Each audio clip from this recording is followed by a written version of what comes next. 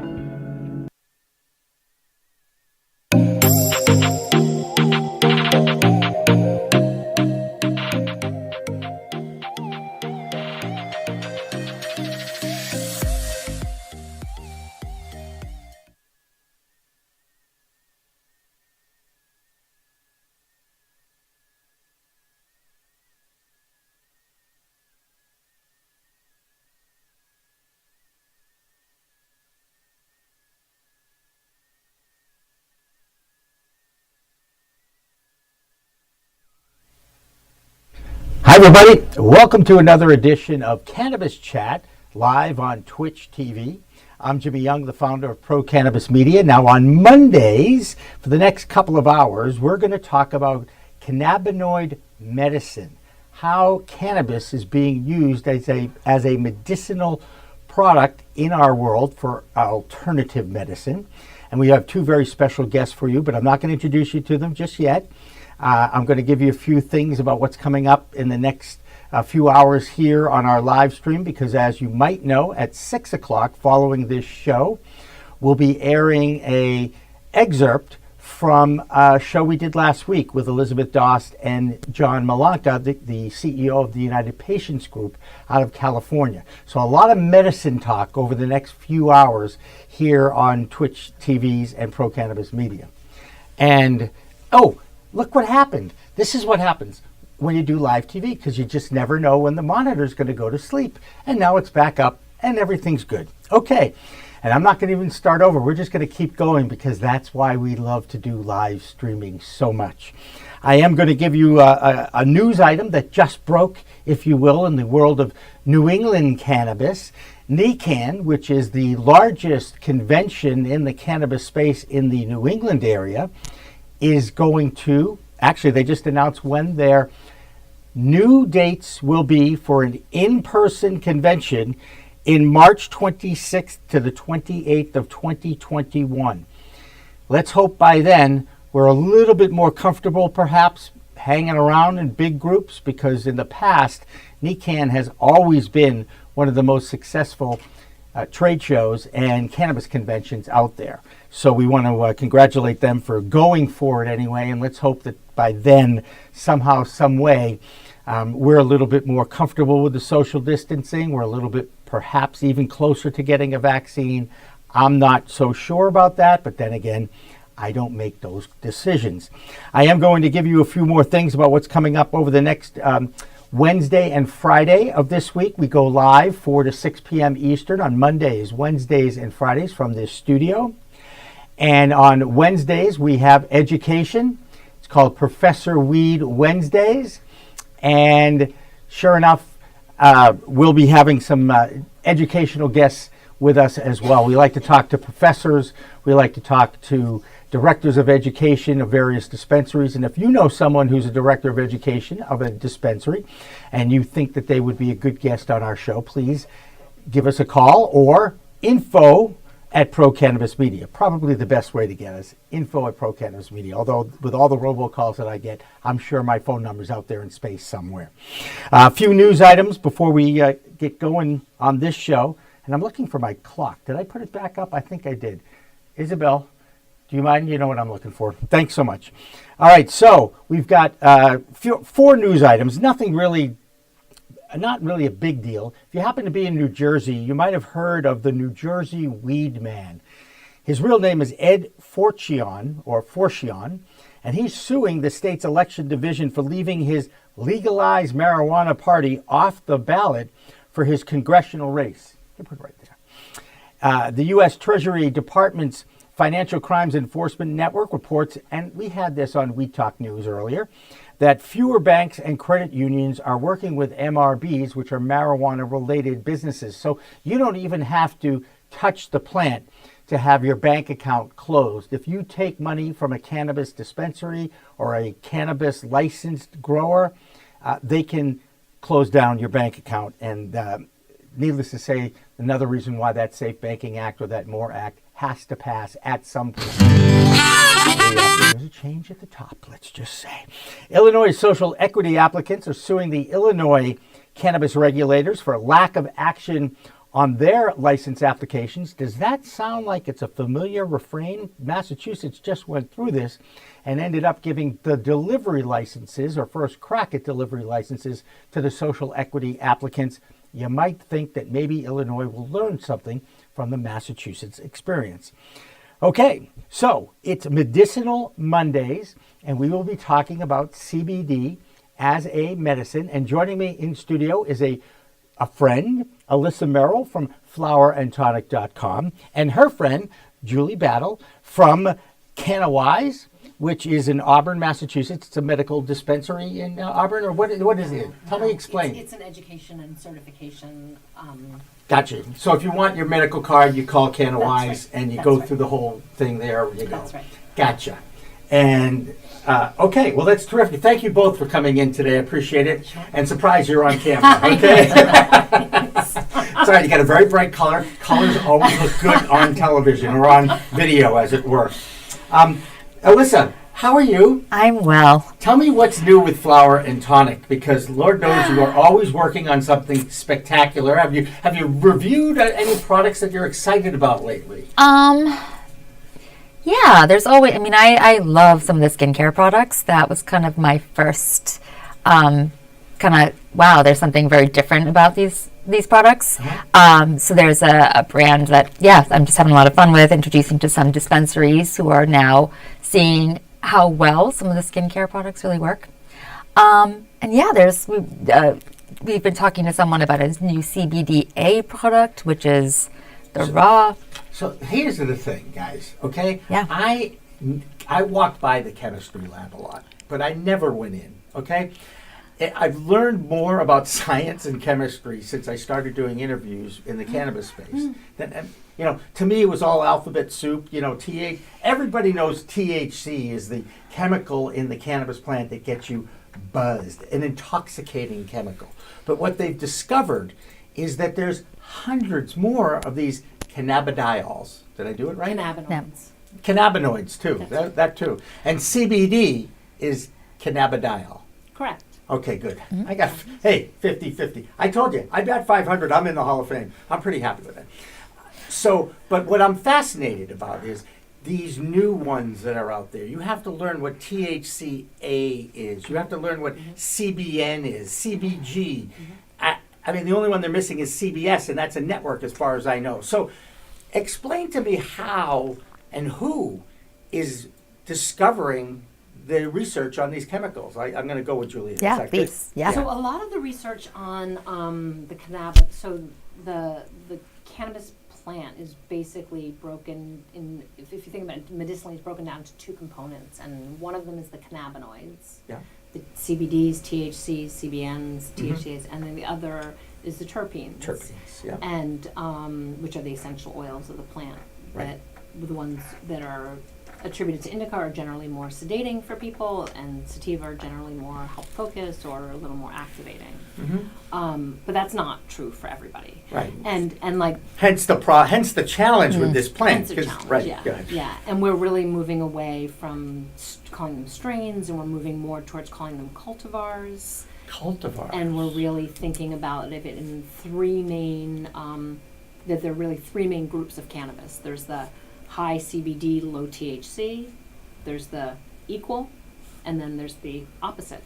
Right. And that's really how you try to help guide somebody, as opposed to Granddaddy Purple for blah, blah. Right, and I certainly understand that. And I'm now experimenting with a one-to-one, So we're right in that middle group. one-to-one Yep. Charlotte's Web concentrate. In fact, got it at our friends at Rev Clinics.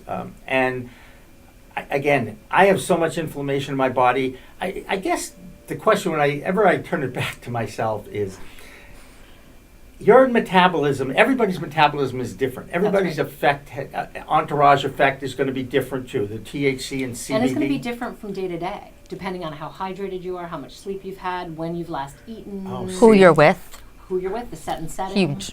Really? Yeah, it's an adaptogen as well. So it's not just, it's in no way like a pharmaceutical. Yeah. You know, Right. botanical medicine is just completely, like we keep trying to make it into a pharmaceutical by using isolates or distillates and using that one ingredient and being like, this is the one ingredient. And botanical medicine doesn't work that way.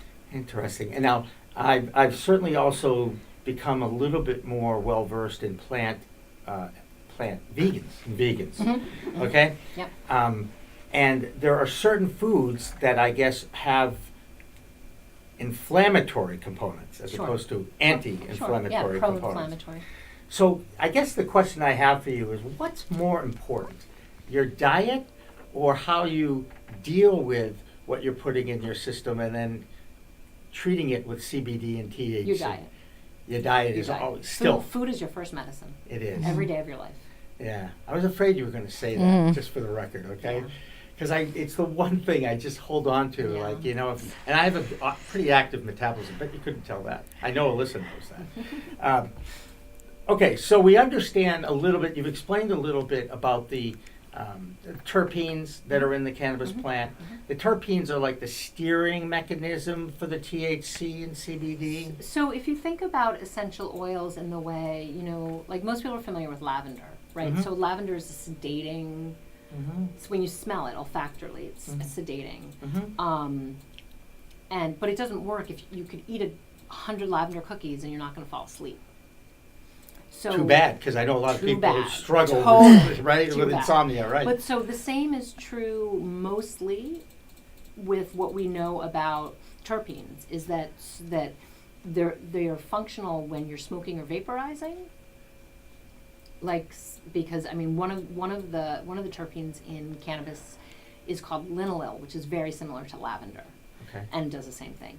And so we know smoking or vaporizing, that those terpenes really do come into play. But when people eat, like if they're edibles or a tincture, I know some companies say they add terpenes and they do this and do that, but like it's the same thing like eating the lavender cookies. Right, you just don't. So it feels it's a lot of marketing. Like if a edible or tincture is like, this is sativa or this is indica, it's like that might be the plant origin, but when you're using an edible, it's just about the cannabinoid ratio. It's not about the terpenes. Gotcha. Alissa, let's talk a little bit about flower and tonic, if you don't mind. Well, yes, but I have to say Go that ahead. like she's just hitting the nail on the head why I started Flower and Tonic, because I came from the pharmaceutical industry, and it's like you see that these products work, but it's like someone has a cut on their knee and they're putting a Neosporin pill up their nose. Right. Right? Like people are not, there are delivery systems and there are, it's just, people are kind of ruining, I think, the potential of the plant and like we've talked about going back to terpenes, like if you use a certain vaporizer at a certain temperature, you'll have a clarity versus a potential fogginess. Is that Sedating. Sure. Yeah. It- more sedating. If you know what's in it and then you vaporize it at the temperature for that particular terpene, you can get that result. Yeah, and I just got my first. Someone sent me a sample of the first. It has CBD and terpene, but also just terpene,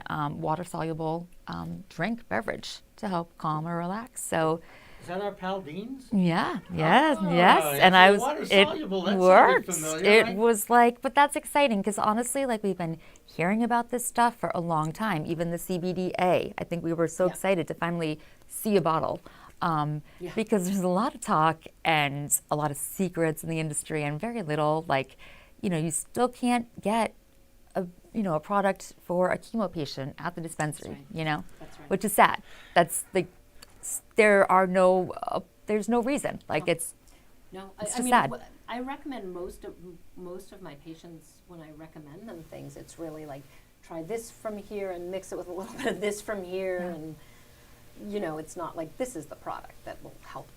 But cannabis, I think it will probably always be that way in some way because it is so individual. So I had a chat with a doctor who will go unnamed, a neurologist, this week. Or I think it was last, I don't even know. Yeah. The days are just blurring together. The other day. This is the longest year of our lives, people, okay? I think everybody agrees with that.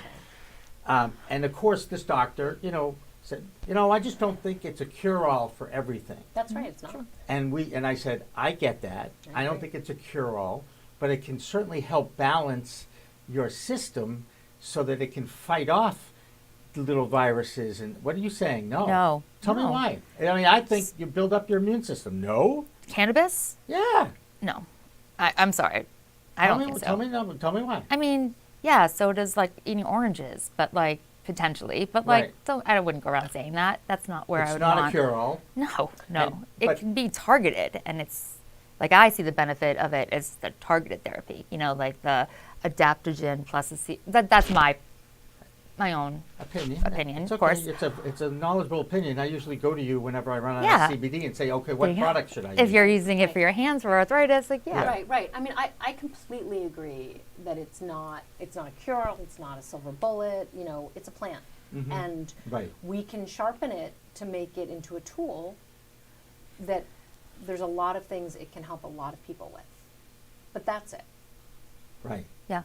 You know, and but I do and I think there are some people it's not good for, and I'm as interested in the research, and I want to find out what it doesn't do or who it's not great for, or I'm just interested in the science of it. You know, I'm not selling anything. So Right. Julie will we'll talk, and someone will go to her from anesthesiologists, asking, do you want to Yeah. tell them that story? Because No, no, that's like legitimate. So what happens is anesthesiologists are reaching out to Julie saying, we have patients waking up during surgery, and they're documenting that they have cannabis use. Yeah, it's insane. So they're under, but they've been cannabis users, Correct. and they're waking up Correct. During- Right. during surgery. During surgery. Which is traumatic. Yeah. Like, Excuse me, when I had my surgeries, I wanted to make sure I didn't wake up during the surgery Right. at all. yep. So you I had no desire. You need to let the anesthesiologist know that you're a cannabis user. You know what? At this point, Yeah. I'm pretty much out of the cannabis closet, Yeah, okay? I mean, yeah, people know yeah, me, and yeah, I'm not at this, yeah. I'm 63 years old. I mean, Right. there's no going back at this And- point. And how have healthcare providers responded to you when you've My brought that up? PCP, and I won't name him, Yeah, yeah. and I have had good talks about it, but he admits he knows nothing about it, and they never feel comfortable talking about it. I've yet to find, the only doctors I find that are willing to talk about it, we all know who they are. They're Dr. Uma, they're Dr. Jordan, and they're Dr. Ryan Zachlin.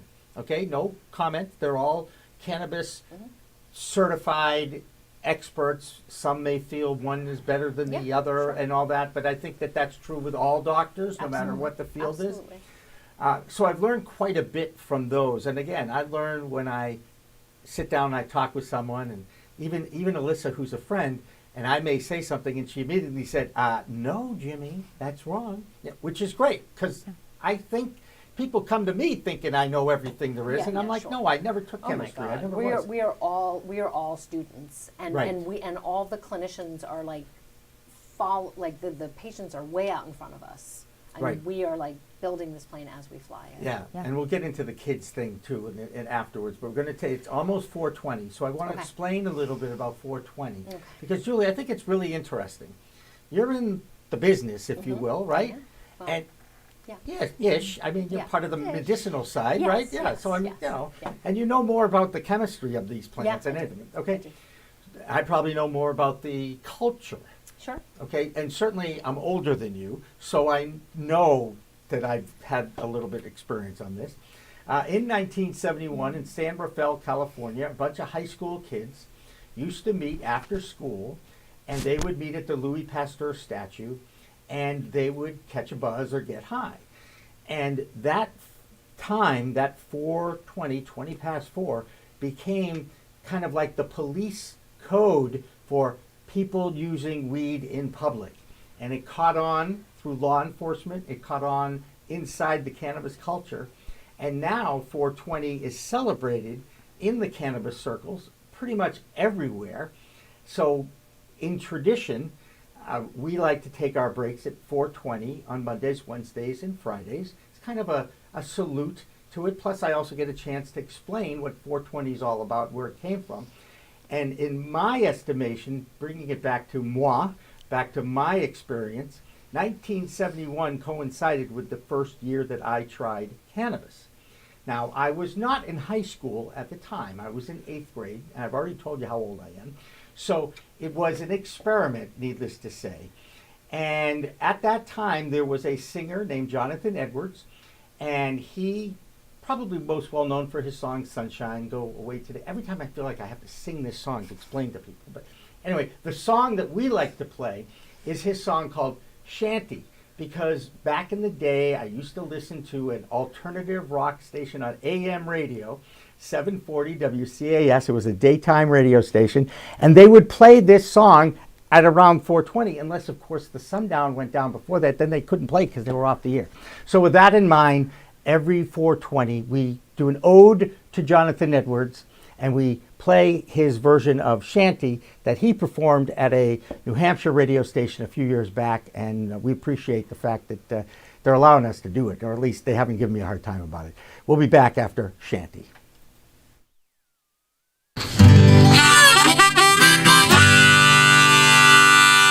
Yeah, this is a tune that I wrote back in 19...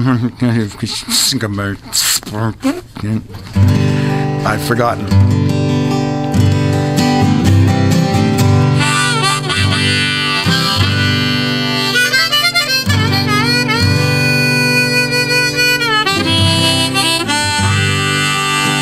We had a saying in our old band, one of my first bands in 1966 or so. What are you going to do tonight? Oh, just, like every other night, just going to lay around the shanty and put a good buzz on.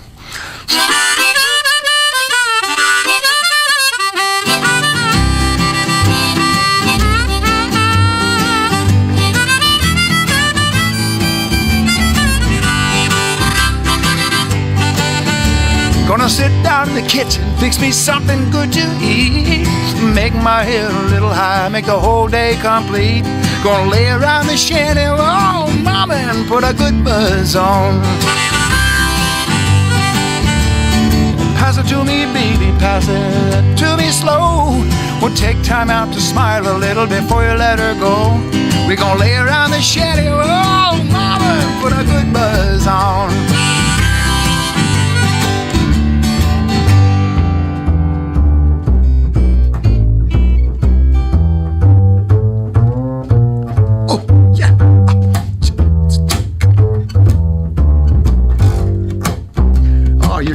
You're on something. Go ahead.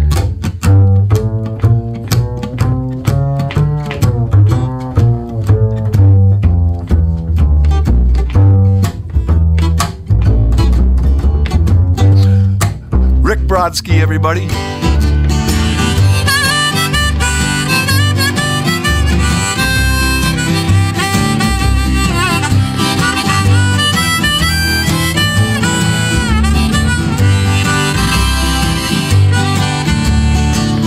Nothing to do and there's always room for more.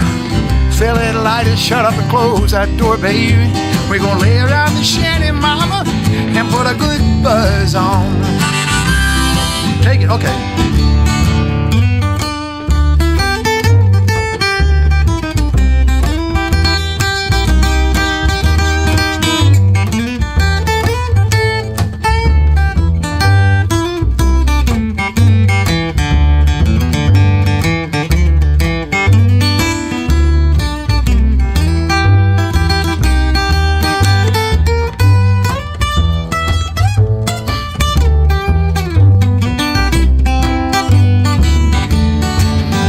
Prohibition never works, it's time to realize it. It grows in my backyard, it's time to legalize it.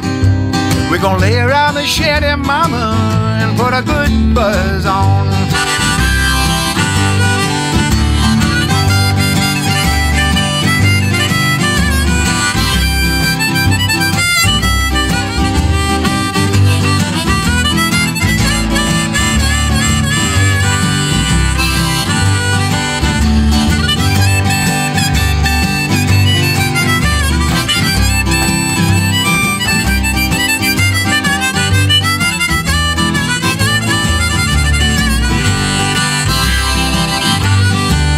I'm going to sit down in my rented car. I'm going to jam it into drive. I'm going to head on out and play at WSCA with Sean. I'm glad I'm alive. We're going to lay around the shanty, mama, and put a good buzz on. Every night and day, we're going to lay around the shanty, mama, and put a good buzz on.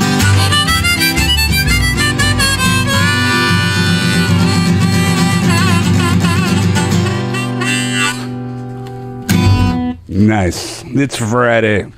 Thank God. Thank God Jonathan Edwards is joining us live in the WSCA studios. All right, does everybody know the words to Shanty now? Do you understand the significance of that song now? I hope you've enjoyed it. And for those knuckleheads out there, don't forget to subscribe, like, and share us if you're being amused by this conversation about cannabis as a medicine. It's Mondays, and it's Medicinal Mondays here on the Twitch TV Pro Cannabis Media channel. I'm Jimmy Young, the founder of Pro Cannabis Media.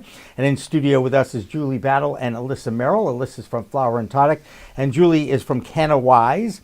And one of the things we were talking about, this always happens, by the way, in all talk shows, I don't care if I'm doing sports or news or something like this, it's during the commercials that some things come out as you relax a little bit and you start talking. Cannabis as a superfood is now the latest kind of thing that I'm seeing. And I first heard about this at one of the conventions, whether it was NECAN or MJBiz or CWCB, where someone was actually taking the leaves of a plant, of a cannabis sativa plant, I don't like to use the M word, a cannabis sativa plant, and juicing the leaves. Yeah. And they say, don't just juice the leaves and drink it straight, because you should mix it with carrot juice, just because it's not going to hurt it any and it'll change the taste a little bit.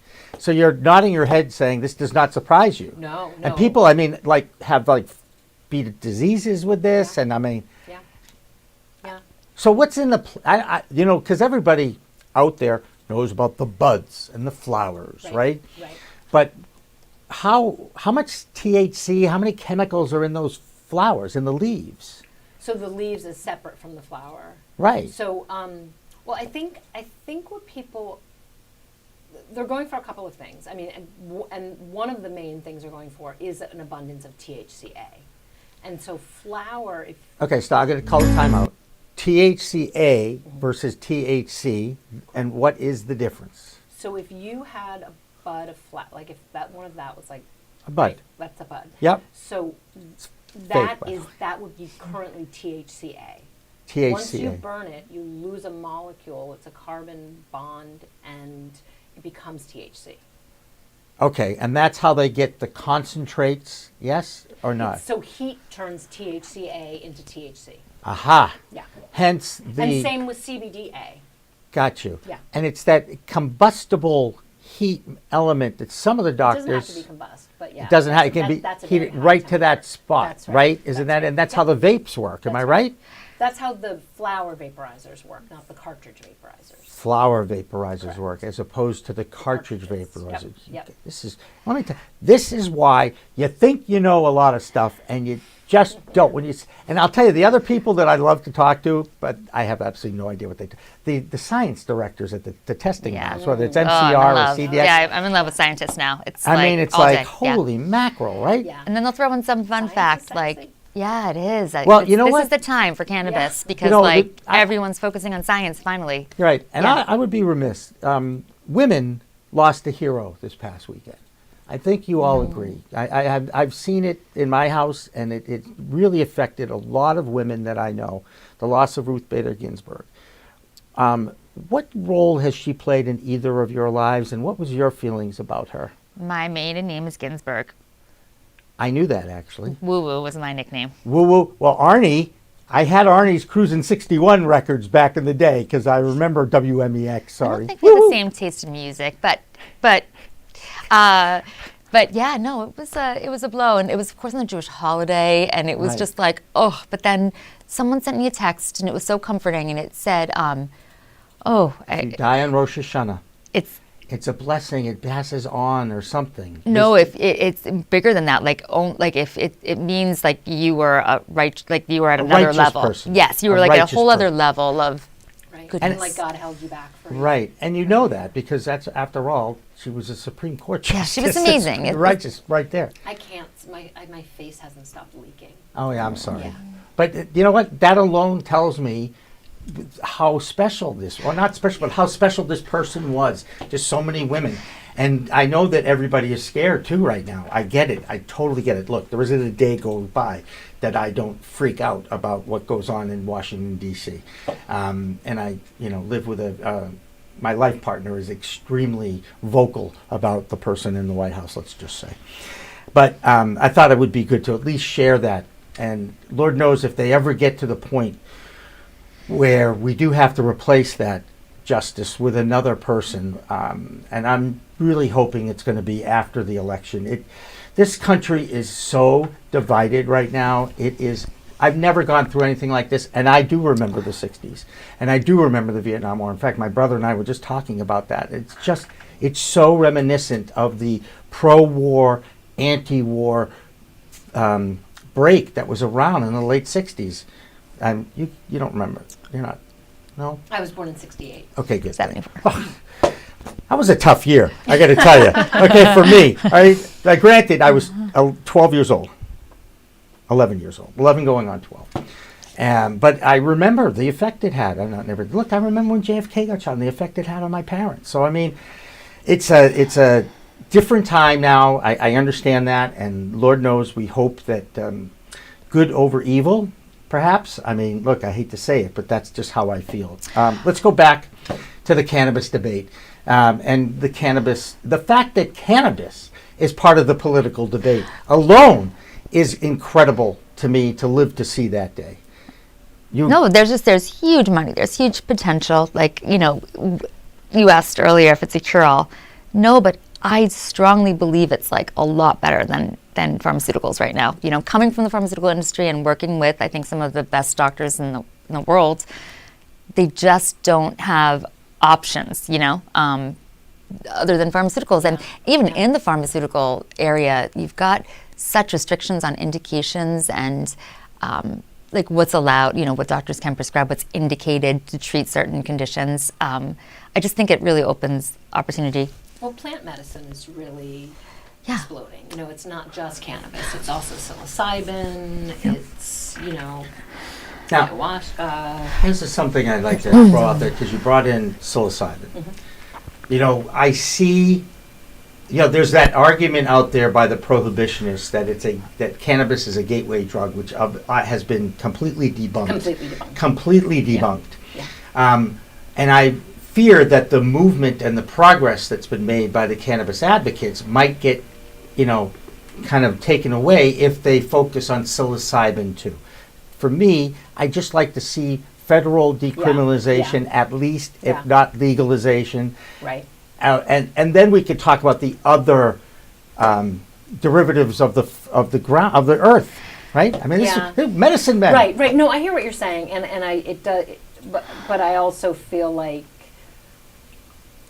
we shouldn't be fighting to decriminalize plants. Right. Like, that just seems insane. So if we're going to do it, let's just do it. Right. And decriminalize plants. All plants. All plants. Right. They're plants. Right. God put them on this earth for a reason, and we're just now starting to figure out what that reason is. That's why I sort of feel like, let's get psilocybin in with cannabis, because it's a plant. It's a plant. Let's not try to separate them just in terms of decriminalization. Right.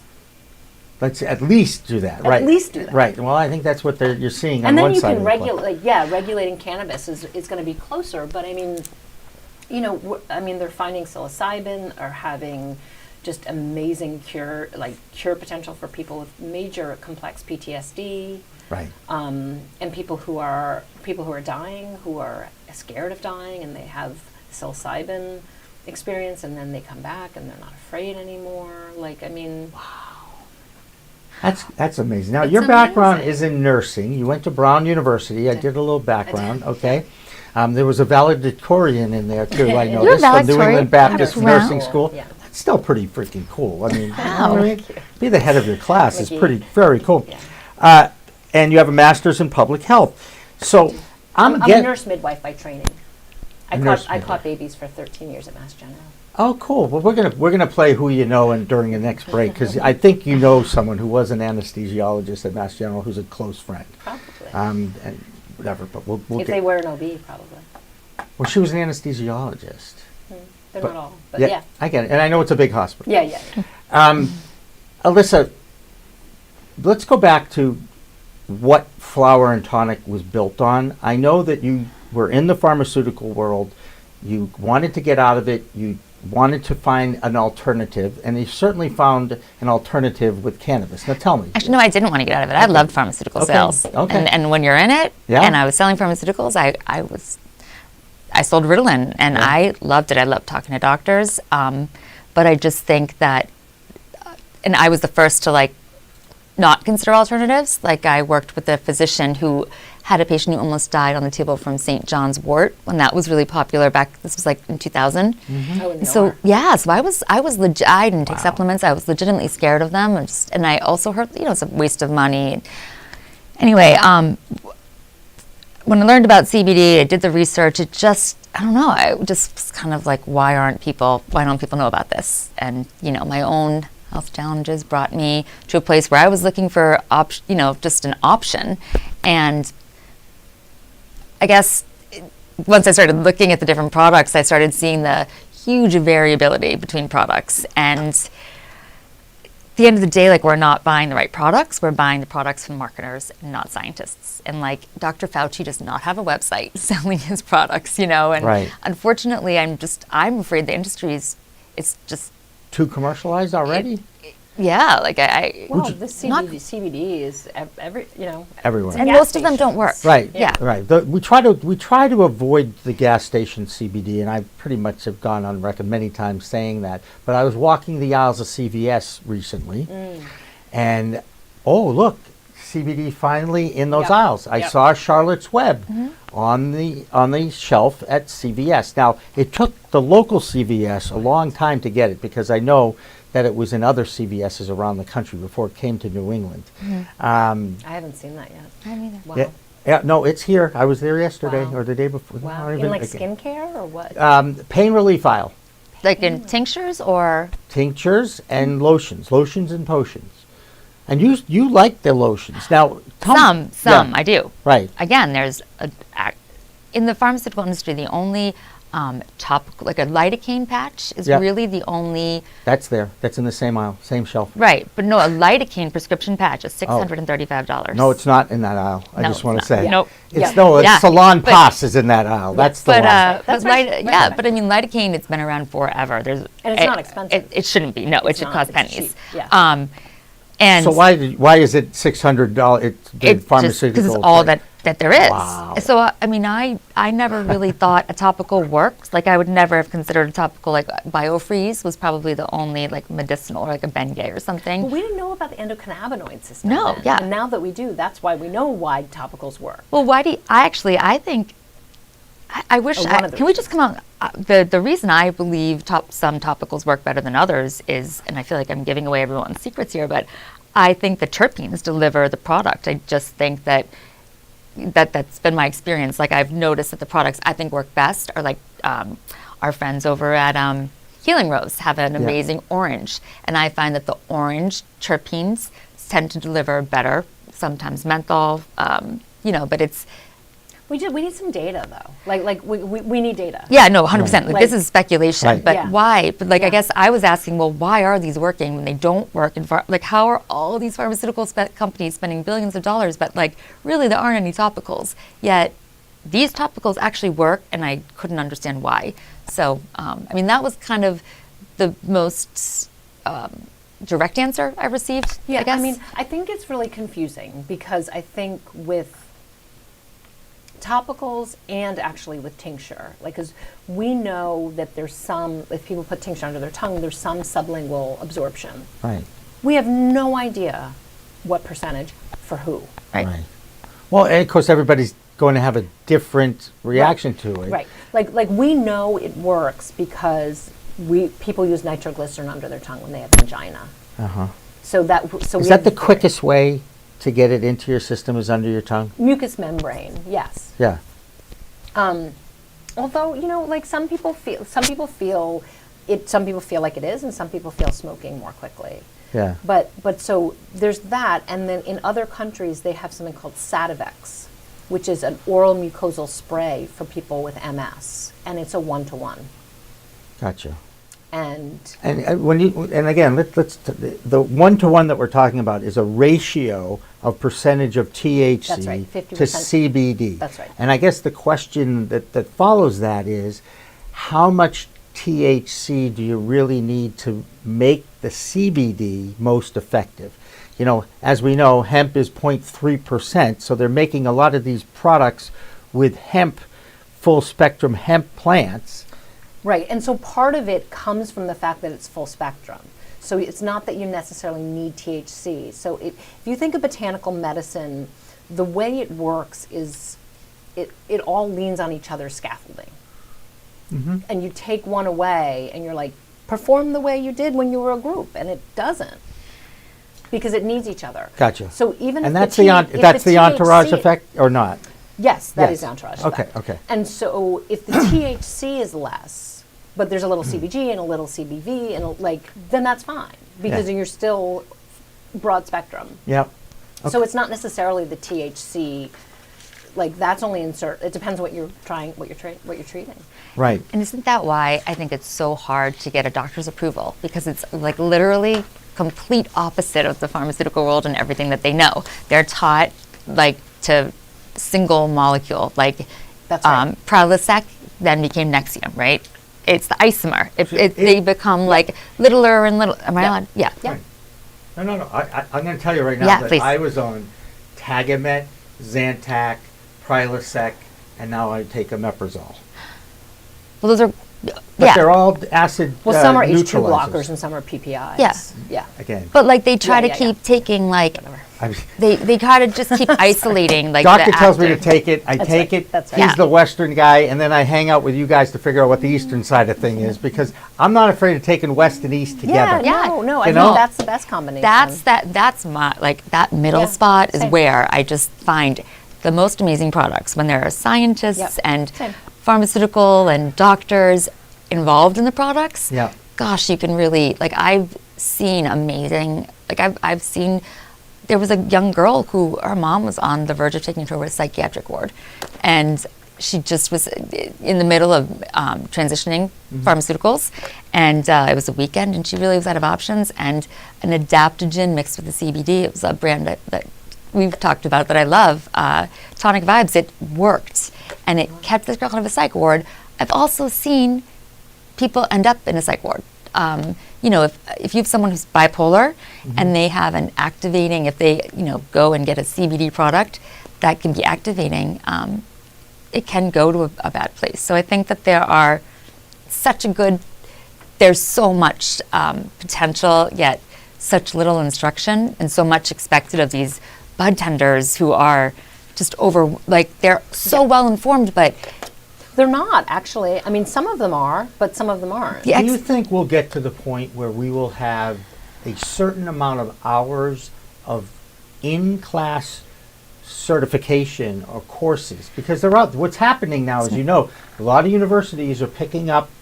I mean, Cleveland School of Cannabis has a 150-hour course load, hours of course that they are offering to people. Yep. No, I just, one of my patients last week was in his freshman year at, I think it's Northern Michigan, and he's doing a plant chemical medicine, chemistry medicine. Right. That's his whole bachelor's. but Right, and and I met. It's awesome. I don't know if you know who Emma Chasen is, but she was. I was Sounds introduced familiar. to her. She's out in Oregon. She went to Brown. That's Okay. why you know her. Okay, Sounds familiar. Yeah, right. And she's an educator, but she was talking. She has an online course. She was the bud tender of the year in 2016 out in Oregon. cool. Okay, and we talked about it, and I believe everybody has something to teach everybody else. Yeah. In so many genres, and I don't care if course. that's sports, media, law, constitution. You know what? If Humanity. right? And we should always be learning as humans. Anyway, I really do believe that. So I'm like, speaking of learning, at a little bit in about 15 minutes, we're going to be talking to this guy Albert Coles. Yes. You asked me to get on the phone, Yeah, and I listened to you, so I did it. And I'm looking forward to hearing from him. But I brought in the cheat sheet, guys, okay? And this is one of his charts. Well, it talks about a summary comparison of THC, THCA, and CBD. I'm just going to read the first sentence. You're going to agree because it makes sense. THCA has been shown to be more effective than THC or CBD for regulating the functions that support the endocannabinoid system while reducing pain caused by inflammation.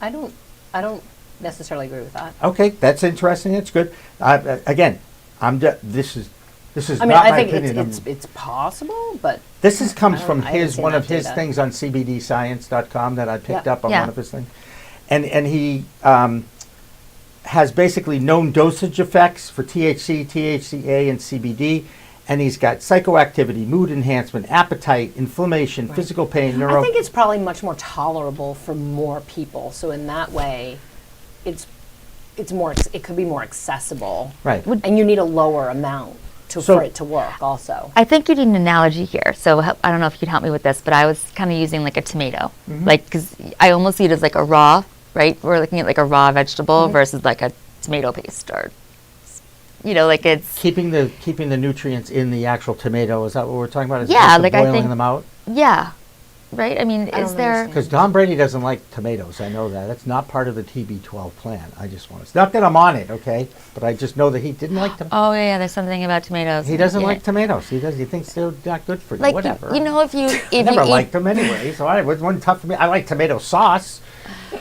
right, but if you're eating a tomato, if you're eating broccoli for the let's use broccoli. If you're using broccoli for the vitamins in it, and you steam it versus frying it, you know what I mean? Put it on the yeah, barbecue. yeah, I put it yeah. on the barbecue sometimes. So isn't the same, and you have like a different amount of vitamin, right? I mean, it's like you don't have the same vitamins if you Right. It's a different chemical. It's a different chemical form. So same once with- you change it. Right. But and those are just different cannabinoids. And I can you read that sentence one more time? Yeah. So, and again, keep in mind that it has a little chart. It has THC, THCA, CBD. Yeah, And then it tells you these things, and then it's at known overdosage effects is below it.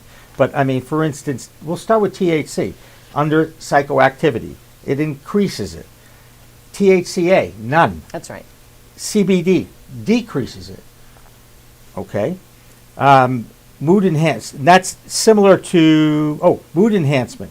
THC increases it.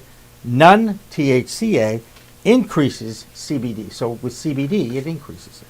I guess is what it's saying. I've heard THCA helps people's moods too, though. So that's interesting. Yeah, that like- it says no. like under see- But that. how can science, honest to God, Yeah, we're not how the- can you make a chart when we all know, we're sitting here, and I never played a doctor on TV, let alone go through the med school thing, all right? But how can you make a chart and think this is like a we're-all and end-all? It affects everybody's endocannabinoid system And he's a differently. lovely, intelligent, reasonable man, and I think that's probably. I think a lot of people are struggling just to put something on paper so someone can get some idea. Yeah, he's trying to I'm get- sure he thinks of that as a working document. Exactly. Any scientist would. Right. Yeah. Good. Well, that's good to know. Yeah. Yeah. You know? Sure. And then, it does say... and he's worked. Project CBD is, I think, probably the most reputable.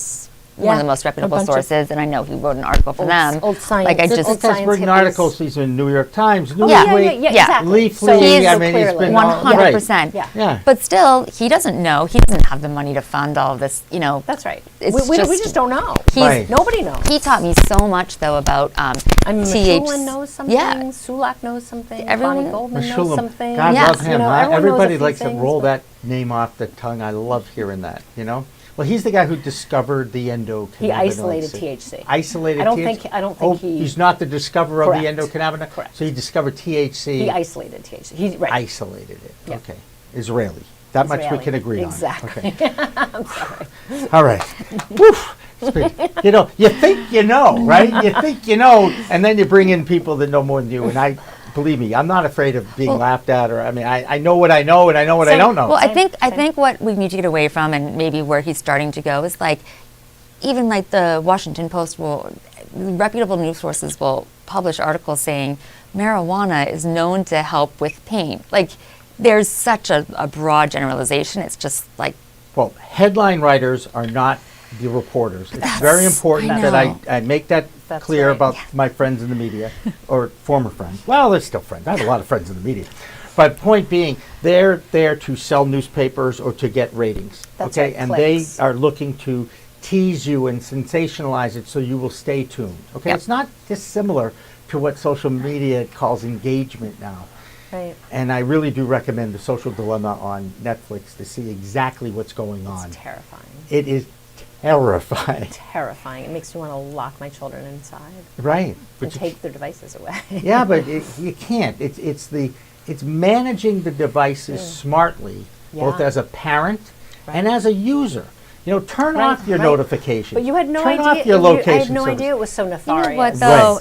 If I have three, you know what? I'm sorry. I'm just going to say this. I have Say three it. young kids. I know you do. My 6-year-old had a TikTok violation week 1 of COVID. Not my proudest moment, but there is no way anyone can. I can't possibly. They get group texts. I can't even check my own texts. Never mind my kids. There's got to be a place where it's just the world. I don't know. It's a different I world. don't know guys. anymore. We didn't Yeah. grow up with the It is. smartphone, or No, I didn't grow no. up with the computer, right? Right. Right. But they are, and their minds are checking out what's going on. And the weird thing is, their attention is small as far as attention span length, right? Yeah. But their multitasking functions are off the charts. Insane. At even age 1 now, I'm seeing, and I'm like, holy mackerel. So this is heartbreaking.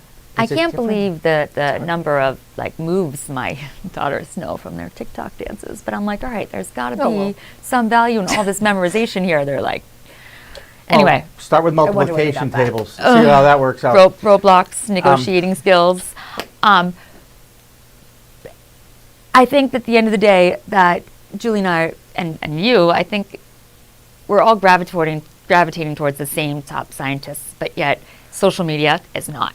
There's no mention of Albert Cole, there's no mention of Maura Gordon, there's no mention of Dr. Russo, the people, Dr. Grinspoon is local, we've just got some amazing resources of information. He is amazing. We're definitely going after Dr. Peter Grinspoon. Yes. I worked with him. Great. I was with him on 9/11.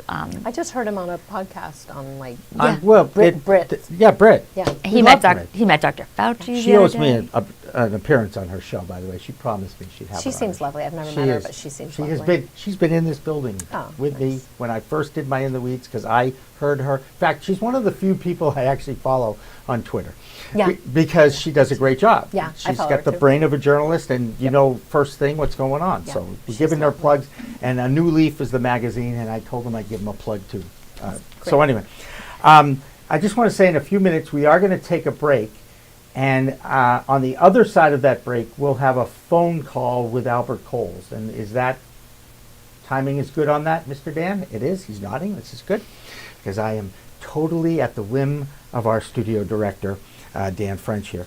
But I do want to get back to the conversation of cannabis as an alternative medicine. Are you finding, we're 4 years in since adult use rec. We are 7 years in since it was medicine one in 2013. Right. How's the stigma doing here? Is it coming down? Are you starting to see more people opening their minds, reading more about it, accepting it, that it's here to stay? Anything? It's a great question, and I think that what seems to be moving it is people who have a relationship with somebody that's benefited from it.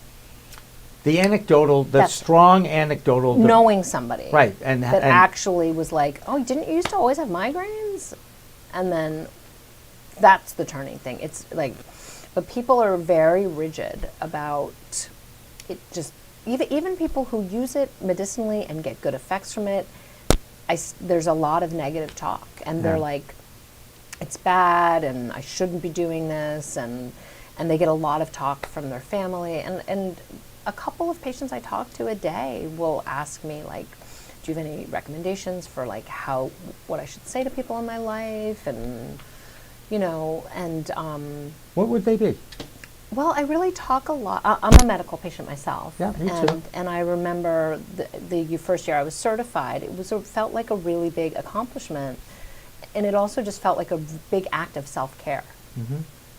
And so I tell them, I congratulate them for taking a big step towards taking care of themselves and really wanting to learn about how this plant works for them, right? And that that I'm certifying people in their 80s and 90s for the first time, and by the time they get there, they'll be knowing everything about their own bodies with cannabis. They have an amazing facility too, where they really walk people through the process at Canna-Wise. Yeah, Canna-Wise. Okay. Yeah, it's really. I mean, we all used to work at Canna-Care. Gotcha. And it has its shortcomings, right. And so we all wanted a much more, we wanted to register everybody who got certified, so we make sure everybody gets their card in the mail, and they don't have to do it themselves. Because it can sound overwhelming. And we do education, and then I spend a lot of time with patients, and then we're open for everyone I certify has my email address. Because I'm certifying them for 365 days. Are you asking them to keep a consumption chart or a usage to keep a chart? journal. A journal, yep. consumption I journal? recommend it. I mean, that's what Emma said too. Yeah, Brown I do. people must know. She was a botanic science major was there. she? Yeah. She's really fascinating. Yeah. And that, by the I way, should reach out to her. not only can you read, I'll be happy to share. Great. But she's also, you can actually listen to her interview with me from Super. a couple of I weeks would ago. love That's to. on I'd love that's to. on the Pro Cannabis Media website. It's on our social media channels. I mean, at this point, I think if you want to find something that we've done, it's out there. Okay, good, good. You know, searching for it is a completely different animal, but I know it's done. And if you can't find it after an easy search, you just call me. Reach out. Okay, and I'll give you a perfect. link to it Perfect. because we all know how to click on the link. Yeah, no, right? I mean, it's indispensable, actually. Yeah. It doesn't have to be kept a certain way. You know, like I'll have some of my patients who are engineers will send me like charts. And so I have a couple authors who send me like little sonnets. Like, there's no wrong way to keep notes. Mm-hmm. So, but if you can start to, especially if you're trying to start to use edibles or something like that, Right. you write down Right. when you took it, when it kicked in, when it stopped working, and like, had you eaten, had you slept, are you on your period, like whatever. Right. And do that about 5 or 6 different times with the same dose, and then you're kind of an expert. And on you yourself. learn, right, because it's the self-medication process, That's right. right? That's right. That you Like, have to because- enlighten people to. Well, like, I mean, but who else could decide what's the right amount of the right kind Right. with the right delivery method Yeah. than the person who's feeling it? Right. It seems, I know it's a paradigm shift from pharmaceuticals, and I used to prescribe pharmaceuticals, but We'll never. Do seems you crazy. think we'll ever see that day where you'll have a cannabis doctor prescribing, 20 milligrams of this and 20 milligrams? Anything? Yeah. Do you think we Yeah. will Yeah. see that day? Yeah. Absolutely. I think we'll have cannabis oncologists. Yeah. Yeah, that has to happen Yeah. because if And I there's- think those are the ones who are going to say, oh, for this particular cancer, we need more THCV and Right. more this ratios. Yeah, It's for amazing. sure. All right, don't hold that thought. Yes. Whatever it is. I can hold All right, it. we're going to take a break, but when we come back, Yeah. we're going to have a phone call and a discussion with Albert.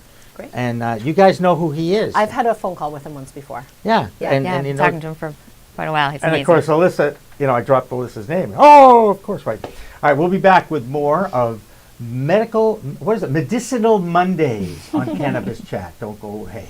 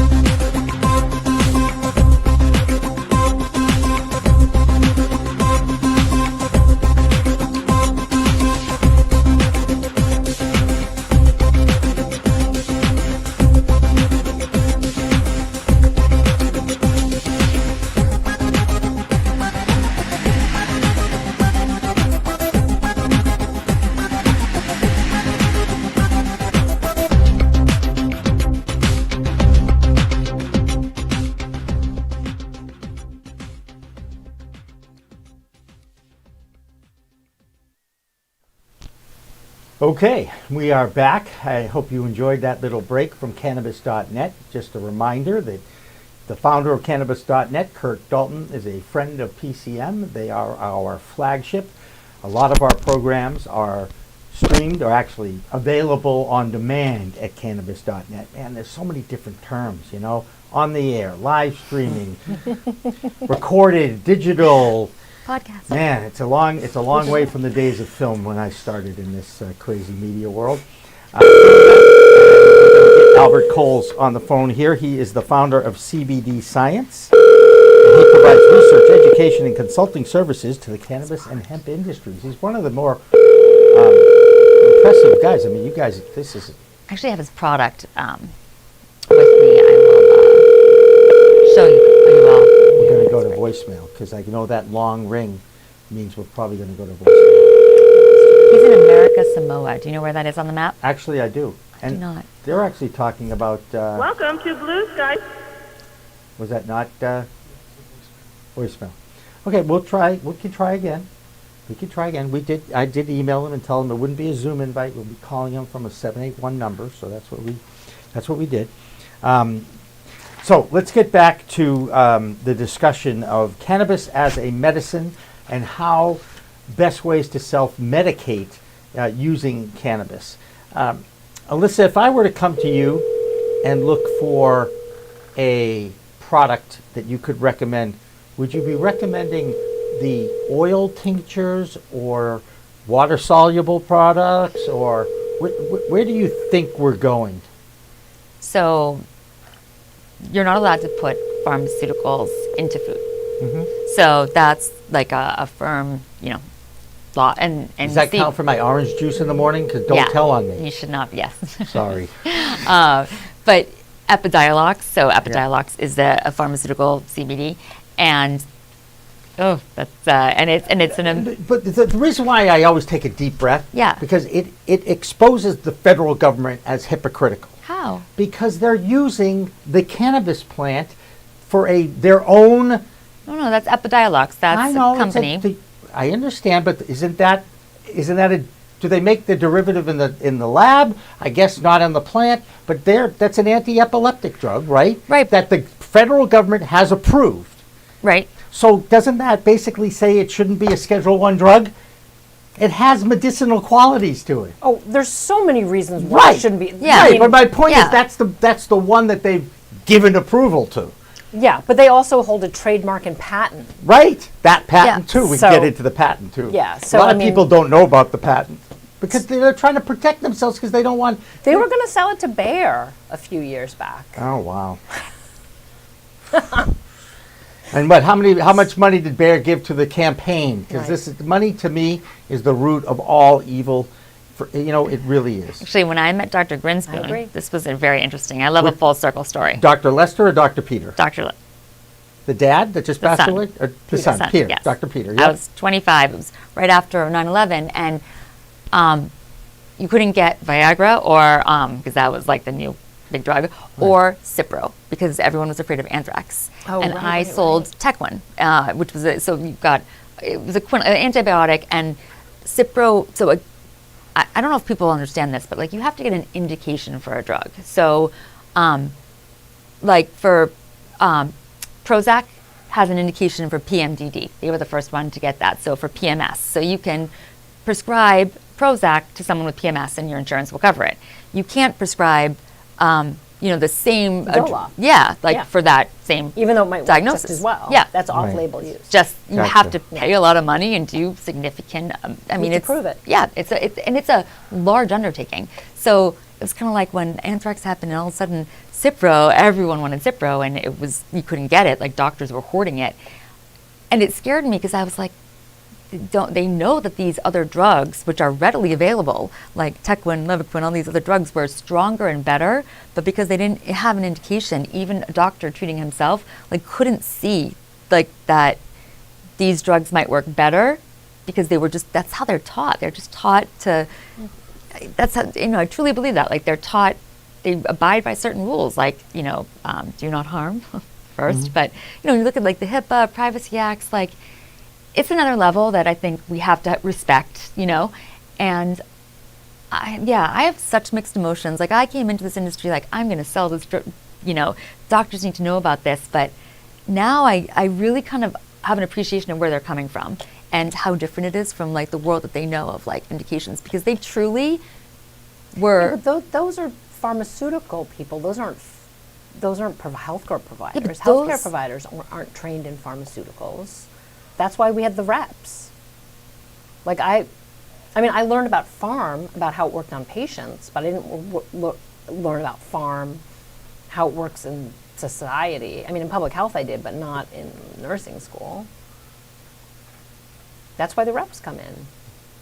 Yeah. So the representatives Why? of the pharmaceutical companies come in to explain what this drug is supposed right. to do. That's right. based on the clinical trials right. and the research Yeah, that that's that And- pharmaceutical yeah, you're right. And company we show studies has and- done. That's Yeah. Right. And I mean, again, if you're interested, you might, but like that's not part of a general provider's life. But they go by the indications to prescribe for the most have part, to. right? Yeah, you have to. You have. So it's like we're talking about this full spectrum. So we take like, not only does it not have an indication for one, like you don't. CBD does not have an indication for anxiety. You know, Okay. it probably should, but like not one company is going to say, oh, we're going to pay $5 million to make that happen, right? Like, because now it's That's right. anyone. That's right. It's like, who's going to prove that broccoli is good for you? Like No. that farmer or that farmer? I Like, think it's going to come out of the anandamide deficiency syndrome. Oh. I think that's how it's going to become. you want to explain that to those who have no idea what you're talking about? Like me. yeah. Can you? So Ethan Russo, who's a genius Uh-huh. in cannabis land, Yeah. he's a Heard of him. neurologist, and he used to he worked for the pharmaceutical company that came up with Epidiolex, Okay. and he's taught at CanMed the past 3 years that I've been there. He's just lovely and super smart. And he came out a while ago saying that essentially he believes that within a number of years, all autoimmune diseases are going to be called endocannabinoid deficiency syndromes. Huh.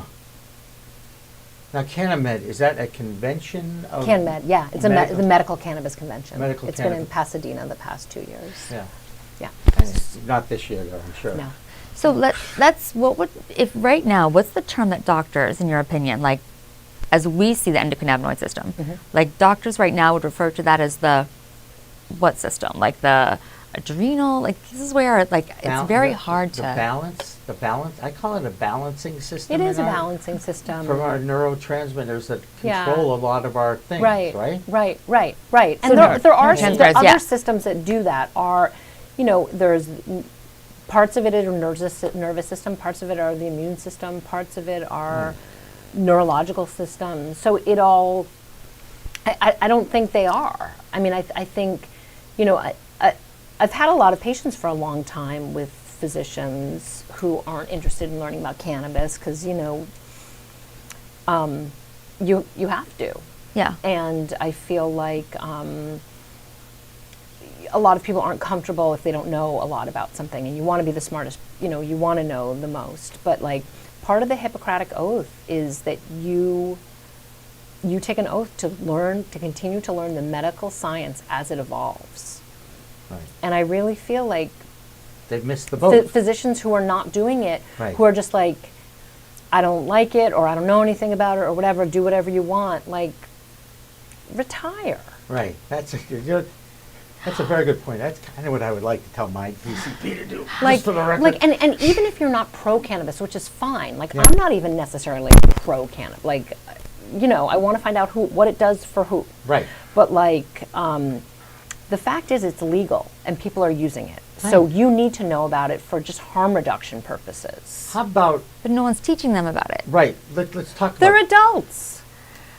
But to your point, there were pharmaceutical, like people are waking up during surgery. And trust me, I am very much in support of cannabis, like over. I mean, you need to physicians who don't think that alcohol use is good for their patients know what it does to their patients. Right. Oh, I love the analogy to alcohol because to me it's a but- no-brainer immediately. Like, But one you can't cannot- just abdicate the responsibility of learning about it because you've finished your medical training. You're never finished with your medical training if you're a provider. In fact, No, I I would think agree. it's just starting when you start actually interacting with humans because we all know we're built differently, we That's think right. differently, we have That's different right. DNA, we have different metabolism, we Yeah. inherit And I different get things. it scary to like come from a position where you know everything about, you feel like you know everything about everything and then all of a sudden you don't. And I'm sure it's some kind of crisis for many people. But like, okay, step up then or retire. Well, I love this. Now, again, my little analogies, but I'm 46. It's a broccoli tomato. I know, I love analogies. We have to have like an analogy, a whole podcast on analogies. allergies. My mom, who I have like the best mom ever, like I'm spoiled rotten, she's amazing, would do anything for me, but I'm 46 and she did not breastfeed because she said it was for poor people.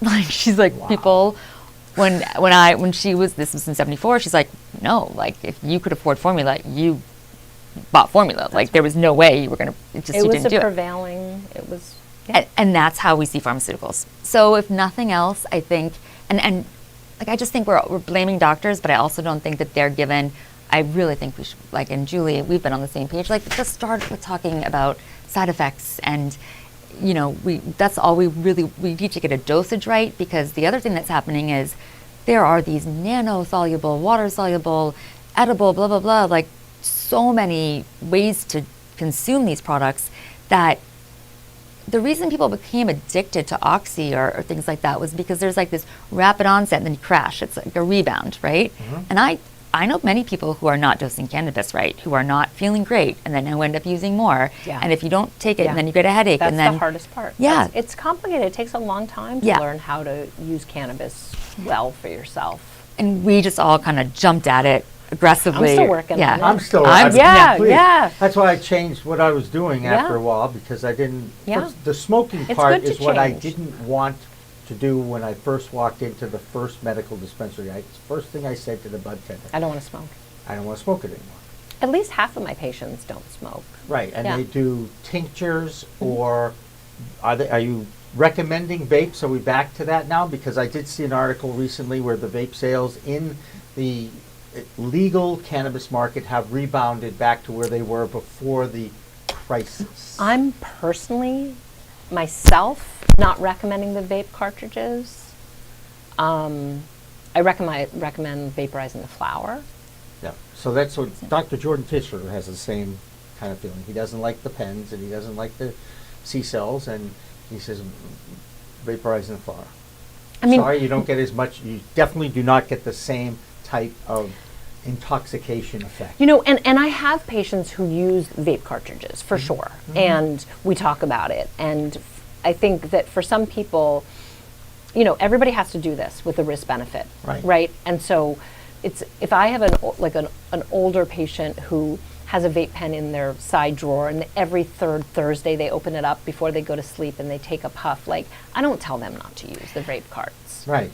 It's like the 21-year-olds who are sucking back 3 carts a week, and I'm just like, no. How do you feel about the moms who have kids at home who can't? I got a question for you. I think this is a good question. I think it is. You tell me. I usually know right away. So in Massachusetts, you can buy up to, as a medical patient, up to 10 ounces every 60 days. Every 60 days for Yep. 2 months. Okay, that's out. Right, that's a lot of weed. Now, Yeah. and For some people, it's not, but yeah. well, that's just what it's kind of where I was going. Yeah. And I certainly understand that those who are undergoing chemotherapy Yep. and really need a lot of it to just Yep. survive. Yep. I'm Yep. guessing that those that are coming off opioids need a lot of it Yep. just to get off the Yep. opioids. Yep. So I understand that. But I was amazed when I first learned that, because I looked at that and I was like, "Are you nuts?" It's a lot. Well, but the thing is also is that sometimes people will use make it into things. Right. Right? Right. And so if you buy that flour, like 10 ounces of flour for Right. 60 days, and then you make it into like an RSO because you're RSO stands for Rick Simpson oil. With the flat iron. Oh. That's not. Not what happened. I was know, teaching know. my daughter how to Flat use irons are it. dangerous. Flat irons are dangerous. No kidding. Okay? Trust me. You know? Right. But yeah, but there are so many, because I do think cost is going to be an issue for a lot of people, and I hope that insurance, be. it is an issue. It's a totally. huge And issue I- for people. Right. And There's a Massachusetts has huge the issue for highest people. per pound price in the country. This is what David Rabinovich reported on right there when he was sitting right there. It's on getting a Friday. little bit better. Yeah. Well, it's it's a supply and demand Yeah, thing right now, yeah, and yeah. right now the demand's higher than the supply, so the price is going to go up. Look at gas prices for crying out loud. Yeah. Can we back up to one thing, because I feel like we sometimes skip the obvious when we're but Right. I think people don't understand the products at the dispensary have been tested Correct. for the most part. Right. You know, like not every single product, but Every so single product. Yeah, every single No, they product. Yeah, can't they sell have it to. unless True, it's true, That's true. right. Excuse me, forgive me. That's Yes, right, yes, right, right. sorry, yes. Which is why I like going to the yes. dispensary. That's right. Yes, That's right. They don't. Yes. So, but hemp and cannabis, they're bioaccumulators. Like their job is to clean soil. Like That's they right. planted hemp at Chernobyl to literally pull the toxins out of the ground. So they're not. So when we say that it's safe to smoke, potentially even a vape, is it so a vaporizer? Smoking a vaporizer. Flower if, vaporizer or Yes. vape? If there are potential pesticides, is that That's not safe. not safe? Okay, so yeah, I just wanted to, that's what I wanted to make sure we were making clear to people No, no, because no, no, yes, no. let's tell Tested people flower. that. So that Tested you flower, have to very have good. it from a dispensary. And then if it's not a tested vape cart, then hell no. Yeah, definitely not. That's what. Oh, yes, that's yes, where yes, the yeah. whole problem Oh, yeah, happens. yes, yeah, and all yeah. the illegals and We- everything. But I Oh. just nobody has been able to convince me how the cartridges are safe now, because you're still breathing, you're still aerosolizing Okay. a hydrocarbon. All right, so I asked Dr. Tischler this, and I said, explain this to me. You go into a steam room, okay, and you breathe steam. A child has a coughing attack. You turn the hot water on, you put steam in their lungs. It dilates. Dilates it, Yeah. okay? So he's not doing it, right? Didn't want, and I said, what's the difference then between vaping a cartridge and going into a steam room if they're both, because he doesn't like that in your lungs. He says it shouldn't, I think it's an oil, and Yeah. an oil shouldn't be in your. It can give you a lipoid pneumonia. Like Okay. you don't want oil in your lungs. Period. Interesting. So that's the piece of it that I'm like, I just can't recommend it. Yeah. Like I believe it doesn't have toxins in it. Right. I believe it doesn't have metals in it. Yep. Like So when you work with medical patients, Mm-hmm. are you using, so again, smoke versus tincture Mm-hmm. versus edible, and that's the best way to partake at this point, you think, is like a 5 the start low, go slow, 2.5 probably the milligrams, 5 safest way milligrams? is Yeah. probably edibles. Edibles. Or Really? tinctures. Yeah, safer than smoking or control. vaporizing. Oh, yes, Yeah. yes, yes, yes. Controlled Like, edibles is important. yeah. Controlled. Controlled. Because everybody Yeah, yeah, has the yeah. edible story of the first Yeah. time. Right, and that's right. what But I mean, happened to it's me. still safe. Like you feel like hell. Right, But like, I'm not not gonna die. worried as a healthcare professional. right. If somebody has too much. I'm not worried. So let me Like ask- I feel badly for them, and I want to like give them some CBD rescue. Thank you very much. So that's exactly where I Yeah. was going. And some peppercorns and some lemon candies. Peppercorns again. Yeah. We were talking about that too. It's like, first of all, I can't do pepper. Period. End of story. Okay. So I'm not. But the CBD rescue. How many milliliters is that? And is it? So it depends how many milligrams you took.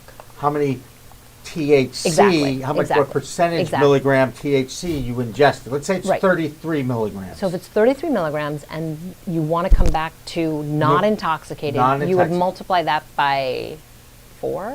4. So 'Cause let's 4 use to 20. 1. So 80 milligrams of. Okay. So if you have a bottle that has 270 milliliters. It depends how many milligrams, not milliliters. Milligrams. Because some tincture bottles, let's say, would have confusing. 100 milligrams, and another Right. tincture bottle would have 1,000 milligrams. Right. So a dropper of one is going to be very different than a dropper Right. of another. But hang on a second. This is really important because I do think that is the lesson that a lot of people learn the hard way. That's right. Yes. And it's what I keep coming back to and asking every educator, every Everybody medical should have a person. rescue CBD around. Rescue CBD oil. Now, here's the question I asked Emma. Okay, and I'm going to ask you guys this too. Have we seen it in ambulances? Have we found it in emergency rooms? Are they using that? Because I know that Great people are question. going Of to the course emergency they're not. It's room. illegal. Yeah. It's illegal. federally illegal. It's not going to be in a hospital. It's not going to be in an ambulance. CBD is still federally illegal, even though the Farm Act was, and even though Yeah. you could get CBD at the gas station. But it's still an illegal substance. It's what I'm reading, and this is what's Right. I going guess on with I'm the wrong. FDA I guess right I'm now. wrong. It's not federally illegal. That's wrong. So it's not federally legal. I guess it's not in the pharmacopoeia I yet. just say it's illegal. It's not in the pharmacopoeia of any hospitals or of any ambulances. But it's not a bad idea. It's like a Narcan. It's Right. on, Yeah. yeah, it's on Thank you. formulary at Yeah. a local. That's exactly. But I don't want people to think that CBD is a Narcan to THC, because CBD generally, except in this situation, makes THC work better. It doesn't make you just less high. It makes it makes the THC work better. For if you haven't used too much. Okay, right. So I don't want for people to think like, oh, I don't want THC because it's going to make me not high. But it definitely is it's only if you're in a 4-to-1 ratio. 4-to-1 ratio to THC. To THC. It's non-intoxicating. Is a non-intoxicating dose, and it will bring you down. Yes. It will bring you Yes. back to Yes. where you feel under control. Yes. Because the out of control feeling It's terrible. Can be Yeah. very uncomfortable, as they say. I've never had that. Good. Keep You it that really way. You're haven't? much too smart. Yeah. Unlike No, never- that's just lucky. There's no I'm way you serious. haven't had like that. alcohol, I don't do well. Like I just Well, that genetics. So well, that's a whole discussion for another day. That's Yeah. But that's another drug. That's right, and and I get on my high horse about alcohol and binge drinking. It really bothers me that the young people today don't just drink for socialization. Yeah. They drink to get drunk. yeah, Because And look at the world they're looking at. yeah. So did we though. You know. you know what? That's a great I have a point. hard time blaming them. No, I have a hard time blaming them too, because look, when I grew up, it was my drinking age was 18. I got to 21. They made it 21. You know, and on my birthday this year, they dropped weed from the sky in Israel. I mean, I've been blessed. Okay, I totally get it. Okay, I'm leaving my body to science. You can take my brain too if you want. It's just how I feel. All right. I want to go back to how do we talk to our kids about cannabis and why this is a great opportunity for parents Yep. to educate themselves That's about right. all drugs that adults take. You know, whenever I hear the argument, and they do it, I think in Boston, is it's the dispensary has to be at least a half a mile from the school. Right. Well, have you looked at Netta lately? Because right next to Netta is a daycare facility. It's a children's center. Literally. They Literally share a parking lot. right next to the same right, parking lot. Right. Exactly. Right. And I'm like, you know, how did this happen? And I think I know how it happened, because I think the children's place was there right around the same time Netta opened. One was like You're right. You're right. I think they opened simultaneously. simultaneously. And I just wonder if now that would happen. And, you know, Netta's getting a lot of heat these days, too, which is another story for another day. Yeah. But let's go back to how you would talk to, now, are you a parent? I am. Okay, and you have children. I do. How do you explain to them, you know, what you're doing and how you're doing it? And, you know, take Yeah. me through, I'm how old, when you had that talk, how old were your children? That's a great question. So my younger one right now is 17, and my older one is 23, and I've been working in cannabis medicine for about 4 years. Okay, And my dad has Parkinson's, and my sister-in-law has MS. okay. And have they been using it to help, and that's working, and that's an awesome story. I love hearing stories Yep. like this. Okay. Yep. And that's sort of what brought me into it initially. Yep. And so I think they're especially open-minded about it because they see it in that way. So I don't think I had the same challenges and they're very open-minded children. They grew up in Jamaica Plain. And Right. Yeah, they grew up in diversity, so That's right. it's a lot. That's right. Alyssa, have you had the talk with your girls yet? Oh yeah. You have. My husband is constantly. He still is not I understand. supportive of and I get it. Like so, I get to see. Like I feel like I'm. So what have you told your How do you girls? tell? What did you tell tell me them? how you talk to your kids about this. And there's a new book out, by the way. Yeah. And I've talked to lots of my patients who tell me how they tell their kids. You know, they I'm don't curious. like the smell of it. Right. They just don't like the smell of it. Yep. So I have respect. You know what Yeah, I mean? Like fair enough. they don't like the smell of it. And they, you know, even if I have a tincture, like I still use the word smoke. Like I want to smoke in my mind. You know what I mean? Like I never. I like, partake.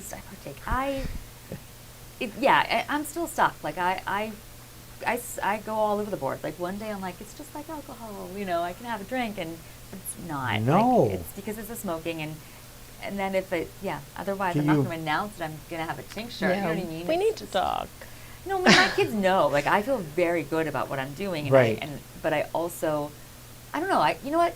I think I've actually educated them well because they speak up for what I do. If like in health class, my daughter raised her hand. Right. Like they can complain about you, but no one else can. Yeah, probably, yeah.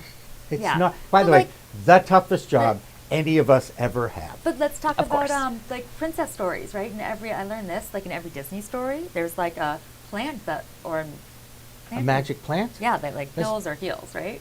Like like it's pretty intense. If you Huh, I like never paid every attention. single one. Rapunzel has the magic. Fairy dust. No, like there's like the Rapunzel has the Long hair. No, well, what got her hair long? Yeah, it was a magic flower. Right. Like, I think my girls are very afraid of berries, like as Yeah. they should be. Like, I think they're nature. The unknown. So Nature, natural, tar is natural. Like, I think I'm helping them to get a better understanding of what's natural and what's processed. And I think pharmaceuticals are processed and cannabis is natural. Like, in my mind, I don't know if I'm right or wrong or if that's good or bad, but like, I think right now as we're kind of looking at how to eat better, like I'm kind of like freaking out. Everything going on We're right all now. freaking out. So We're all I'm like, freaking we out. need to Right. go gluten-free and dairy-free. none of us you have know. ever gone. We have nothing really to Yeah. compare Yeah, this to what we're going through now. This is Watching our kids. But Recognizable. isn't, so to me, the opportunity to talk to your children about adult activities and why they're adult activities is really the key to the questions. And the most abused drug in our world is caffeine. And caffeine is something that they don't get, that this is like, because they can go into a coffee store and they can order a coffee. Right? There's not an over 21. Now hang on. What are your kids like when they're on caffeine, whether it's Coke or coffee? Yeah. What happens? They get agitated. Yeah. Right? We all do. Come on. People don't like talking to me before 10 a.m. because that's just when I have my coffee and I'm like, right? That's why I couldn't do Adderall, by the way. It was horrible. It was speed. It was speed. I didn't need that, thank you. I don't need that, let's just say, to focus. So to me, when you talk to your kids, you have caffeine. That is not necessarily an adult-only activity, but it is a drug. And then you have the drugs that mama give you that don't do nothing at all, as my friend Grace Slick used to say in That's the 60s, right? That's right. Go ask Alice. The Tylenols, the Excedrins, the antibiotics, the doctors will prescribe you those medicines to make you better, right? It's the idea of taking Right. medicines to make Right. you have a cough, you take cough medicine, Right. right? So, and you could go through the whole rigmarole of everything. And now granted, my son's 30, so I did not have this wisdom when he was growing up, let's just say. And by the way, I was completely straight for the first 10 years of his life. I stopped using for 10 years. And so you can also talk about sex. You can also talk about why it's 21 for adults to drink, why it's 18 for adults to vote and can go to war for the United States of America. There are certain things, all these things it can be seems brought. like it really depends on like what stage of What stage development they're at. 100%, you know, especially, look, 12 years old Yeah. is the time to talk to the kids. Right. Okay? You know, 13, But Jimmy, I think in terms of, you don't talk to kids the same way that you do about cannabis as you do about alcohol, because there's a lot of children who use cannabis for epilepsy, for things like that. exactly. Right, exactly. So it's not just I don't think of It's it not- like recreational. One day you No. can't use this because it makes No, but like you can even make the case that it's a you don't medicine. need it. It's a medicine. It's a That's medicine right. is where I'm That's going right. with this. That's right. Just like the medicines a mommy That's right. gets from the doctor or you That's get right. from the doctor. And you can, and to me it's a great opportunity Yep. to educate the child about what this effect is going to be agree. and what this I effect agree. is going to be. And the alcohol, to me, is still the most dangerous and abused course. drug by teenagers. You know, It's dangerous to every single system, like from literally your mouth. Every single system it comes in contact with is a toxin. right? And yet, one glass of anything done in the word moderation is so key to all of us. And I'm sure I have friends that are laughing if they heard me say this. Come on, what are you laughing at? Because moderation is like right now. I'm like, oh, like just all like I'm like I need more scratch tickets. I don't know. It just seems like let's just like feed some of our less bad addictions. I don't know how to get there. Yeah. Well, I mean, what I'd like to end up doing eventually Yeah. is talking to parent groups about this, and because I think that this is look, parents don't like to talk to their kids about adult things. That's right. Like sex. That's right, it's hard. Okay, It's it's hard. hard. It's It is hard. not easy. Yeah. You know, I remember I did it when I was driving, so I didn't have to look That's at right. him, right? Because That's I right. knew he was hearing me, and he wasn't going to talk back to me because I'm focused on my driving. But this is important that we talk about this. Yep. So Yep. we didn't have sex ed this year in 5th grade, so. that they're was- having sex ed. No, we didn't have it. Like, Oh, no, you- we're not. We well, were you're not in school. I'm like, right, not yeah. in school. And by the way, you know, unless you put blocks on everything, Yeah. you know, and in my Yeah. day, the kids knew more Yeah. about the drugs than the parents did. They did in the 60s and 70s. Yeah. You cannot deny that. It absolutely happened. And, you know, I couldn't drink beer when I was in my teenage years, and I didn't understand why until I turned 30-ish and found out I was allergic to hops. I said, oh, this is why I used to get sick on 3 beers when I was a teenager. And don't forget, you know, it was 18. So at 15 or 16, Right. you know, you're at a party, and I'm not going to, yeah, okay, I was an underage drinker. I admit it, okay? I moved into Tufts on my 18th birthday. Thanks, Mom and Dad. I mean, it was awesome. It was Yeah. great. But I was not a big drinker, and I could not consume, and I hated getting sick. So I would have, if I had 4 Getting beers, sick is the worst. I was getting sick. And Yeah. of course everyone was like, oh, you're a wimp. You can't hold your liquor.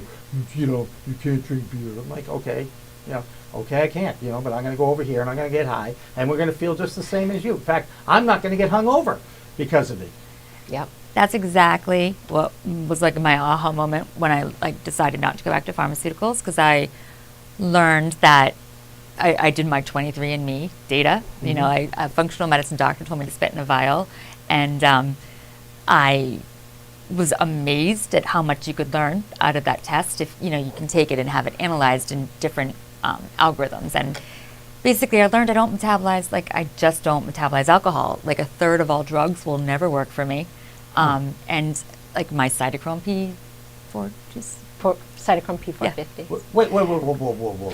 So like Whoa. there's Stop Jewish, it. so there are Wait. a lot of Jewish Well, people in the cannabis industry for a reason, because like But you used the word, I like had no idea it's what it so was, hard. but I No, wanna I'm go serious. back. No, I think that like if we were I know we have to do the complete opposite right now. We're in such a time where we should be more aware of like social differences, but I also think if we were more aware of like there are more Jewish people. Yes, there are definitely more Jewish people who use cannabis, and I don't think that's a coincidence. I really think it's our genetic makeup. I don't Never think it's a thought of coincidence that Irish, like Well, it's, we all know that Israel's leading the world in the research. right, stuff, exactly. right? It's your And I don't know if that's a mistake or no coincidence or and what. But and my it's a genetic fact. data said I No, should be- they're just liberal-minded. Yes. Right. But They care but I about think as a soil, you're like I people. think there's something about like your whatever it is, your nationality or your home ground. I don't know, where there is something to going with your genetics and understanding. I don't know. Like I really think that it's more than like the COVID and the incident. Like there's a lot of connections they're making between the genetic data and you know. Oh, you have to be so careful talking about race right now, but it's also so important Well, to talk about race. It's right. a tough time. It is a because very they- tough time, and we know that. I say it a lot. Black Lives Matter, people. Yeah. Okay, I get it, and they have been. That race has been targeted by law enforcement because Yep. they know. Hey, I bet they're packing. I bet 420. I mean, I bet they're packing, and that is a prejudice. That is a racist profile. Yep. And it is. And our jails are filled with this, and it's horrible. What we've done to the black man in this country is horrible, okay? And I'm going to tell this too. What we did to Native Americans before we did this, the white people that came over to this country, that started this country in Boston with the Tea Party. I mean, it was a different era, certainly 300 years ago. Yeah. But now we have a chance to undo a lot of the things, and I do believe that cannabis can play a role in it. And I do believe that the movement of the green wave in our world, outside of D.C., all over the country, through even the UN is talking about it. The World Health Organization is talking about it. And CBD is kind of leading the way, because if they justify CBD, and they have, including in sports leagues, okay. Because they don't want their athletes to get hooked on opioids. That's right. So they're looking Yep. for That's right. alternatives, and That's they're right. finally And doing what I and asked it's a Bob Kraft to do 3 and it's a years ago. neuroprotectant. Yes. Right. So they're not going to get the CTE if they get hit. Yep. Wait, go back to that Yes. Huge. for a second. Let's talk about CTE because And there are clinical trials on this. Yes, this was like the first. Oh, thank goodness, someone like it was a real clinical Yeah. trial. now is looking it the at that. BU group that's movie- studying it, or is it a different? So a lot of people are studying it, Yeah. but we know that, I mean, I know in Israel they use it in their soldiers to protect their brains from blasts and stuff. It's a neuroprotectant. So it and that's CBD or that both. that is CBD specifically that I'm speaking of. Okay, right. THC has some neuroprotective qualities too. Like the last time I was out in CanMed, some of the, I think that Ethan Russo was one of the doctors who said it. That they said that they had agreed as a group of doctors that if any of them had a stroke or a brain injury, they had a little vial that they would rush to each other in the hospital that had cannabinoids to protect their brains. Wow. Amazing. I know. That's It amazing. blew my mind. And these are some of the smartest But people. These I are the know. smartest. I know. I These are the like Dr. smartest people. Russo was like it was Kevin. He's like Dr. Fauci. Kevin Spellman, who's the Yeah. other, who was the other doctor. You know what? This is the time that I'm going to reach back out to Dr. Bob Stern from BU because he lives in Needham. Yeah, no. I was at a dinner party with him. That's You the know group. who else is doing? Stacy. There's a doctor out at McLean. Stacy Gruber. Stacy Gruber. Yeah, Yeah. I know that name. She's doing amazing studies on THC. I think it's just THC. It might be CBD too, but on anxiety at McLean. She's got a huge study to going. understand So- it. And that's what they're Exactly. trying. And again, Exactly, for good or for bad. right. Like, well, no, Yeah. you want to know who it's bad for. Right. Well, the research, has been the federal government, because it's federally legal for years, has been just you can't do it, you can't do it, you can't do Right. it, and now Right. they're taking it to the Supreme Court, and now there seems to be movement that you can actually study state-grown cannabis.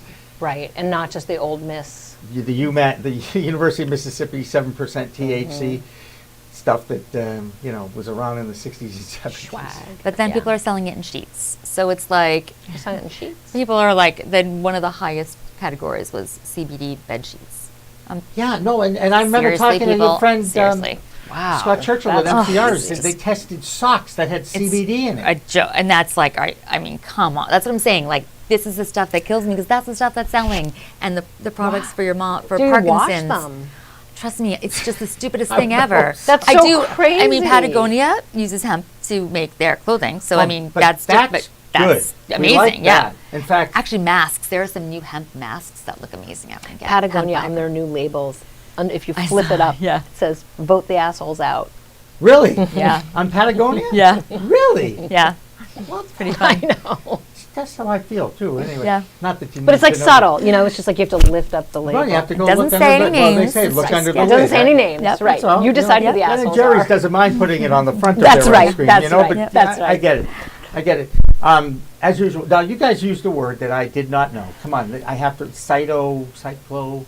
Oh, cytochrome P450. Oh yeah. Yeah. So it's a liver. When you take drugs through Yeah. your mouth, Yeah. they're either processed through your liver or your kidneys. Okay. And one of the systems that your liver has is called cytochrome P450. Essentially, I originally thought I learned because it's 450 drugs that were processed. Yeah.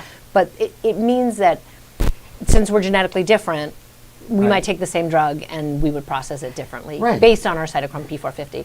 So Gotcha. cannabis and CBD especially, I think, might be THC equally, but I know it's CBD, is what is processed in your liver. I got And you. so if you are taking a pharmaceutical that's also a cytochrome P450 drug, and you saw me, I would recommend that you, if you're going to use an edible, that you space them at least 4 hours apart. Gotcha. So they're not compacted. Because sometimes they can make the drug you're taking more, or they can make it less. Right, I see. And there are studies, I am reading about this now, they want to see the interaction between the Western medicine prescription drugs That's right. and cannabis. I look at that for every drug that Yeah. somebody's Yeah. taking. You've got And, some and great you charts. recommend Yeah. something that I've been practicing for a long time, or since I got my medical card anyway, is don't be afraid to tell your doctor. That's right. In fact, you absolutely should be telling That's your right. doctor. Yeah. That's right. You know, they know everything else about it. They run down all your medications, and it's like, okay, yep, I got that. Yep, I take that too. Yeah. You might as well. Even just to educate them. Yeah. Right. Well, then Just to look like, this is also what somebody looks like who uses cannabis. Right. You know, like, Exactly this right. is also what it looks like. Exactly right, and it's, you know, it's that acceptance. And they're like, oh, I thought you were like, you had a job, or I thought you know. Well, you know, so on Friday, Blake Mensing, who's Yeah. a very successful attorney in the great. cannabis space, you know, one of the first words out of his mouth was telling his own story. He says, I'm a stoner. I've been using it for a long time. And then he says, it didn't I've stop never me from seen- getting my PhD. I've never met, I don't know who he is. It didn't stop me from getting my PhD. It didn't stop me from getting my Right. law degree. Right. I smoke it at like 9 and 10 o'clock after my kids go to sleep. Yeah. And it helps me sleep. And I go, yeah, that sounds really familiar, actually. Yeah. You know? And I think a lot of people are using it that way. And I think Yeah. a lot of C-level executives Yeah, oh, use yeah. it that way and aren't coming out of the cannabis closet to make it more acceptable. And go back to the education. Something I rail about a lot whenever I have these shows is the public service announcements. The Cannabis Control Commission has a line item every year, I think it's a $250,000 budget, to produce these commercials to make the public aware that cannabis is legal. You've seen them, Alissa. I know you have. I don't know if you've seen them. They're animation. I might have cartoon. seen Little a animation with the billboard. mother. Yeah. It's a female voice, and you know, it's in a lot of ways, it's a very condescending and patronizing tone to the commercial. And to me, what I have always railed against is, how is the cannabis industry ever going to educate the public? Not the public that already accepts it, but the public Right. that is afraid of it or doesn't understand it. Well, And that's what freaks I mean, me out. we do, me and some of my colleagues do a program called Demystifying Medical Cannabis. There you go. And we go to we did before COVID, we went to libraries and then we'd Right. have a Q&A. And we just had a virtual one at Brookline Library, but it took me 2 years for them to accept it. They, 2 years. and I was like, there's NETA, there's this, there's that. And they're like, yeah, we're just not ready to talk about cannabis here. Yeah. Wow. And then there's one right next to me in Jamaica Plain that didn't want to do it either. It did Right. it eventually. So but are so you still we're trying finding- to get the information out. Right, I get it. But you're blocked by We're traditional blocked. media. They will not allow you to put a public service announcement, anything that's positive about either. It's not CBD. just positive. I mean, I'm just teaching about it. Right. But there It's- isn't, right, it's not a wear-all, it's not a cure-all. I'm not It's send- just I'm not learn selling about the plant. anything. There are benefits to it if you, so is it still being used more as a last resort? Is that what you're finding? I'm finding that's why a lot of people arrive there, Yeah, you know? for the 50-plus group, 200. Why are most people Yeah. coming to you to get their card? Because I have an idea what people tell me, but I'm curious, like at the end of the day, when they're coming to you in the chair, because I mean, if you have insomnia, if you have You know, PMS, much more often than not, people will say, I'm kicking myself for not doing this sooner. I've been wanting to do this for a really long time. I was just nervous I wouldn't qualify, or I was nervous I'd be on a list. does anyone like or- not qualify? Like, what would Yeah, it? what's the percentage of people that come to the clinic that get turned down? I don't think anybody gets turned down. Really? No. Yeah. That's interesting. Well, because No. it's like you're going to the doctor saying, To I learn need about help. medicine. I Yeah, need to That's learn right. about medicine. That's right. You're going to go to your It doctor. just They're sort not of going feels to. like Yeah. they're going to use it. Right. Yeah. They're just going to either get it there or there. It's like Right. by giving them a certificate, you are saying, please buy it at someplace that tests. Safe and Right. responsibly. Yes. Right. Yes. And please learn about how it works for you. Yes. And also, like, I get you for like 15 to 30 minutes to like give you a lot of information and hopefully like turn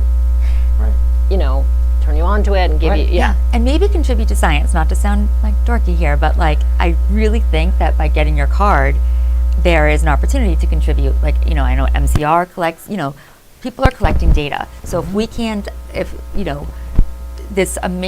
Albert Cole, himself can't afford to do a $4 million clinical trial, if there's enough legitimate information, I think that's starting to come to the forefront. That's what on But Zelda's brand. we need to be collecting data, though. But people like Mara Gordon on Zelda, this is where it gets exciting to me.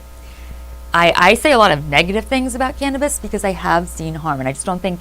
I think that's where things have fallen off. I think there's so much enthusiasm that the right message is not getting through to the people who It's tough to balance the message, especially when you've been told for 80 years that this is the evil weed, that this is going to right. make you into a crazy That's right. person. And then THC is like the bad one, and Yeah. CBD is the good one. Yeah. Right, and, right, yeah. right. Yeah. it's just people are not educated. That's yeah, right. it's just That's right. It's all education. It's continuing to be education, and again, this is why It's hard to find a place to educate, pro-cannabis. though. What's that? It's hard to find a place to educate people. Right. Well, again, this is why I started what I started a Yeah, couple yeah. years ago, Yeah. because I'm a media guy Yeah. who wanted to learn.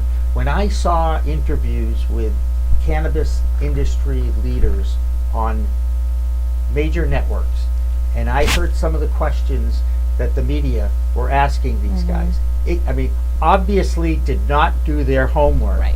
It was one myth after another.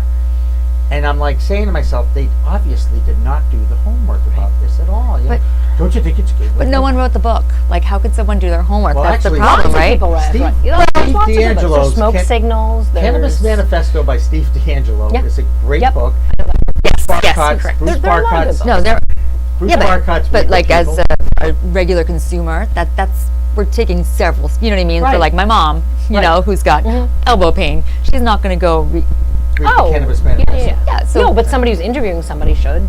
100%. Yes, Yeah, yes. You would think that. That's right. Okay. I mean, And that's this is just why I said, you professionalism. know what? Right. And this is what I try to bring to the table I every appreciate time that. I have a meeting or a talk with somebody. Yeah. And look, you know, this is not NBC, CBS, or ABC, or Fox, or ESPN, or, you know, it's just not.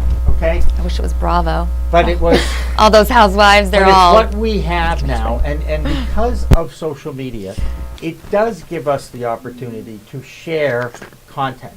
And I'm hoping that when you guys leave and we get the links to you and stuff, that you can share it with people, because I do think we've covered a lot of stuff, and we talked about a lot of stuff that I think people are still uncomfortable talking about.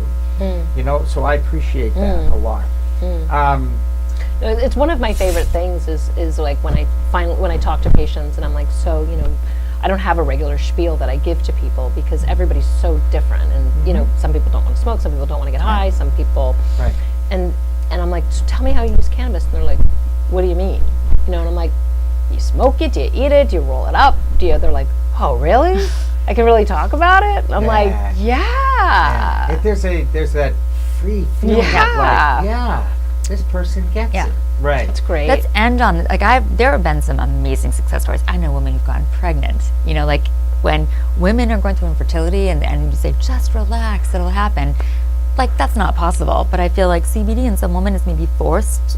I don't know. This is my guess, but I know women who use CBD and successfully conceived. So Wow. I mean, there's just so well, we know many the good stories. endocannabinoid system is involved in every aspect. It's involved in getting pregnant. It's involved in staying pregnant. It's involved in everything. What's the music? I love that was the first study. I was like, What's the this is music? good. The music study. It was that like to be able to prove that the endocannabinoid system was a real thing, because again, people still challenge it. Like that the endocannabinoid system is real.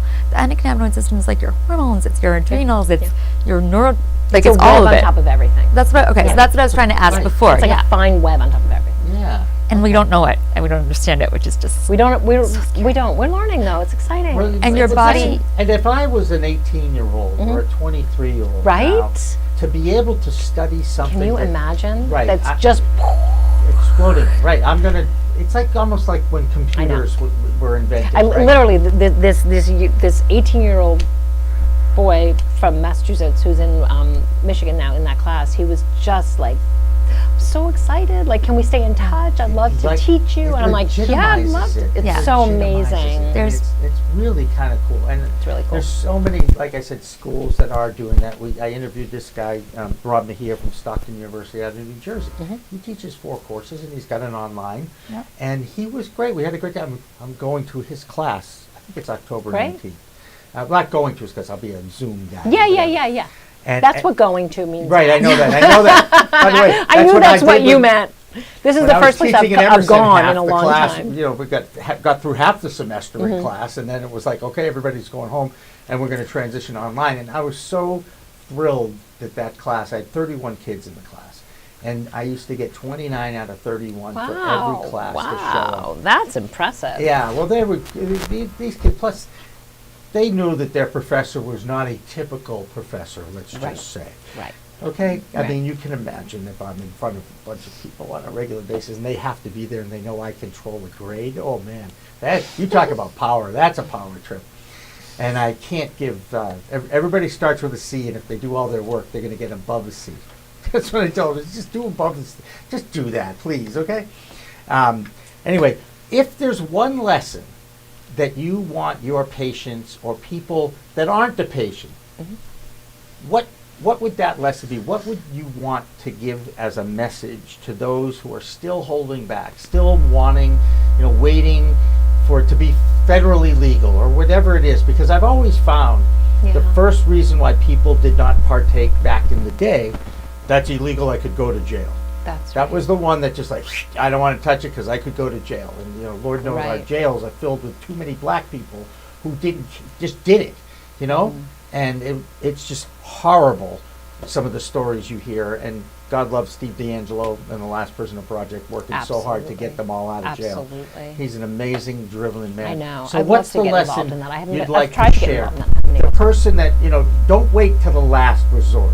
If you have something, if you suffer from seizures, Right. right? I mean, that one alone. I think that it seems like topicals are sort of the gateway right now. Okay, all right. Okay, there's a gateway use of a topical. You will not get high from a topical. That's right. That's Okay. right. Yeah. And so it feels like I have a number of patients, older patients, who just use topicals. Like I sort of, And they swear by it, I'm sure. Because they by it. work. They They really do. work. They really work. Yes. So, certain topicals. Certain ones. So I think it's about, I think most people who get their card. Well, I shouldn't say that. I would say probably about 40% of people who get their card are already using cannabis. There's a number of people who just are really I think that was ready to try something also, new. it's the reason it legitimizes your use sometimes. It does. If you've got an ailment It does. and you see relief, And it from gives this you thing. agency. It gives you agency where you are now in charge of your well-being. Right, you're you make a self-medicating. choice, you go in, you like that decide word. what to buy. Yep. It's not someone being like, this is what you need. Yep. It's like, this is what I need. It's a different way to feel about yourself, especially when you've been a patient and sick and nothing's worked, and just to sort of be like, it's mine now. Yeah, you and can I'm check gonna- in with yourself, like a That's right. mindfulness, right? A mindfulness, but agency is just Yeah, I like more that about having your own voice. Yeah. Like, like white people have agency in the way that black people don't have agency. Like, we can be like, I want to live here, and people are like, okay. That's what they call privilege. Is It's that what you're privilege. saying? Well, Yeah. that is privilege, but the way that it's a societal thing, agency. It's not just personal. Like, people who walk around who have agency and people who don't. People who are in charge of their lives or people who are not in charge of their lives. Right. And a lot of people, get into a rut and get into their little comfort zone and have troubles getting out of it too. I can make people comfortable. I think that's what I want to do. Like, Yeah. I really feel like that's where I feel like we are able to talk. I don't think there's anyone I would talk to, a physician, a police officer, or I wouldn't walk away from a conversation feeling like if they were completely against it, now maybe they're a little more open-minded. I think if you just come at it the right way. That's right. I just think, unfortunately, it's been like, this is the best. It's a end-all, Yeah. be-all, and this is not. It's a great option. I don't feel under any desire to change somebody's mind either, because I feel like they're going to come to everybody's going to come to cannabis. Yeah. Like I tell my patients, I'm like, whatever your family was saying, write it down so you can hand it back to them. Yeah. Because you will. Because there's You going to will. be a part of this plant That's right. beneficial That's right. to something At some point in each person's in lives. each person's lives. And even, and I think you have some experience in the hospice world and the end of life world too. The beginning of life. I Beginning haven't of done life. hospice. Oh, you haven't done just, hospice. Just Sorry, my midwifery. bad. Yeah. You know what? I will tell you, I've experienced my son being born, greatest day of my life, and I was there when my dad passed away at 90, and it was It's not that different. unbelievable to be part of those two things. The Yeah. emotional. Yeah. I mean, forget about it. You No. think, What No. did you call it when you started tearing up? What was it called? Like, My face is leaking. my face Yeah, is that's a good leaking. one. My Yeah. face leaks at Hallmark commercials. Yep. So Yeah. it's really easy for me to do I'm that. I'm incredibly leaky. Yeah. This industry, It's not a bad. No, it's not. it's Oh, good. It's boy. authentic No, and it's it's not. real. But Right. I think this industry, there, like I know for myself, like I am all over the board with how I feel about this plant. Some days I'm like, it is the most amazing thing, and this little girl who's going through chemo like needs it. And the next day I'm like, all these horrible products everyone's buying, and I just But that's not the plant. not the plant, but I'm sorry, the industry, I guess I should say. But Right. Yeah. But And it's only the beginning of this industry. It's going to get regulated if the federal government ever starts It will. pointing It'll fingers get. at each other. It will get. I mean, Rules are you know good. how that FDA and the DEA are saying, no, it's your responsibility. No, it's your responsibility. No, it's my. No. No one's saying, I'll take it, which is an amazing thing. I will be picky, and I just think we just need to be picky. Like I really think we have the opportunity to make the end result a whole lot better if we just get a lot pickier and more demanding, right? And- People and- don't know what is out there, what they That's can right. ask for. That's And right. Flower and Tonic is where you can go, flowerandtonic.com, where you can go Yeah. to get reviewed products, right? Not just reviewed, I test them at the lab because I don't believe in the validity of it, Yep. of the certificates. Yep. So I just didn't want. So you do your own testing of the products before you give them the thumbs up. I bring them to the lab myself. Yes. Love that. Because I just live in a small town, and I'm not trying to get anyone high. No, at all. I understand that. I get it. I Yeah. get it. No. Yeah. Of course I do. But I'm saying it's Right. No, it's Flowerandtonic.com. a great service. It's a really great service. I mean, there was a study that came out. I think it was 70% of things were mislabeled. Right. Oh no, I saw that. Yeah. Oh my God. And then they tested it, and It had one too said much, too 40%, little. and Yeah. right, it was And- up and down. The consistency is just off. How does a And- consumer learn No. what works for them? Right. the number one. So you do both want regulation Oh yeah. Oh yes. and testing of Oh, CBD absolutely. infused products It's for easy. sure, right? Yes. The water is the number one selling water. Admittedly, like I met with them, and it sticks to the side of the containers. Of the They plastic admitted ones. if I tested at the lab, it would not test out. So aluminum doesn't, though, correct or not? Because there are oxygenated waters in aluminum cans now. Yeah. I don't know. I'm I just throwing it really out there. think Yeah. thinking about drinking CBD don't- water is no. just the wrong way Yeah. to go. Exactly. I mean, like, exactly. Right. Take it in a dropper like I do every morning. yeah, You know? Yes. I mean, because first of all, if it's a clear bottle, there's oxidization. Yeah. Yep. And it's just getting away from the plant. Right. Exactly. So I put it in a liquid turmeric and oil, shoot it every morning, Yep. and that's a thumbs up. That's a a good way thumbs to- up. Yeah. I will tell you when I stopped using It's a it, one-to-one. it's a one-to-one. If you take it with like a spoon of peanut butter or something like that, it'll it's be all about liquid. 30 to 40. Right, but if beforehand, put a spoon of peanut butter in your mouth, Yeah, okay. or a bowl. Yeah. Some. Yeah. It'll be about 30 to 40% more bioavailable. More bioavailable, Mm-hmm. even though my turmeric's in the liquid too. Wow. Yeah, we'll have to have a whole. Now I learned something at my own, and I love that. That's 30-40% that she just saved you too in terms of Right, what you're you can use spending. that So wait, yes. Canna-Wise is where we find you. I also do certifications for the Green Nurse Group. Well, we love Sherry. In Yeah. fact, I'm hoping to carry the Green Nurse Group shows because she's Oh, done such a fab. great Yeah, job. she's lovely. And I mean, fun. She's it's sweet, really the like, whole I nine mean, yards. there's 5 of us, and there's never been 1 ounce of drama. Like, Great. everybody's amazing. I love them. That's great. Well, Yeah. I feel the same way about all nurses, actually, Yeah. when you get right down Yep. to it. Yep. I think they're remarkable, and Alissa, you know how I feel about women in general. I True. totally think you guys are the superior sex because you could do something that I'll never do, okay? And that's conceive children. You could give birth to life, and all we do is cause it. We're such pains in the ass, man. Okay, that's all we do is annoy our partners. It's kind of like our jobs in many ways, and you have to find a good one.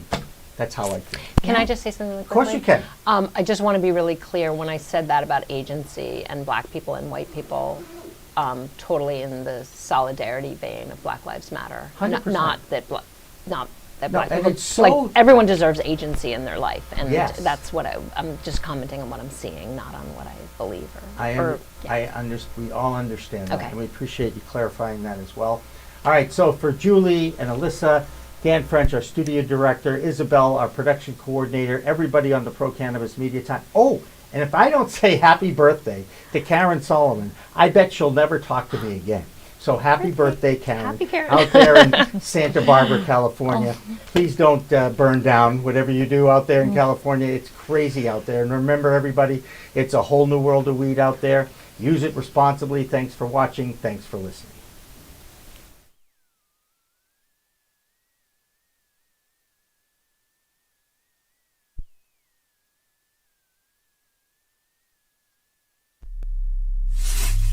We are Pro Cannabis Media.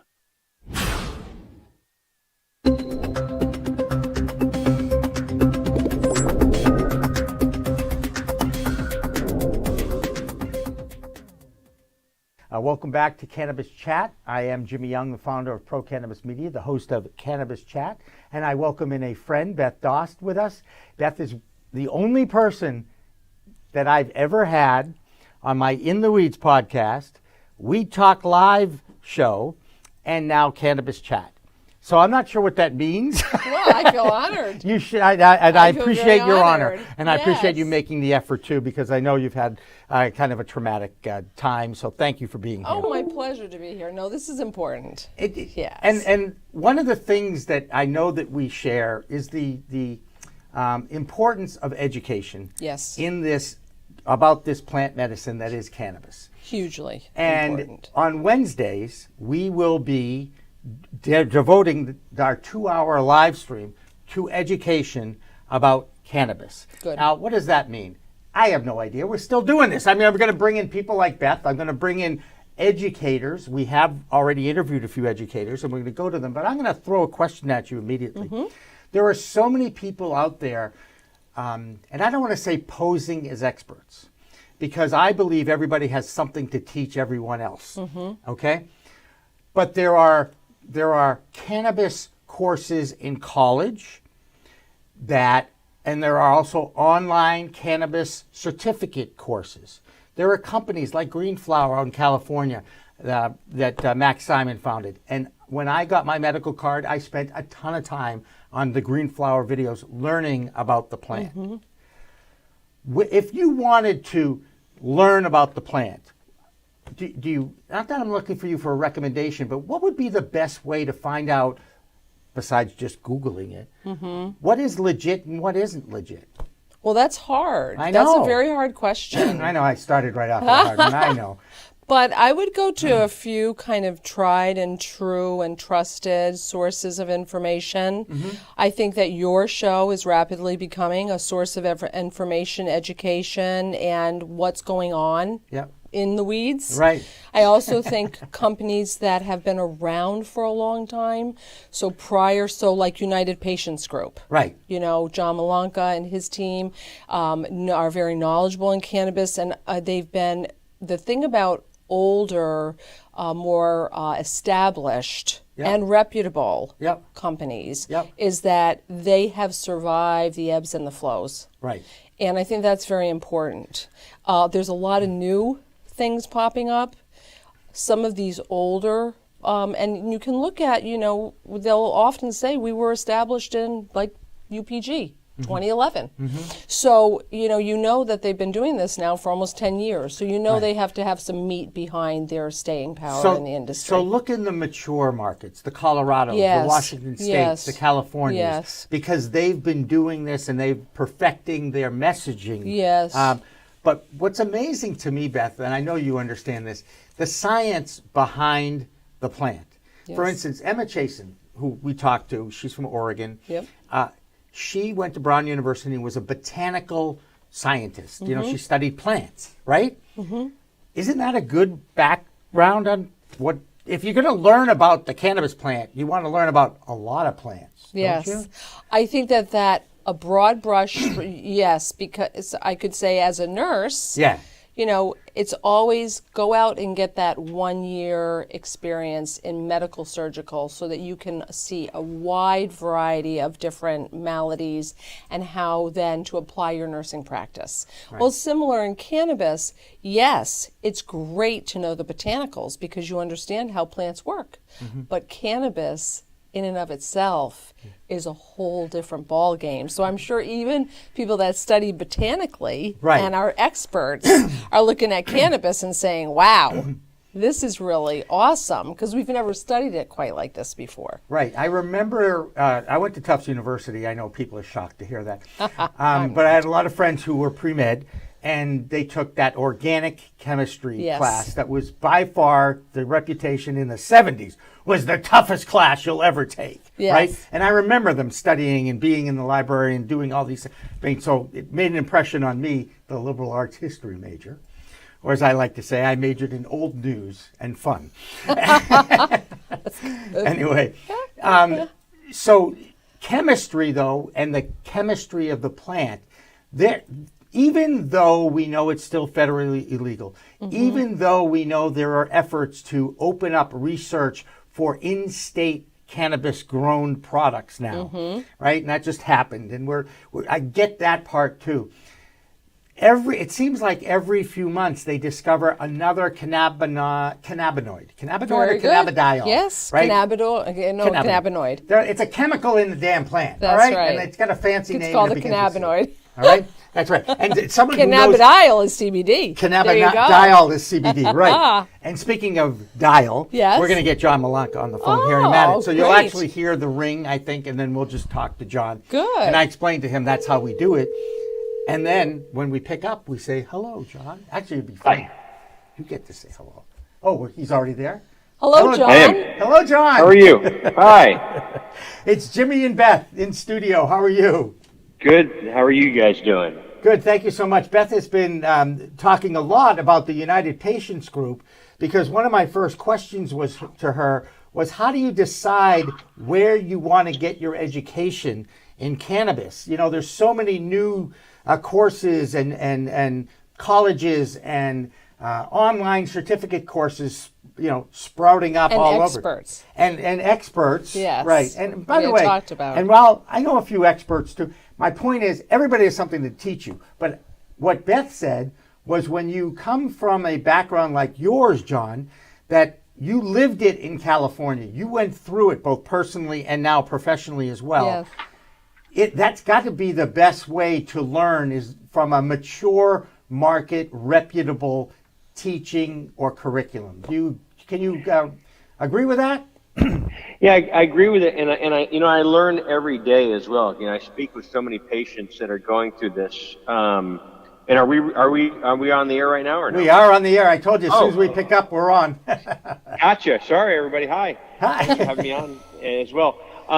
You know, I learn every day, and as you mentioned, I've been on both sides, as a patient advocate, as a caregiver, as a spouse that lost his wife to pancreatic cancer. So I've seen this medicine work, and I've seen it not work. And in my opinion, working is saving a life. And other times when people say, please don't get down on yourself, because it worked for us. It allowed, you know, our loved one to get out of the hospital and be home, you know, in his own bed. And so for some people, the definition of work means different for others. And so, you know, there's a lot of information out there. There's a lot of great information. There's a lot of misinformation. And so, you know, we try to stay on top of it. What we started at United Patients Group from day one back in 2011 is to be that hand-holding organization to help with families, their patients, the doctors, you know, to avoid the tangled web in this industry. You know, these are the questions asked. These are the questions things to avoid. You know, sometimes when you get a diagnosis like we had with my father-in-law, 2 weeks, you know, you don't want to go down, you know, one road for 10 days and realize you made the wrong mistake. And then you're like, now we're backpedaling. We only have 4 days to save someone's life. And, you know, I say save someone's life because we work with a lot of cancer patients, you know, well, all patients, but a lot of cancer. I think cancer is, I don't say near and dear, but it is, because it affected my father-in-law and it certainly affected my wife. And, you know, I have a patient today that I'm working with that he's scared. He's 50 years old. He has lung cancer, stage 4 lung cancer, never a smoker. And that thing just blows me away. So what else is in our society that's bringing on, you know, this element into healthy people. And so he's scared, as anybody would be, getting a diagnosis. And so he's had so much information, and I shared with him, I said, I don't want to step on anybody's toes who's already helping you.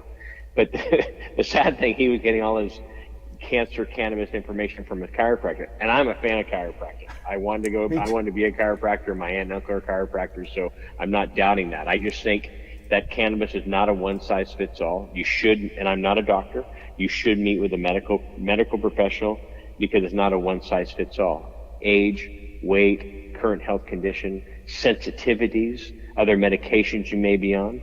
These are all things to look at. And so when I shared this with him, he didn't know if he was getting taken advantage, because they came at him with a price tag of a few $1,000s on his medicine for cannabis medicine. And he's out here in California. And that's another thing, yes, insurance doesn't cover it yet, but you don't need to go. More is not always better. And so I always recommend when families are going through this, don't go out of the gate, and buy, $2,000 to $5,000 worth of product. Try it. See if it works first. You can get some great medicine for a couple $100s, and then you can get, then get higher amounts if that's the route you want to go. So my advice to families is, one, have this discussion with your doctor. It's not illegal to have this discussion with your doctor, but also, make sure the products that you try, you don't need to break the bank right away when it comes to choosing your medicine, because sometimes you need to find the sweet spot. And if you go out and buy, 5 months worth of medicine and realize that's not what you wanted, now you're stuck with medicine. And I see that all the time. Families like, gosh, I just spent all this money. What do I do? And they can't return it. Right. So, but those are the things we do. And, we work with great people like Beth, who's on your show right now. So thank you, Beth. Beth is not only been a patient, but a health advocate and a medical expert in this industry. She's spoken at a couple of United Patients Group conferences that we've done here in the U.S. And then in the Global docu-series, which I hosted for the past 3 years, she was a regular as a medical expert, and she did a master class with us as well, and is continuing to do stuff here at United Patients Group on our podcast. She spoke about fibromyalgia. So, I've seen this medicine work. It's not for everybody, and I never want to give anybody false hope. I want to give people hope. And so there's a lot of times when people come to us, and I route them away from cannabis. I've seen higher success with other things. So that's my mindset of the goal is to, see if we can put you on the track to becoming healed compared to, again, I don't want to give anybody false hope. No, I totally get it, John, and a great opening remark. And I really want to follow this up with a discussion that I think both of you have tremendous insight on. And you kind of alluded to it when you said go to your doctor and talk to them about it. The doctors I talk to about it have no clue about cannabis, okay? They were trained in Western medicine. Yes. They're trained to deal with the symptom. Yes. You come to them with a symptom, they want to give you a pill or a prescription or a cream to fix that symptom, not the cause. And yet this plant as a medicine has been used for thousands of years because it can prevent and bring down and actually heal the cause, right? Ethan Russo was one of the first that I know of to postulate what is something that must be very difficult to prove, but the endocannabinoid deficiency syndrome, whereupon he postulated a theory that the uptick in chronic diseases and all these other diseases, including cancer, autism, Alzheimer's, etc., that we didn't see about 150 years ago is because we've removed cannabis from our food source, particularly in the form of hemp that the animals ate, the grasses. And therefore, we do not boost our endocannabinoid system the way we used to from the phytocannabinoids. So we're relying on our own cannabinoids that we create.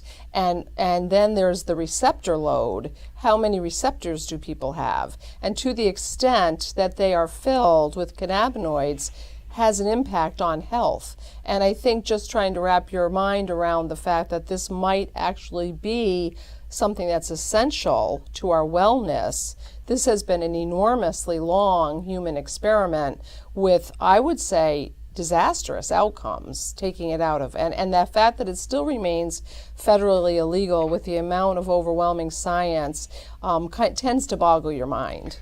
A lot of things about our government boggle my mind, but I don't want to go there. John, I want to go back to you for a second and to kind of follow up with what Beth is talking about there. In the meantime, we've still made tremendous strides. Yes. You know, Beth used the word essential, and we're in the middle of the COVID pandemic right now. And there has been such a sense of legitimacy amongst other cannabis advocates that many of the states deemed this plant medicine cannabis essential. We've made progress, correct? Yeah, we have. And I think it, I think everyone, as Beth was sharing, I think everyone should take it as a daily vitamin. The goal is not to be high, so I think, I don't know if a lot of your listeners live in legal states or illegal states. I know you're a national show, but, it's not illegal nowadays with the hemp farm bill. People can get, can't use patients and hemp together, so that's why I caught myself. But people can get one of the many cannabinoids, and when I say many, because there's about 140 different cannabinoids in the by part of the cannabis plant. THC is probably the most popular. Some fine. I think including THC. I think when you're battling anything, if you sleep and other things like that, THC does help with CBD. CBD does help, but I think including, as Dr. Russo always talks about, the entourage effect. Right. All the cannabinoids working together, the terpenes working together, and it's like, Corinne would always use a description of like baking a cake and leaving out the flour or the eggs. Dr. Russo talks about having a symphony and having the horn section or the drum section missing, and that's, it's like, whoa, something's missing here. And the same thing with the cannabinoid system that's in our bodies, the entourage effect, everything working together. And so, I think everyone should be able to use this as a daily vitamin as well. I agree. CBD is a great way to get into this, and we're seeing it everywhere, and it's unfortunate that we are seeing it everywhere, because you go down to fill up your gas and they're saying you want a Slurpee and some CBD when you're checking out. I just think that's not the place to get your CBD medicine. There's some great companies out there. Make sure your product is tested. You, the patient, is not responsible for the testing. It's who you buy it from. They have third-party lab testing. They test for mold, pesticides, fecal matter, metals, pesticides. I don't know if I said that already, but and make sure the lab results. And I can't tell you how many times I tell people is make sure the lab results are current. You don't want something that's 3 years old. 2 years, depending on how they store it, is kind of the expiration date. But I think everyone should put it in their system. Help bring the body back to balance. Help with sleep. Help with anxiety. Help with inflammation. Especially what's happening right now with the COVID. And it does help with the immune system. When we don't have our sleep, even in a normal day, normal month, years, whatever you want to talk about, when you don't do that, chances are you're grumpy, you're depressed, your anxiety goes up, stress level goes up, and sometimes your immune system goes down. So I think it is important to help with, especially what's going on right now, and I think it is essential. At the beginning I spoke about my wife Corinne. She passed pancreatic cancer, and pancreatic cancer is something that I don't wish upon anybody. And it was, she was someone who didn't drink, didn't smoke, worked out, stayed on top of her health. But I look back, I'm happy that she didn't go through her ailment now, in the midst of COVID, because of the rules. I talk to patients all the time. We have a family member right now. He's in the hospital. He's in his 90s, and his wife can't even be in there. Yeah. I mean, how do you go married for 65 years and not be with your wife on his, his last days on this planet, on Earth? And I just think that's a tough thing for any family members that are going through this. And so, I'm not happy we went through this, but I'm glad we're not going through this right now. And I know a lot of people do, and cancer and ailments do not discriminate. And so I do believe cannabis should be essential. Liquor stores are, tattoo parlors are. I don't know. I think cannabis should be as well. Yeah. Hey, John. And I heard Beth kind of reinforce what you said about the daily intake. Yes. Yeah. What is if you've been enlightened with this substance over your life or whatever, 30 years or whatever it is, what's a low dose of THC that you could take in the morning with a high dose of CBD and really not have that intoxication effect? I mean, is it? Go ahead. Yeah, that's a great question. And that's the one thing. It's not a one-size-fits-all. Right. What works with one person. Right. Hey, I'm a lightweight. I'm happy at 1 to 2 milligrams. And I can't have THC in the daytime. I do CBD in the daytime, but there's days when I take CBD, like today, it felt like I had a cup of coffee. So CBD affects some people differently. Gives you energy, upbeat. Some patients, I know some senior citizens that are taking 20 to 50 milligrams of THC and they function.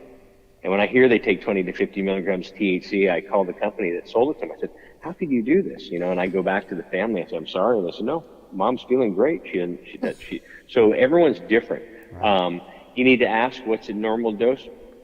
Again, you could have success at 1 to 2 milligrams, where other people have success at 25 milligrams per day.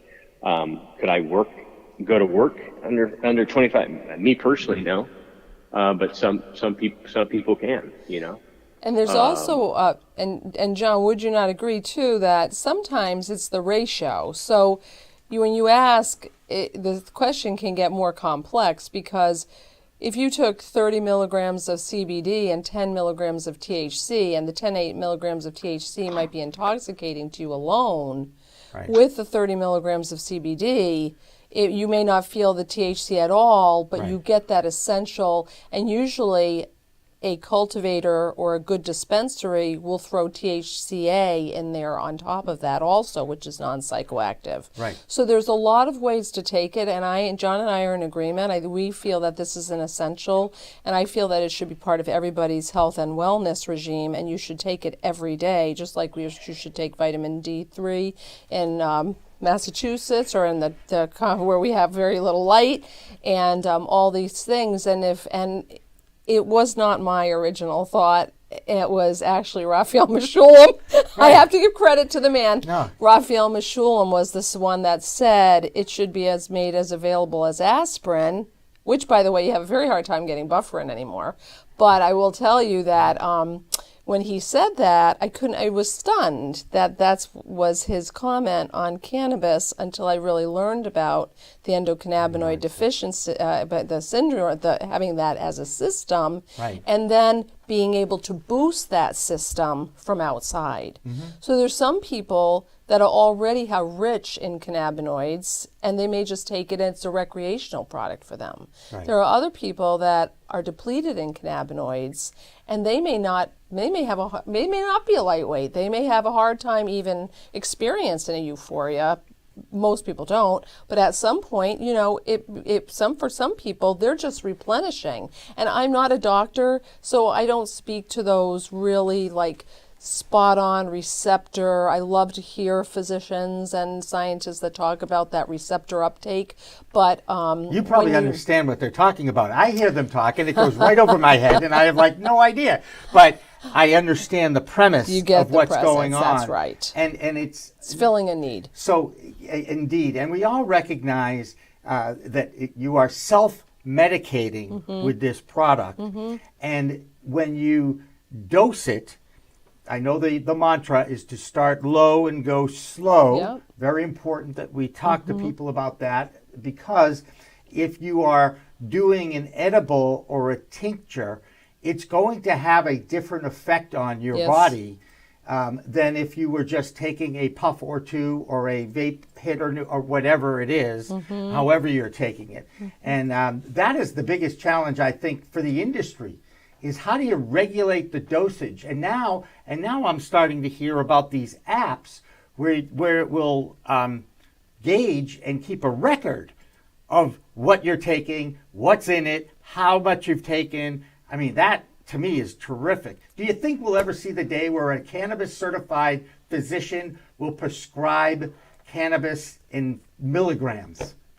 Like I get. Oh my yeah, Western medicine. they already do. There are doctors that recommend. There you go. Recommend milligram dosing. Yep. That's I think less is more. You have GW Pharmaceutical even on their website when it comes to Sativex, the spray for MS, made non-synthetic but actually with cannabis. It's a 2.75 milligram of THC, 2.75 milligrams of CBD. But even on this is a pharmaceutical company. They basically say go low, go slow. Everyone is different, and less is more. You may find relief with 2 milligrams, where others, so I think you mentioned talking about these apps. I'm a big fan of journaling, journal, especially when you have a patient, write down everything. Oh, I had success with this. Oh, I didn't. I stayed awake all night, and so, and this helps when in your journey of healing. I'm finding success with this, and you can flip back to your records and go, oh yeah, no, I did find success with this. And a lot of times, because as I mentioned at the beginning of the show, is it's not covered by insurance, so start low, go slow, because you might find success at 2, 3, 5 milligrams, and it could save you a lot of money compared to just going right out of the gate, taking 25 milligrams, and that's not for everybody. And again, that's why I always share about the age of the patient, the weight of the patient, the sensitivity of the patient. John, sometimes more is better. When they journal, sometimes I tell them either to take a picture and print it out, or if they can take the label, slap that label that you got from where you bought it in your journal. Oh, so you don't just rip it off and throw it away like I do. You don't have to.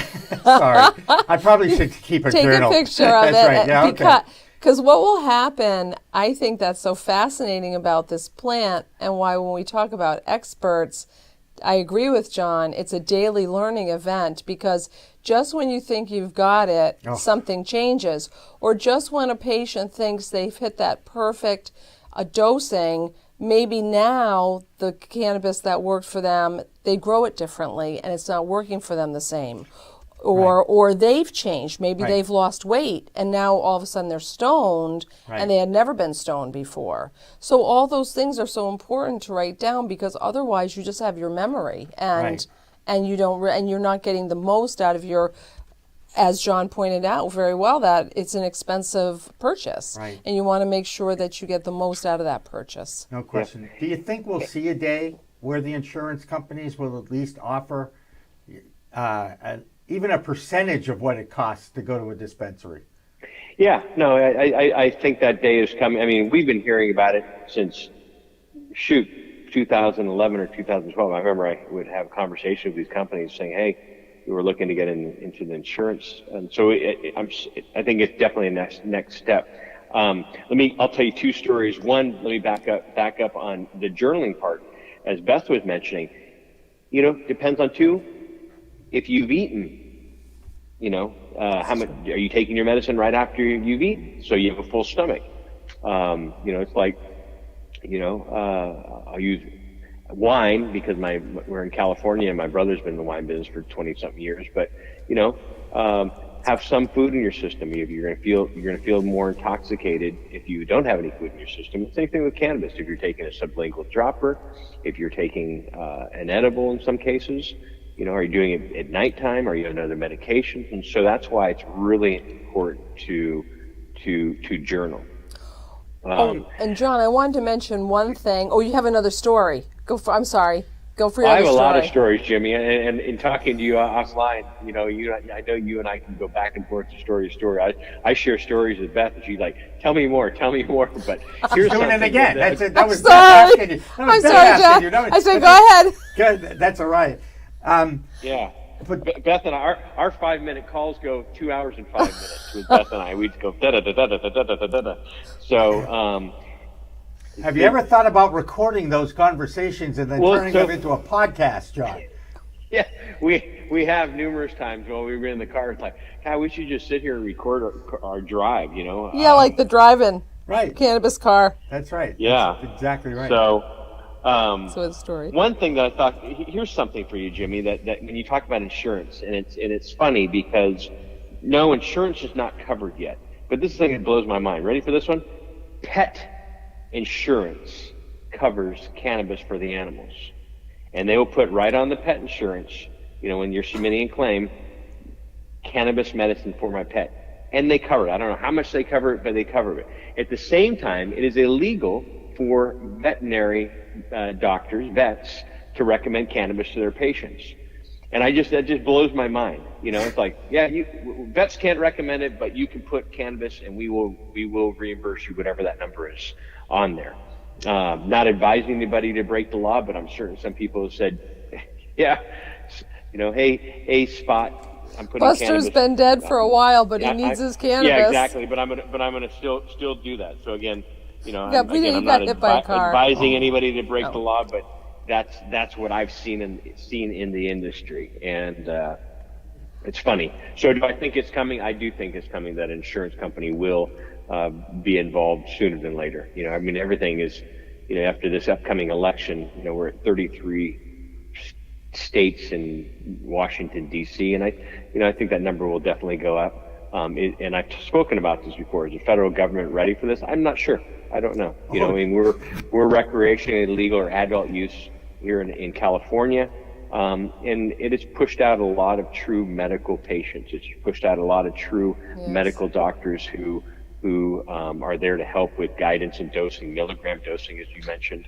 And now these doctors have been put out of business because everyone's like, well, I don't need to meet with a doctor. I can just go in there and go to a dispensary because I'm over 21 and buy whatever I need. And so I just think there should be more guidance when it comes to this, because it is medicine for a lot of people, and I think it's nothing wrong with it at recreational, but I just think when you're dealing with someone like my father-in-law or like my wife, you want some medical guidance, true medical guidance when it comes to cannabis, because you can incorporate them with other modalities, allopathic, as well as homeopathic, as well as integrative. You can do that. And then the same thing with a lot of pain patients. They find success with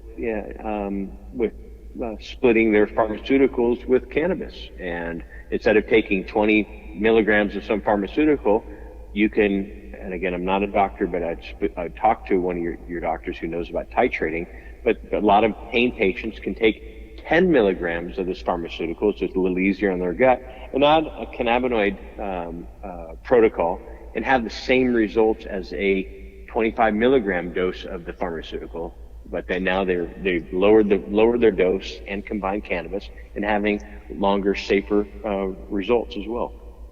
And fascinating stuff. One of the things I wanted to say, actually, this is a shared story, but one of the reasons why starting low and going slow is important, I think, is twofold. Number one, you don't want somebody to get blazingly stoned on their first experience with cannabis, because I've met a number of people who said I had a very bad experience with it and I won't go back to it. Right. They were overdosed. Yep. That's what it was. Yep. They weren't overdosed in what we think of overdosing that means. What I mean is they took too much. Yeah, and so it was unpleasant. It doesn't kill you, it's just unpleasant. No.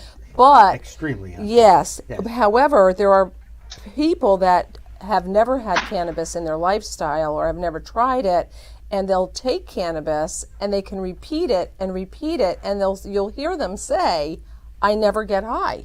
It never works. I never get high. Right. Because those receptors are starting to wake up.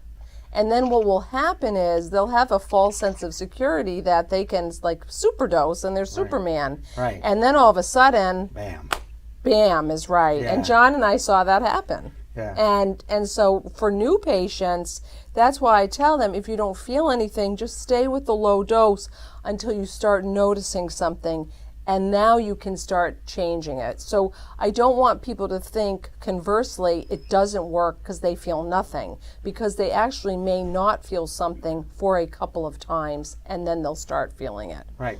Yeah. You know, and those are the stories I heard back in the 60s and 70s. Too. Yes. Sometimes it just didn't work the first time. Well, Right. you got to do it a few more times, all right? And back then it was 7% THC. Right. Not that I remember it. Yes, I do remember it. It's okay. At Yeah, this you can point in my remember life. it. Hey, John, how do we find out about the United Patients Group if somebody wanted to get in touch with you? Yeah, thank you, Jimmy. You can go to unitedpatientsgroup.com. We have loaded information and education. That's what we pride ourselves on. Our tagline is "Be informed, be well." I do a regular podcast and have top doctors in the industry speaking about everything from cancer to fibromyalgia to pain to autoimmune diseases, et cetera, et cetera. And we add a new podcast once or twice a week. And so you can check us out there. Check me out there. And, Absolutely. Well, actually, John, if you and I ever can connect and talk about how we might help each other out, as opposed to doing an interview, I think there's a way for us to work together and get those podcasts to the people that are following us as well. And we'd love to share with you too, because you bring so much to the table. Do you guys offer an online certificate course? No, but I work with a lot of no. Okay. No, we would do so. For our listeners, my wife Corinne passed away 3 years ago, like right about now, October 2017, from pancreatic cancer, and so. Anybody going through any ailment as severe as cancer, I just send you a big warm hug and stay positive. And it's like I said, it doesn't discriminate. But Corinne and I did a lot of conferences, and our conferences were all CME approved, continuing medical education in cannabinoid therapeutics. And so, so no, we do not do online courses. Everything else is, and it's funny talking about online, Jimmy. Every time you text me, I'm on a Zoom call, and I told Beth, I go, he must think I'm just blowing him off. But every time you text me, I'm in the middle of a Zoom call. I'm like, oh my God, I'm so embarrassed that I can't pick up his phone. It's like, I'm on a Zoom call. And he's like, yeah. But this is what we've turned to nowadays. Really like today, you're my fourth. I've done 3 Zoom calls and then your call here with this one. So I think we're just so used to just like, oh yeah, I think Zoom is just going to be another word in the dictionary, like Google it is, and so I'm not avoiding you. I'd love to do something. I didn't think that. I just thought it was funny that we get you on here, which is great. But man, I just want to talk with you about how we can share content and what have you. And I so appreciate you coming on, though, with Beth. It just made sense to me when Beth said yes. I was like, oh, maybe we can get John on the phone, too. And it worked out great. And it worked out great. It did. And thank you, and I look forward to connecting. And one day, one day we'll all be hugging again. Right, John? You know what? I always say that to people as well. One day, because right now it's just fist bumps, elbow bumps, and foot kicks. Like, hey, and so... stay healthy, and thank you for thinking of me, and bringing me on the show, including me on your show. And you're in great hands with Beth there. So thank you. Have a great day. Thanks, Jimmy. Nice to meet you again, and we'll talk to you soon. You bet. Thank you, John Malanka from the United Patients Group. So can you tell me how the two of you got together?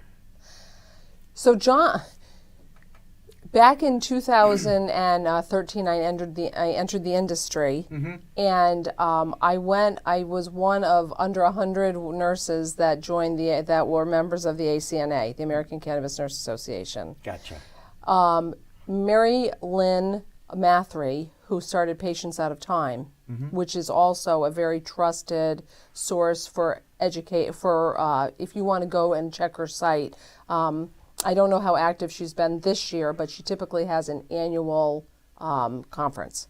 And she's the one that has had Raphael Meshulam at her conferences. Cool. So by the way, you say his name so easily. If I look at it, I can say it, but I can't. It's not wrote yet, so it's Yeah, like that it's that is Israeli it's scientist mashalom. researcher guy, Meshulam or something Yeah, I like think that. Mashalom. Yeah. But I And I say could read it in Hebrew. I just want There you to you know go. that I can read it in Hebrew. I wouldn't know what it meant, but I could read it in Hebrew.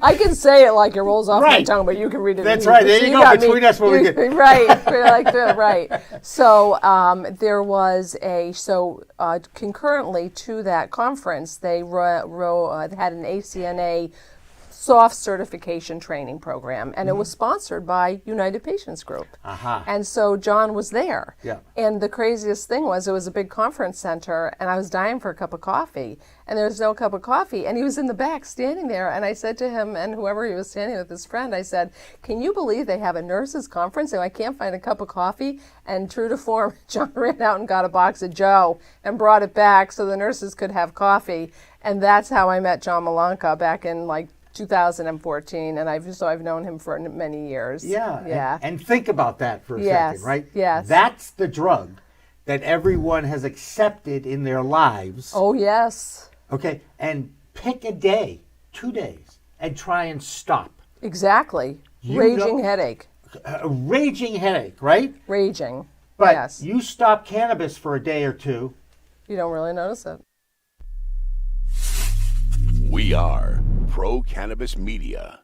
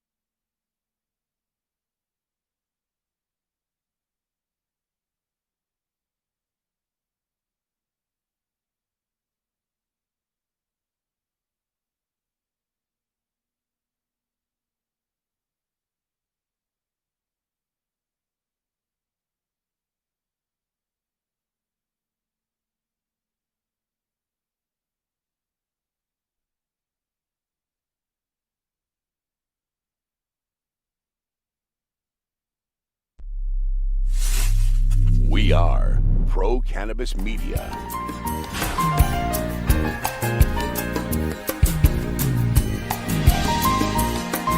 Hi, everyone. Welcome to another edition of In the Weeds with Jimmy Young. And once again, a very special guest joins us. Her name is Alissa Merrill. She is the founder of Flower and Tonic. And I can be perfectly honest about this. Alissa and I are friends. In fact, we've been friends as long as this podcast has existed. Alissa, great to see you. Thank you. Good to see you too. Not in person, but That's right. I love seeing your face. There you So go. Right back at we'll you. do for now. Let's talk about Flower and Tonic. First of all, explain to the audience that's listening why you started this company and what it is all about. Came from the pharmaceutical industry, and I was good at selling pharmaceuticals. I loved doing it. I loved working with doctors in Boston, and I sold a lot of Ritalin. And I basically, after having kids, was going back to work. And the day I was coming home from my interview to go back to my old job, I heard about CBD, and I kind of thought it was snake oil. I did a little research and basically just thought more people should know about this. There's science. At the time, I knew someone, a little girl who was struggling, and I felt like people should know about this, and they don't. So I, set out to kind of be that pharmaceutical rep in this cannabis industry. And it's been challenging, but I've really gotten to meet some of the top opinion leaders, and there's some amazing science, but it's kind of the more you know, the less you know.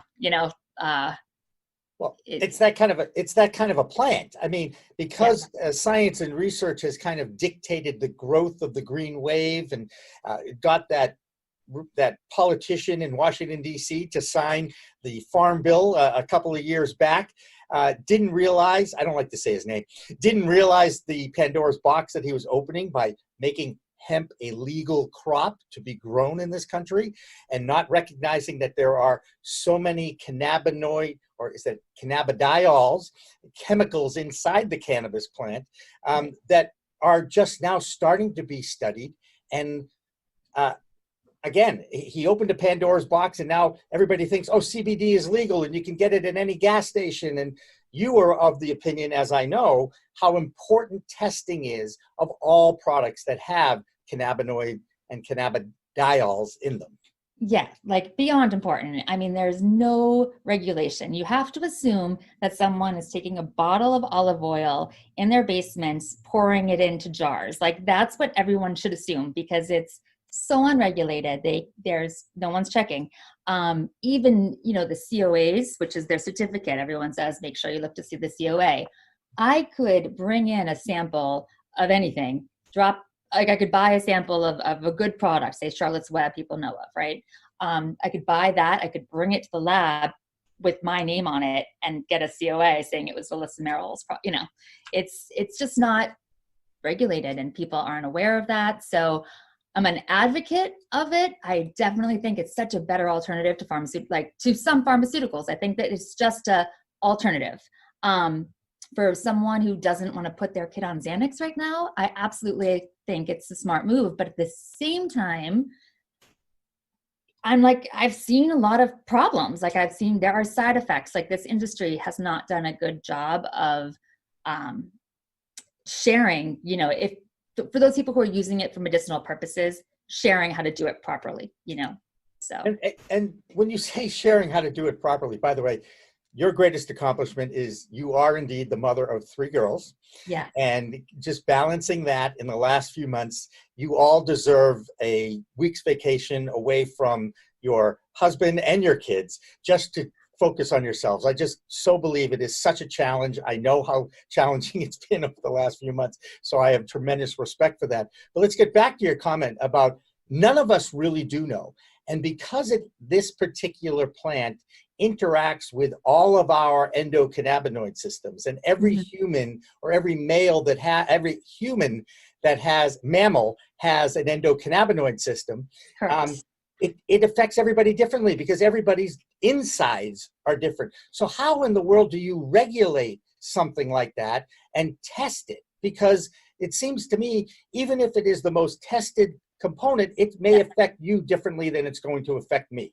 Absolutely. What you just said, though, kind of is strange, because it's such a, I love a full circle story. But I was just saying to my daughters, I try to give them kind of I love science tips. I never knew I was just a science geek, but I've met all these scientists, and they just teach me run around your house if you need to focus, little just sciencey tips. I don't know.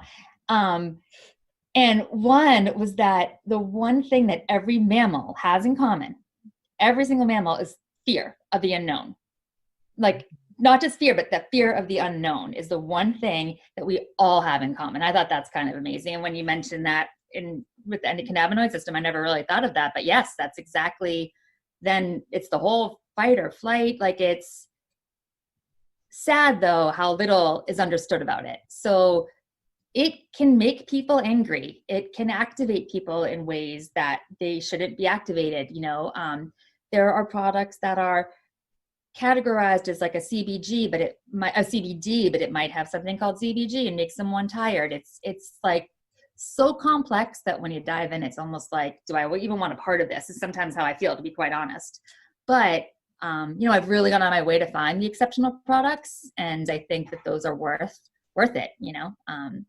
And on Flower and Tonic, you review the products and recommend certain products, correct? Yes. Yep. So all the products on the website, we test. I literally buy them like anonymously. Like I don't even tell people I'm testing, because then I am shocked. Like I was the person who I didn't realize that people paid for I just didn't know pay for play like was a thing. I just was naive on advertising. I had no idea how it all worked. But the better brands, I couldn't understand why they were selling so well, because they just didn't work in my opinion. And, come to find out they're offering like a 40% commission if you're, so I basically just tried to be very authentic. And a lot of the brands, I had to teach them how to do online sales and do affiliate marketing, so I have to say though, the most important thing, I think what I care about most is like that your doctor is going to approve. Like, I think that there's too much like clashing between alternative and traditional medicine. And I'm just tired. Like none of us are doing great, like our health system, like, our everyday chronic care conditions are bad. There are products that potentially help for weight loss, like diabetes and heart disease. So I can say for certain that the message, it's like not, doctors would be irresponsible to recommend a lot of these products right now to patients. Now that's interesting to me, and I want to talk about doctors without naming specific doctors in this space. Mm-hmm. There is definitely a difference of opinion about the amount of dosing, about a total amount of milligrams that is a effective dose for any human. If you look at certain products, you'll see that it has, let's say, 10 milligrams of full spectrum CBD. When I talk to a doctor, they'll say, well, that's great, but it's probably going to be about 1,000 milligrams to be an effective dose. Is that accurate? No, not at all. Then to be honest, like, you alluded to this before, like I test the products, but then after I tested the products, it was still clear that they weren't all working. So you can have all the correct amount of CBD in the product, but that doesn't mean it's going to work. There's this thing in the pharmaceutical industry called a delivery system that people don't really know about in the cannabis industry. So like there are products that like most of the drinks have no CBD in them. Like they just all stick to the walls of the containers, the plastics erode the products. It's gross. And people they have no clue. They're buying bulk amounts from someone because it's the new hot trend and they're sticking them in vials and they have no idea what's going on. But I have some pictures that gross you out, of things growing on the outside of bottles, and it's gross. And it can be dangerous, quite frankly. So. And sure enough, you enlightened me to a lawsuit that's happening north of the border now in Canada, which is where it's legal federally. Yeah. And sure enough, there's a lawsuit against some of the biggest manufacturers in the cannabis space. The Tilroys, the Auroras, the Canopies are being named. And you've already enlightened me today, once again, as you always do, about the fact that a lot of these products are in plastic containers. And when plastic interacts with this particular chemical, it screws it up, basically. Is that right? So the products that actually work better are interacting typically with others. So there's the amount of CBD of the product. There's how it's delivered into the body, like a certain water soluble, like it has to be water soluble to work as a water. You know what I mean? Like most of them are just called one thing and will never deliver anything into your body. But then on top of that, the better products I find are combined with something. So it might be like a CBD and a linolene, which is a terpene. But the linolene, like, the whole vape concern, that was basically because people weren't testing. They test linolene, but they don't know what's going to happen when it's heated. So, that's where vaping gets dangerous, because some of the pesticides that are perfectly safe to eat eat or drink are toxic when you inhale them. So like this is the stuff that people are just throwing things together, and then they're having chemical reactions in bottles, and people are buying things with like white crystals growing on the outside. Like and disgusting smells. Like you would be horrified. They don't know expiration dates. They just are mixing things. So there are definitely chemical reactions happening. scientists are not, we're not buying from the scientists. A lot of people are buying from marketing people who do not know what they're doing. So yeah.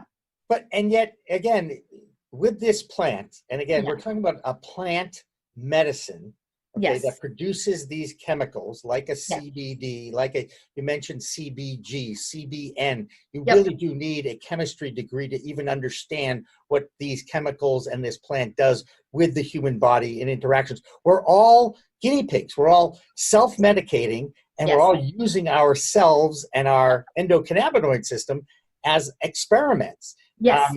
Which is why doctors. Go ahead. No, this is why, and that's what I wish. Like, I get it, we need it. Like 40% of people can't swallow a pill. Like, we need some alternatives. But that's why doctors cannot responsibly. Like, I used to kind of be like, my thoughts have changed. Like, I used to be kind of, how do doctors not, recommend these things? But now I get it. Like, the chances of them recommending, how could they recommend a product? They're not testing, they don't know, and it's just unregulated. And it is, but at the same time, Prozac, I'm not necessarily saying that any of those products are safer or better, but at least they're warning people. So I just feel like that has to, first and foremost, I still believe these products are so much safer and so much better, but people just have to be warned, And be careful and be knowledgeable as much as possible. Read as much as possible. Check out the reviews of the products. Go on Flower and Tonic to see those things. But it is, again, you look at the differences between Western medicine and Eastern medicine, and the cannabis plant is right in the middle of this debate, and yet you still have a federal government that is trying its best to limit the amount of research that is being done on this plant. Even though the substance abuse community has researched cannabis for generations, for decades now, and they still can't find really one or two things other than, well, if you do too much of this, it's really going to be bad for you. Duh. I mean, if you drink too much coffee, it's going to be bad for you. If you do too much Coca-Cola, it's going to be bad for you. Moderation is one of those things that humans have a challenge with every day, trying to figure out what it is that is the right amount for me and my system. And not allowing the federal government to actually give out grants to researchers is now, sure enough, in the news. There's a Scottsdale Research Institute, I believe, that's suing the federal government, again, to try to get access to more research on the amount of the type of cannabis that's being sold in dispensaries. As a medical card holder in Massachusetts, I trust the fact that when I go to a Rev Clinics or I go to any of the other dispensaries, these products have been tested by our friends at the different labs. And they have. You should trust those. You should 100% trust those. And I'm sorry, I should have clarified that. Those products I trust, and I'm a huge advocate of people getting their card. It's an opportunity to collect some data to further the information that we can collect, because the dispensaries, that you can just look at trends, even if you're not getting specific patient information. But no, that's a different ballgame. I think we're talking about I'm talking specifically in this case about the products that are at retail stores, and we'll dive into the products at the dispensaries, because, oftentimes I'm talking to someone like my dad's friends, and he's got a knee pain, and it's just the same exact story over and over happens. And he's got a knee pain. I recommend a product. He tries it. He loves it. And he's like, oh, I might try a tincture as well. He tries a tincture as well, loves it, and then gets his card, and again, I find more often than not, people have a lot of success and are able to, go off some pharmaceuticals. Right now, I don't know, cost-wise, your thoughts, in terms of how it compares to what you would be paying for a pharmaceutical? Well, it's interesting. If you get your little RX card, there's a discount prescription program when you get to be older, like your dad and me. I'm embracing my OWG status these days. Yes. So everything's expensive, but how important is it for your health? If I find something, and you mentioned Charlotte's Web, to this day, that is the only CBD full spectrum product that I have ever used that has had a positive effect on me. And I've tried other products that you've recommended, no disrespect. I've tried them. And you know what? It just doesn't have the same effect as Charlotte's Web had on me. And again, that's me, right? Yes, and that makes sense. I mean, there's a genetic I guess the one thing that really made me decide to leave pharmaceuticals, was the pharmaceutical industry, was that there's like all this genetic data available. Like our genetics play a huge role in how we're going to respond. And I don't think the pharmaceutical industry looks at all at that, how your body specifically does with adaptogen versus melatonin.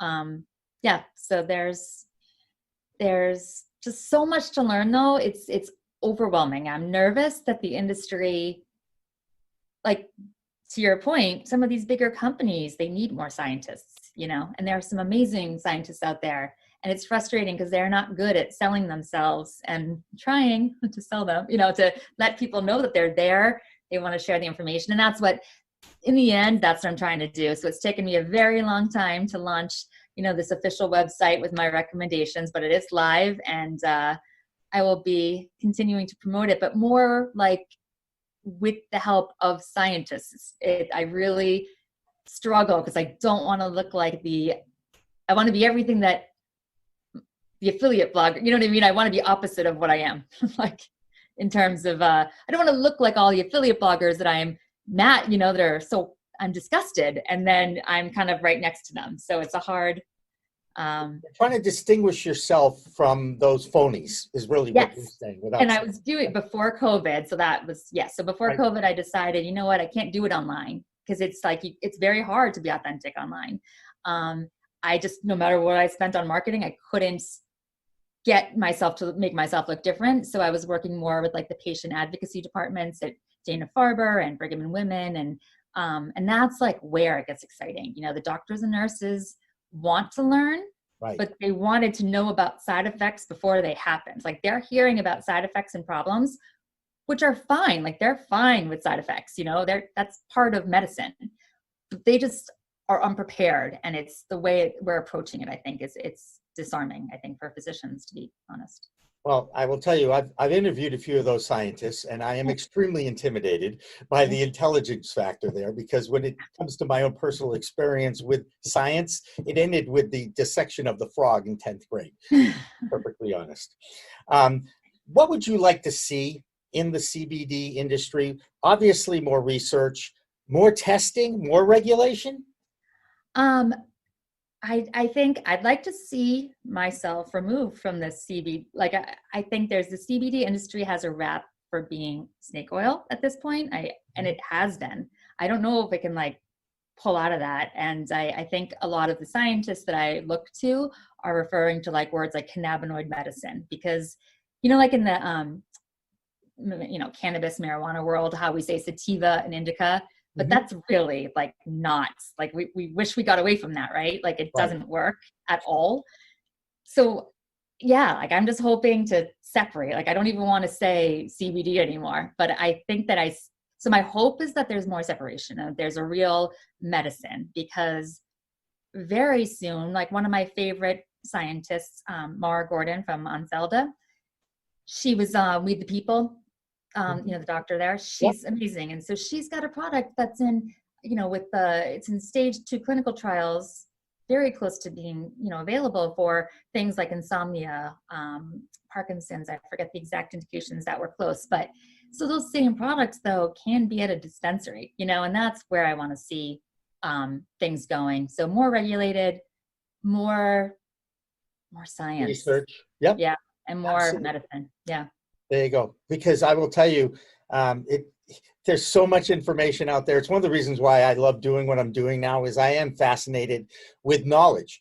And once you figure out enough just to kind of be intelligent about your buying decisions, sure enough, there's another study that comes along and refutes it, or at least puts a curve in it, and you're back to almost square one again, because there's always going to be more research that has to be done on this amazing plant. It's plant medicine. That's the incredible thing. And when you talk to the scientists and they can explain to you that they can actually dictate the DNA now of the plant, that's so far above my pay scale. I don't even know how to handle stuff like that. Well, I know, but then you can also simplify it down. Like I like the analogy of like tomatoes. You've got like your green tomato. Like I remember when I saw my first sunburst tomato, you know how now we, like when they were yellow and we thought it was weird, like there are different strains and different like within each strain, there's different vitamins. Like we'll have that another day, because I love using those analogies. It helps. It's not that confusing, but it is.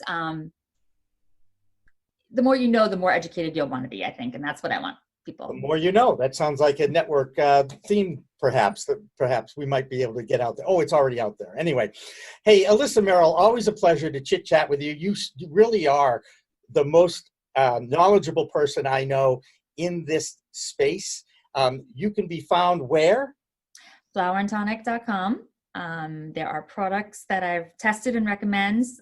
Feel really confident. A lot of people, especially right now, can benefit, from trying some alternatives, even some mindfulness tips, things like that. You can find there. There you go.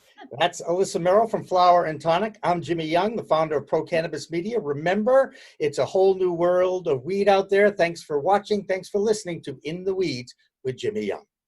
Weed Talk Now, Weed Talk News, and In the Weeds are all available on most major podcast distributors like iTunes, Spotify, Google Play, and our friends at clnsmedia.com and our flagship, cannabis.net. So subscribe, share, and like our videos on all the social media networks out there, including LinkedIn, Twitter, Instagram, Facebook, the WeedTube, and YouTube.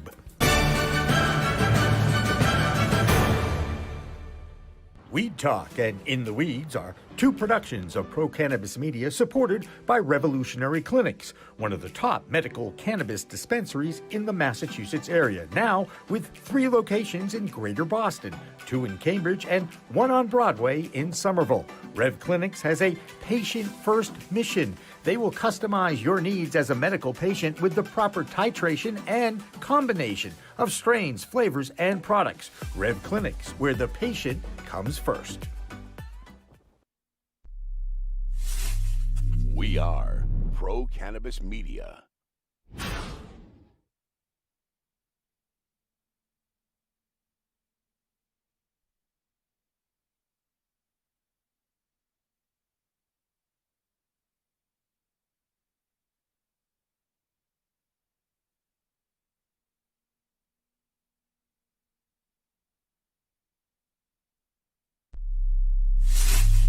We are Pro Cannabis Media.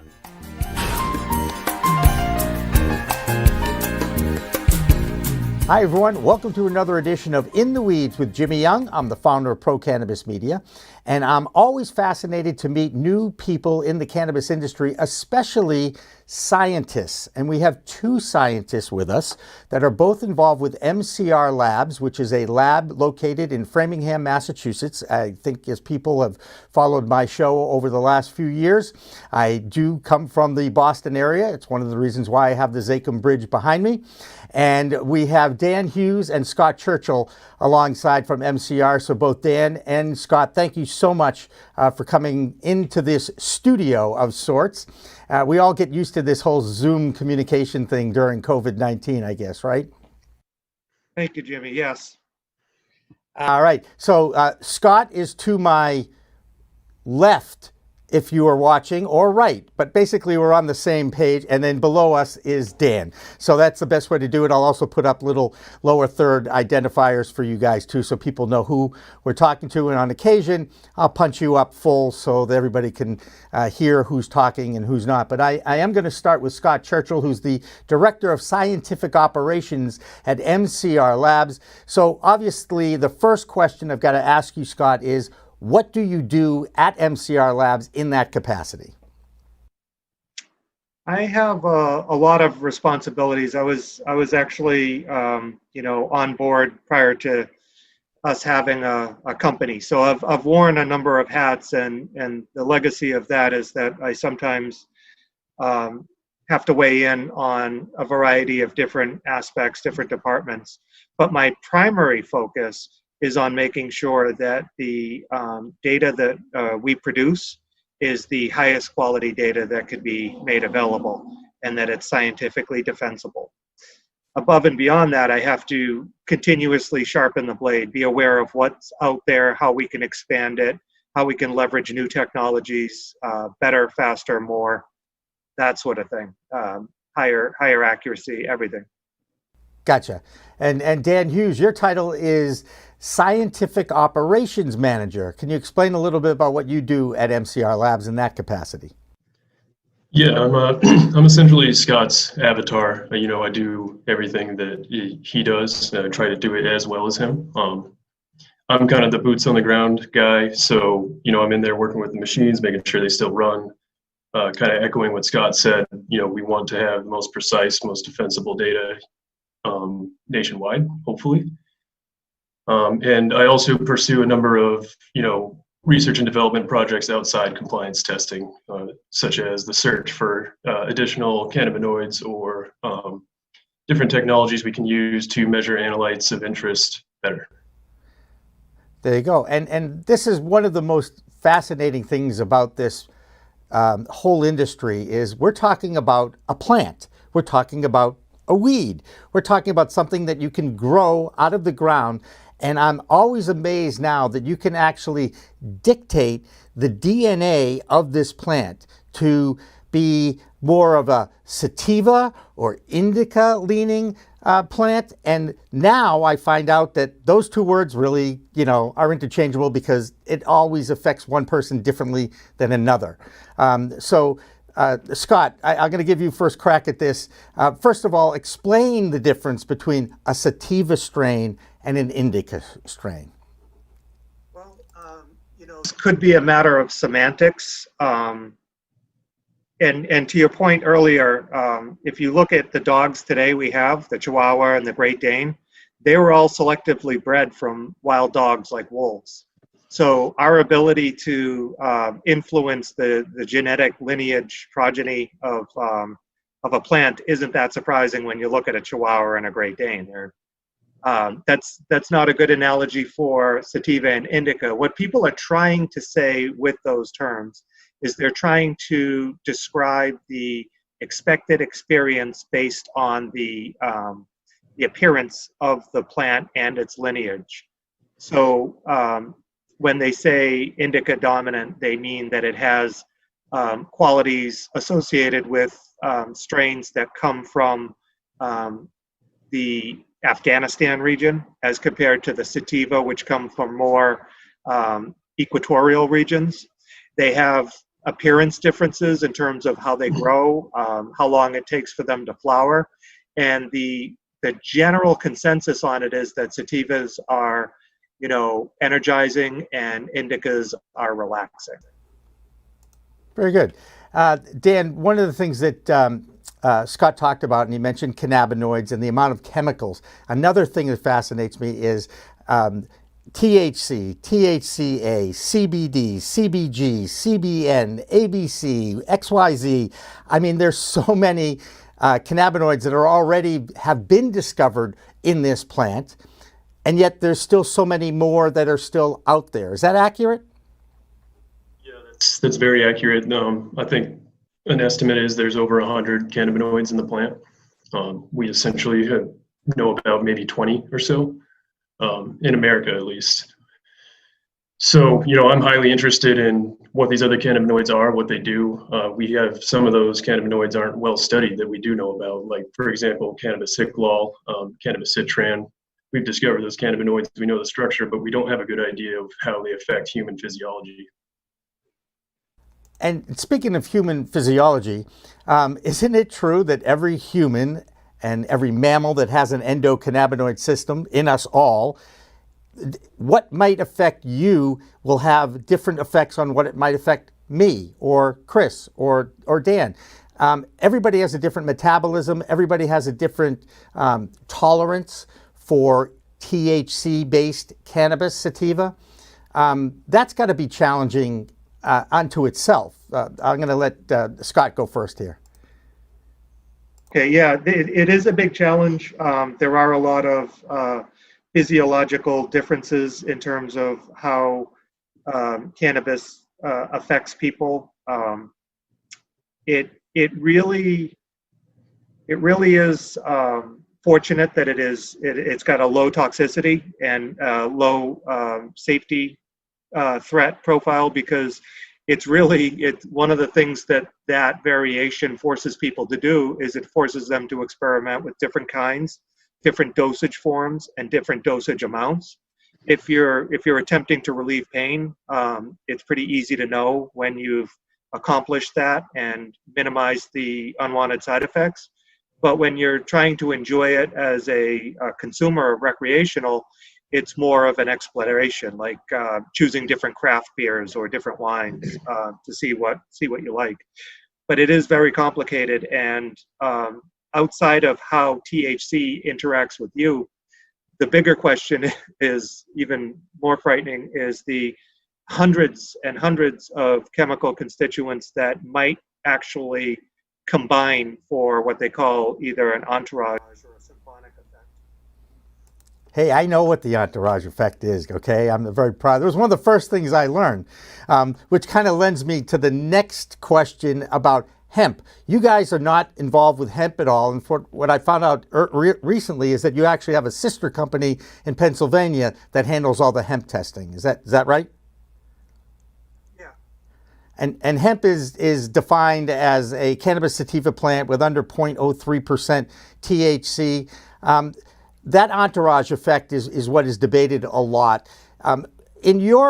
And again, and if you're not comfortable with any of these questions, just let me know if it's not your realm. But I'm always amazed because when I talk to a lot of doctors or cannabis, specifically these physicians, they do think that you need a low dose of THC in order to get the most effect from that CBD. So they really do believe in the entourage effect. Is there a magic number, or again, does it go back to everybody's different? You guys, you could fight over who wants to answer this one. I'll let you take it if you want it, Dan. This is all you, Scott. Okay, so there are people who have attempted to conduct studies to find those magic ratios, and I've seen evidence to suggest that different ratios have different effects for different populations. So I think it depends on, like you mentioned, the individual and what the therapeutic target is. So if you're trying to treat, some kind of neurological condition, there might be a different ratio than if you're trying to fight chronic pain. Gotcha. And it's all about chronic pain with me. I don't like to do this too often, but I have these horrible arthritic fingers, and let's not get me talking about my body. Let's just say I do use medicinal cannabis to help me deal with my chronic pain and especially help me sleep at night. Sleep is a challenge on so many people's radars. So many people suffer from insomnia. How do you guys, you're just testing for chemicals. You don't really look at one strain or another, or is that something you do? Dan, can you take me through the process of what a typical day is of testing for you guys? Yeah, so we offer the full suite of compliance testing that's mandated by Massachusetts. So if anybody wants to put a product on the shelf, it has to pass these tests. So a sample comes in, it comes in with certain test codes that it needs to pass to be sold on the market. We take those test codes, we run them for their respective tests. We do some monitoring of the data by strain to try to find trends. We also do that for historical analysis for the clients. So, they can kind of get an idea if they've changed something in their process, what kind of effect that has.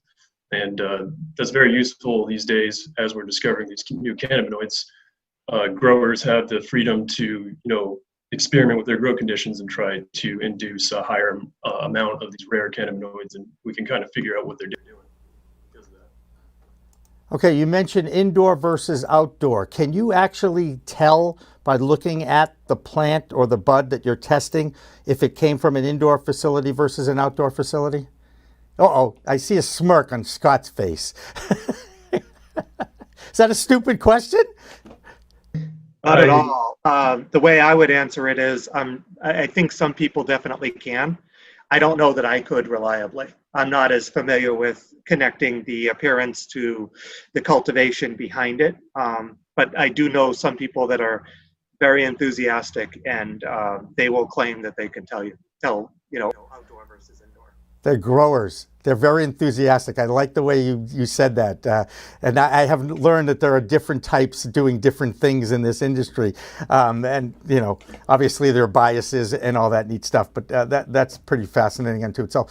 Dan, what's the strangest thing you've found in your testing? I mean, obviously you guys are looking for pesticides. You're looking for the different cannabinoids that are in them, and I'm guessing you find terpenes too in your testing. So, what's the strangest thing you found? I can't really say we found anything very strange. Most of our tests are targeted towards the specific analytes. We rarely screen outside of our targeted analysis. We've seen some strange samples get submitted to us where, you know, I can't really imagine what their potential use would be. For example, a gummy bear covered with coffee. I'm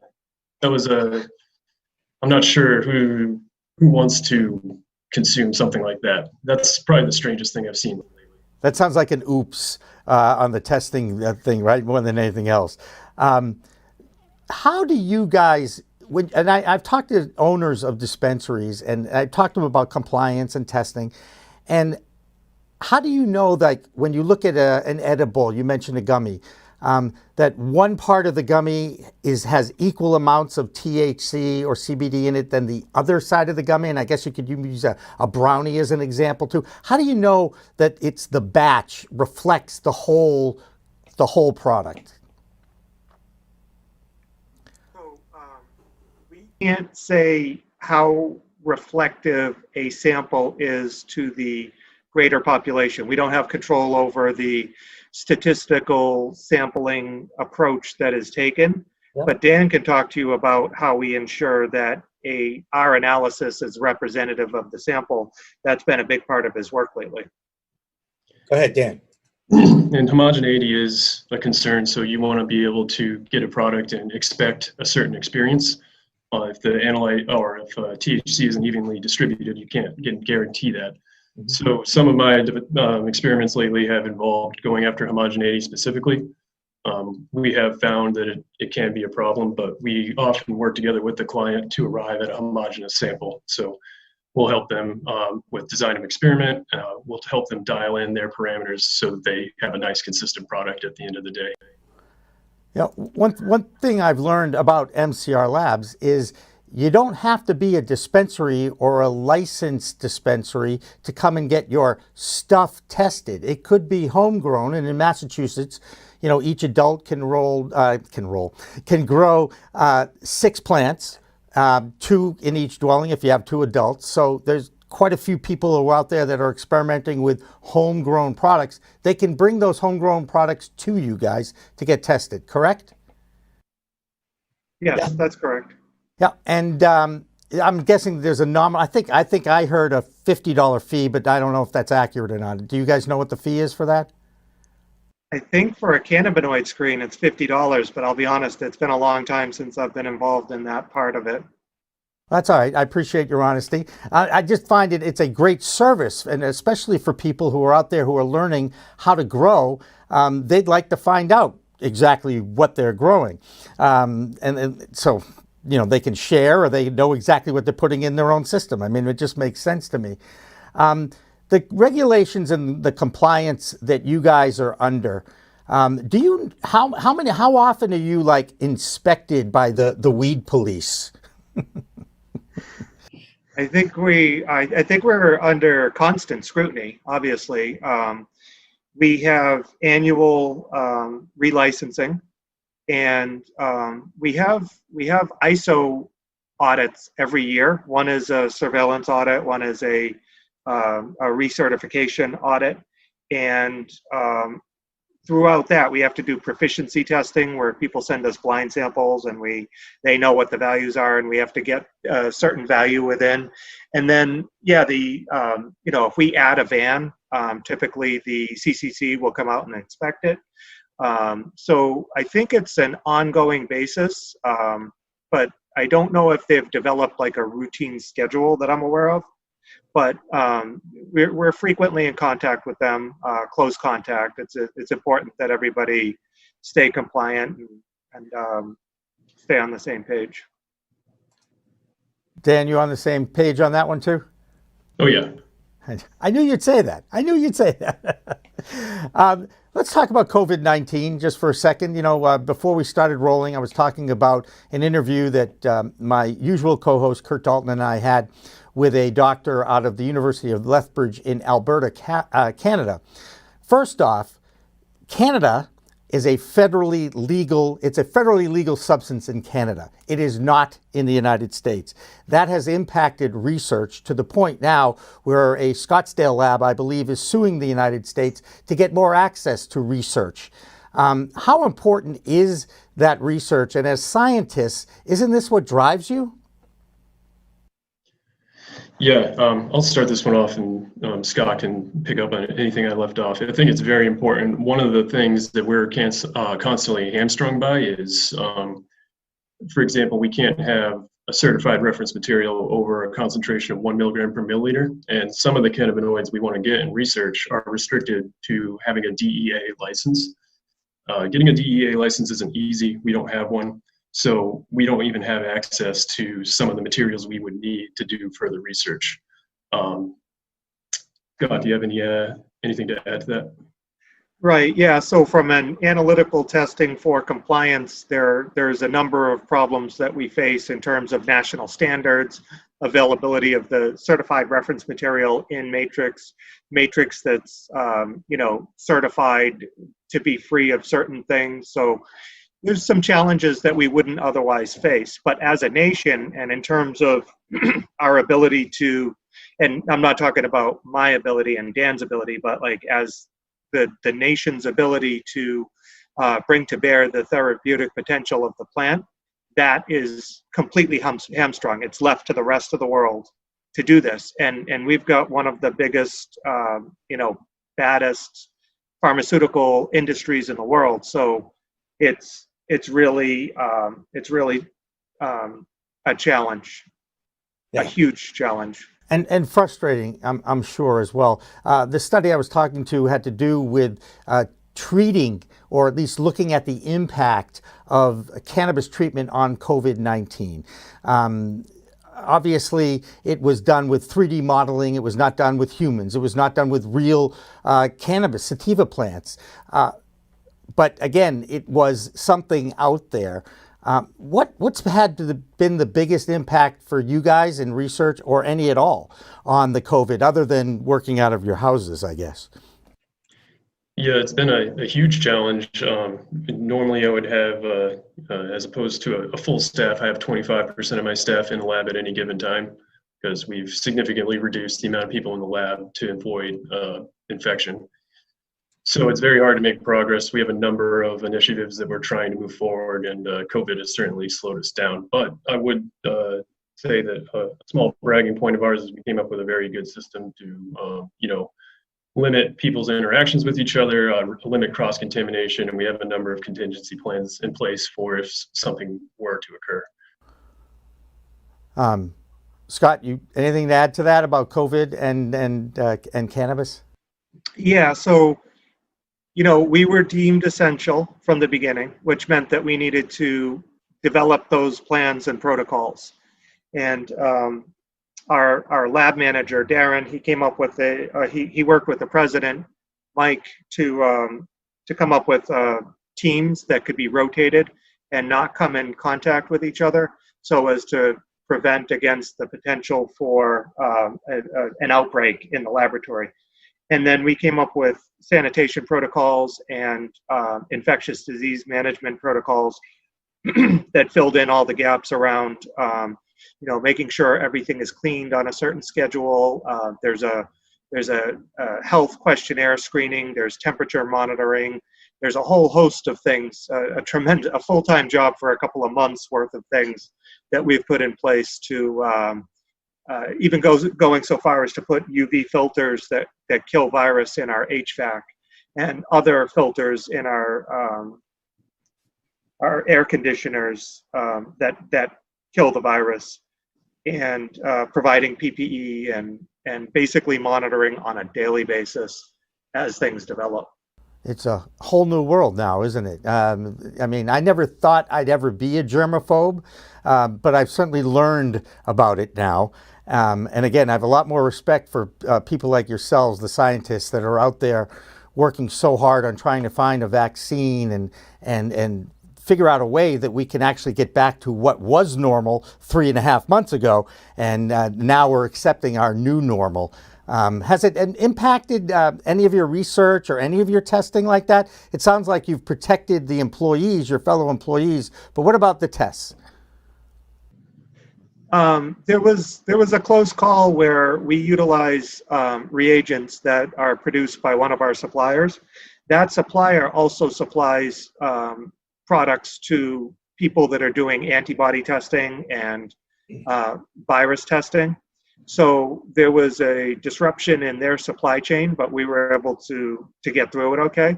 So to answer your question, honestly, we have not had our ability to perform the assays that we do impacted yet.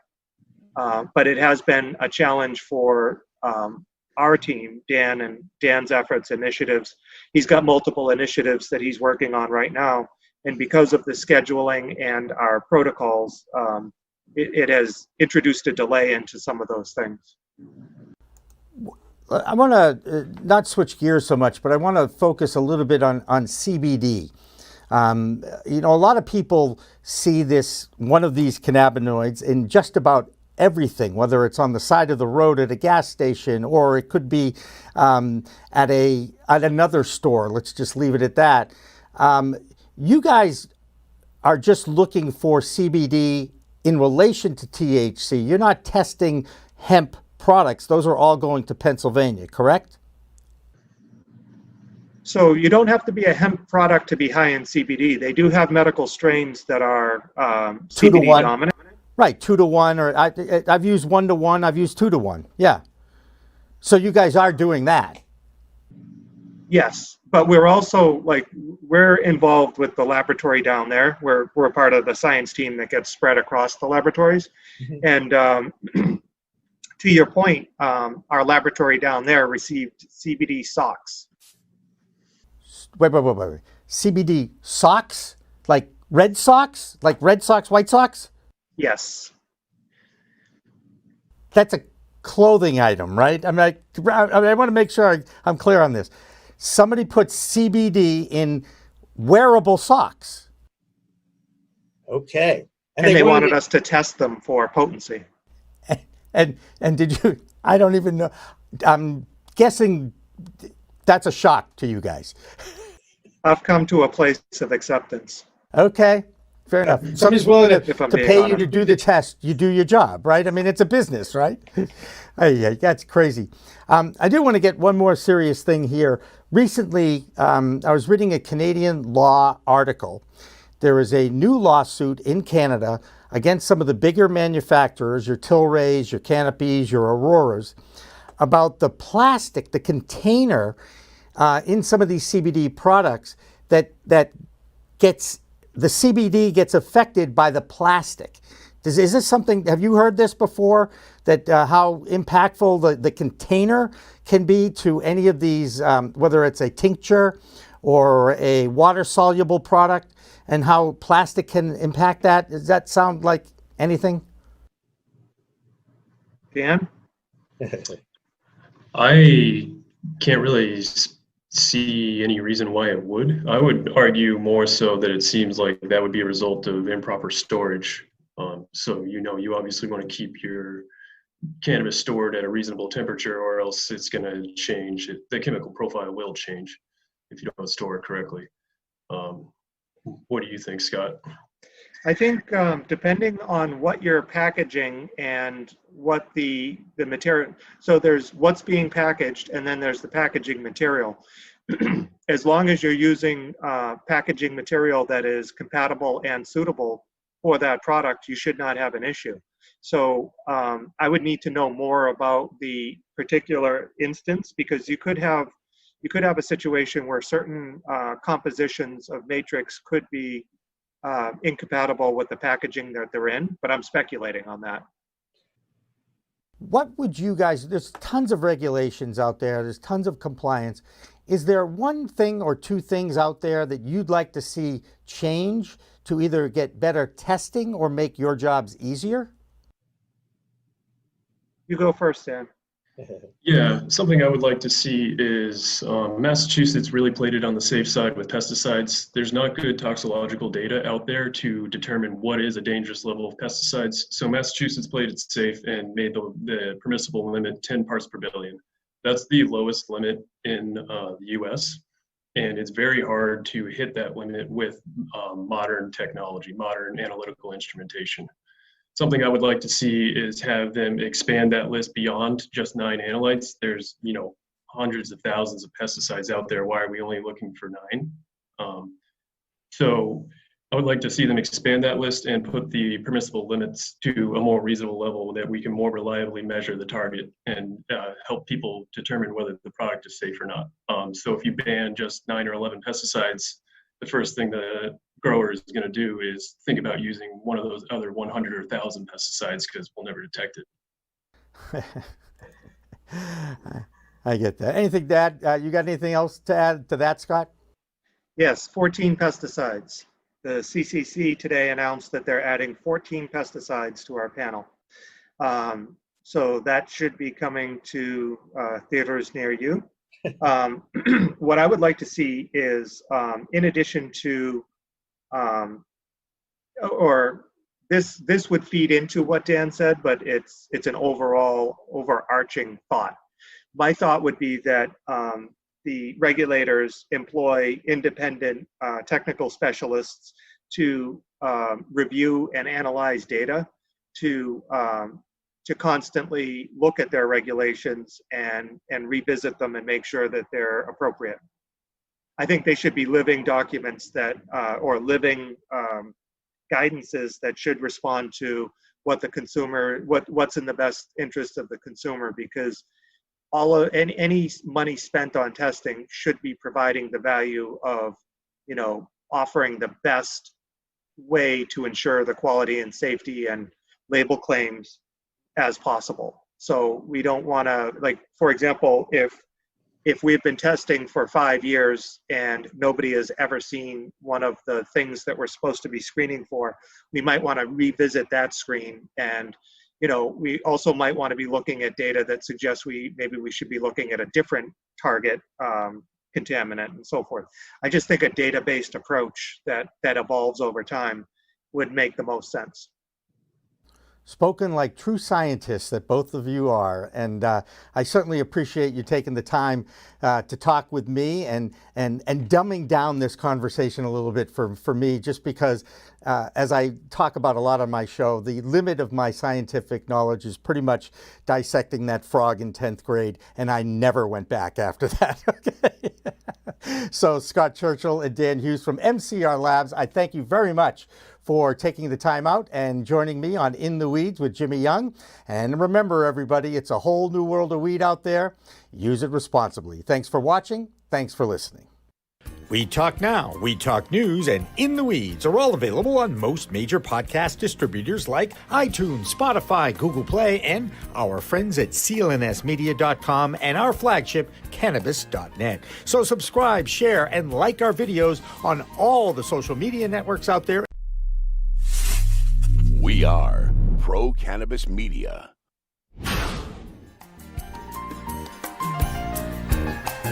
Well, another week and another weed and another good show on In the Weeds with Jimmy Young. I got to tell you about this guy, Rabbi Yaakov Cohen.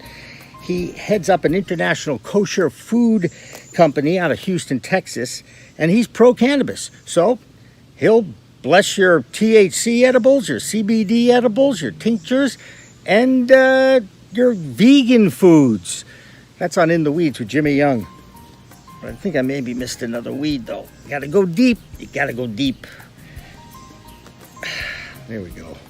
Hi, everyone. Welcome again to another edition of In the Weeds with Jimmy Young, a very special podcast that's available on all the big podcast aggregators and podcast distribution networks. We are very honored to have with us today a very special guest.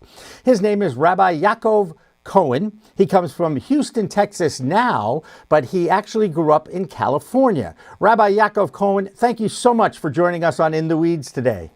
Wonderful, excited to be here. You, sir, are quite the story. First of all, let's start with the fact that you run a company or involved with a company called Whole Kosher Services, correct? Correct. Explain to our non-enlightened audience what exactly you do as a rabbi in the kosher world. Great. Okay. So a lot of people do think that, a food product, when it becomes kosher certified, means basically you'll bring in the rabbi and he will give a blessing. Okay. Right. It's blessed by the rabbi. Right? Right. Nothing could be farther from the truth, even though it is blessed, but there are very specific laws as dictated in the 5 books of Moses, the Old Testament, in terms of what a person can eat, what is kosher and what is not kosher. Kosher literally means proper or fit, meaning fit for consumption, only what is consumed in the mouth. Okay? Mm-hmm. So there are many, almost close to maybe 2,000 nowadays, kosher certification agencies worldwide. Okay? And basically what we do is we will check on a product. Let's say that the manufacturer wants to have a kosher certification. So basically what we do is we review basically 2 things goes into kosher certification. One is we have to make sure all of the raw materials come from a kosher source. Okay? So that basically, as we said, what is dictated in the 5 books of Moses, there are many types of foods items, right? You'll have meat, right? Meat item, like let's say an animal. What are this is your Bible test for today. Uh-oh. Are 2 signs, it says, in the Bible that makes a kosher animal. You need 2 signs, right? A lot of people know this. Some people don't. Some people did their Google research last night. Some people don't. I go into a lot of meetings where there was a guy, he's up on it. Yeah. Okay. The 2 signs, split hooves and chew cud. Okay, it has to have both, not just one. A camel chews its cud, but does not have split hooves in its feet. So it's not kosher. A pig has split hooves, but it does not chew its cud. It is not kosher. Mentioned one time in the Bible not to eat pork. Okay? Mm-hmm. So basically it limits us basically to cow, sheep, goat, deer, giraffe. If you could figure out where to slaughter a giraffe. Not that you'd want to do that, but in any case, we're limited in terms of the type of animal that we could eat. And then even after that, there are many detailed laws in terms of how do you do the ritual slaughter. You have to have a knife. It has to be razor sharp. You go over it with your nail to make sure there's no nick in it. If there's the slightest nick and you slaughtered the animal, it's still called disqualified, right? So you have to have no nicks in the knife. It has to be in the neck because it has to drain the blood the fastest. Because believe it or not, the Torah says that the life force of an animal is in the blood. So if you were to drain the blood the fastest, that would be the fastest way to killing an animal, to drain the life force the fastest way, not a bullet in the head or an air gun or whatever other people use, okay? And even after you do it right, then you still have to inspect inside the internal organs for any diseases, any signs of disease. A lot goes into meat. Okay, so it's a very sensitive item, meat. That's just one item. Then you'll have your dairy. And of course, we don't mix. Don't mix. We're not even allowed to own it. It mentions 3 times in the Bible not to mix meat and milk. We're not allowed to put the cheese, even for someone else, even for a Gentile, I'm not allowed to put the cheese on the burger for someone else. Not allowed, okay? Very strict. No cheeseburgers. People are shocked when they hear that. They go, I'm out of here. I'm out of here, Rabbi. I was going to be kosher. I'm out of here. Okay, and then you'll have a fish. Fish needs 2 signs. Are you aware of this, Jimmy? No. Look, my favorite food is not kosher. Okay? I'm the not kosher eater. Okay. All right. I mean, I never was in it. I've been in kosher homes. My house was never kosher. I was raised conservative in the greater Boston area. So I was certainly exposed to it. I was raised Reform in Los Angeles, California. I had no clue. No clue. Wow. Okay. We had bacon in our house and et cetera, et cetera. There was no, after my bar mitzvah, zip. It was nothing. Okay. Until I got to Jerusalem and then I understood. Okay.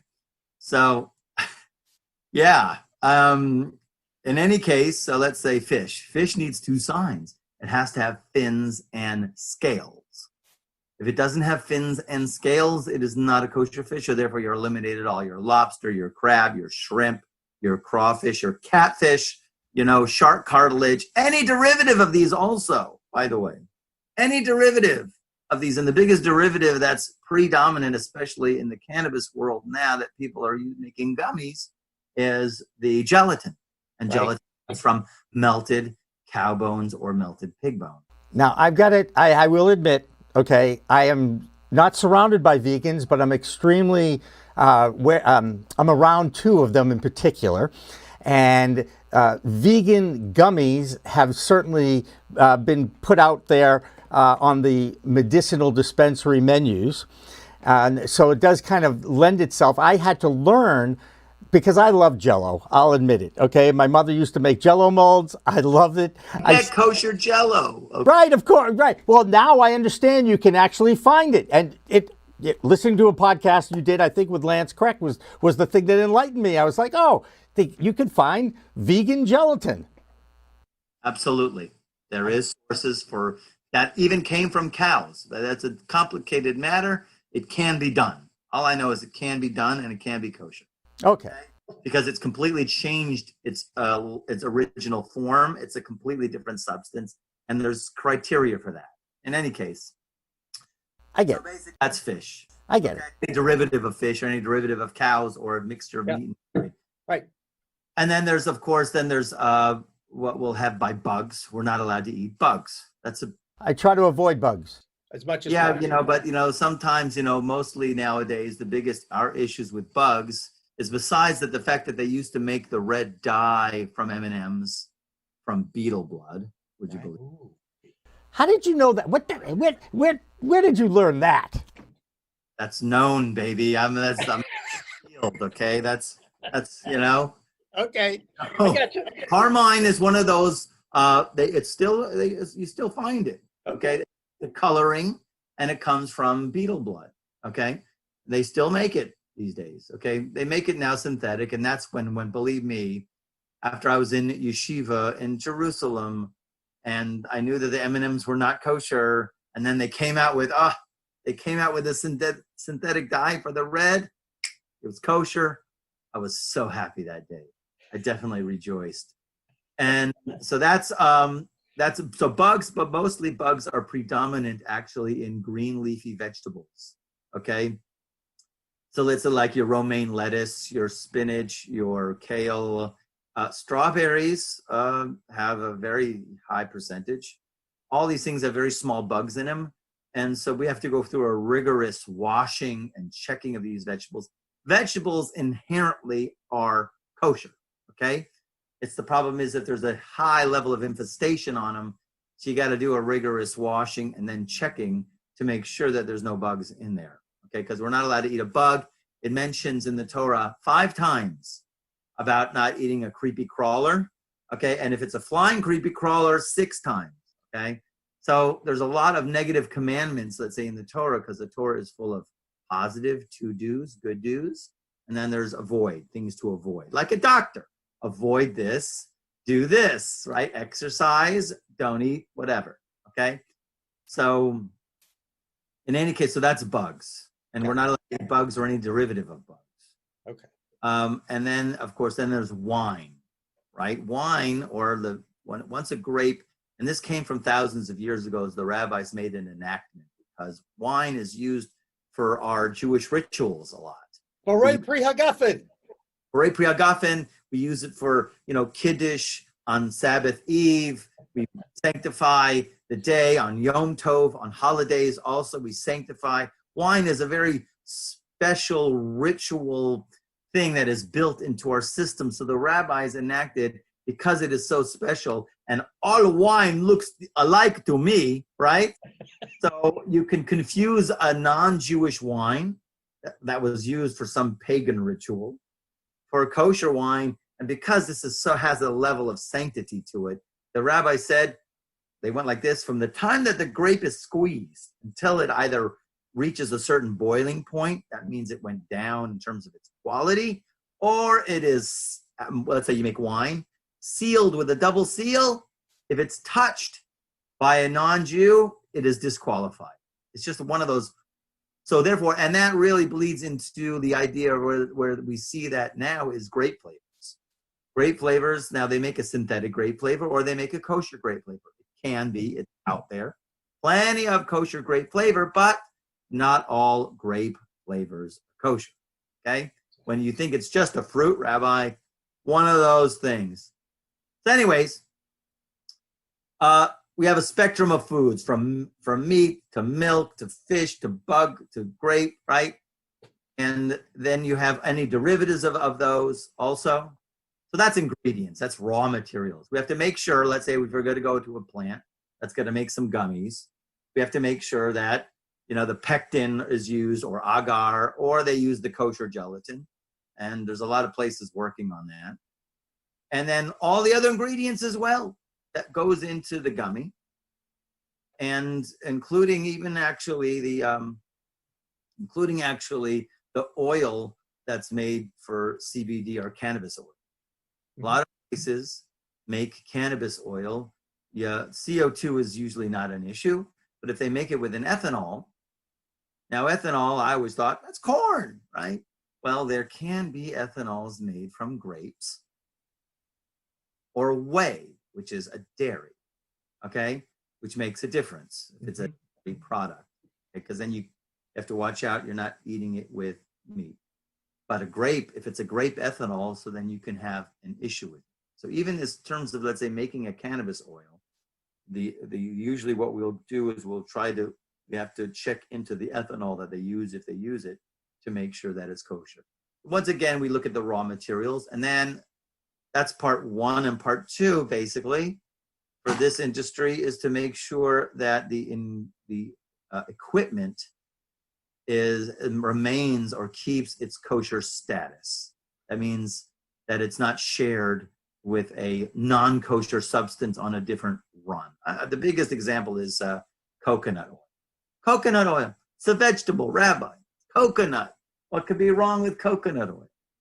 The issue is a lot of oils are made in the same equipment, in the same manufacturer as they make a beef oil, a non-kosher beef oil. So if on Monday you run a non-kosher beef oil, and then on Tuesday you're going to run your coconut oil, the equipment has been contaminated with the non-kosher beef oil. So it results in a cross-contamination. And that coconut oil, which should be okay, is not okay. So when we go into a place and we look at a facility, we will check on the equipment. Was it used? Or was it new? Most places it's new equipment. We don't have an issue if it's new, if we look at the past records of what they were using in that equipment. And then and that's how we ascertain if a company is viable to be kosher certified. That's basically what it takes.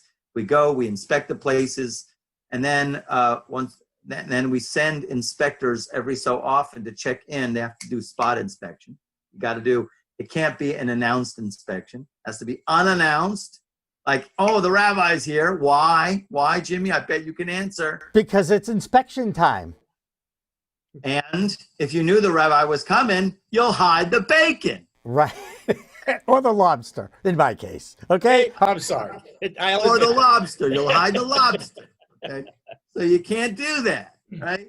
I get So you. that's why the rabbi's here, and he's got to check and he goes through the ingredients. So he inspects a few times a year. We go out. We send people all over to all of the places that we give kosher certification to. They go and they inspect, and usually most of these places are basically, what can you say? They don't change their ingredients. So usually there's nothing very serious. We don't get many serious problems. Gotcha. So I've got to ask, you've mentioned cannabis a few times, and obviously we're pro-cannabis media, so there's a reason for us to be chatting about this. Kosher in particular is a niche industry. I mean, you can't go into most markets. You have to go to a kosher market to get kosher food, and you really have to be dedicated and disciplined to adhere to a kosher diet. Now you take that to the cannabis side of things. Now you're in a niche inside a niche. How are you doing this? Okay, first, you have to understand, the kosher market is not just for Jewish people who observe the Jewish dietary laws. Right. Oh, I understand. You want Muslims who eat halal will eat it. 100%. Yep. Vegans, vegetarians, health conscientious people, people interested in a safe, healthy product. If you go to 60% of the items that are in your local grocery store are already kosher certified. Anybody usually picks up when they see a kosher symbol next to a non-kosher symbol on a similar item, they will go for that because third-party audit, another pair of eyes looked at it, and it's worth it. That's really, so it's not just for Jewish people. Okay. It's those things that increases the market value. I think the estimated is about 15% a year in terms of sales, because it's not just Jews, it's a broader range and opening up to a broader market. But what was your second question that you asked? Cannabis. The niche in the ditch. Cannabis. Uh-oh. Did we lose you?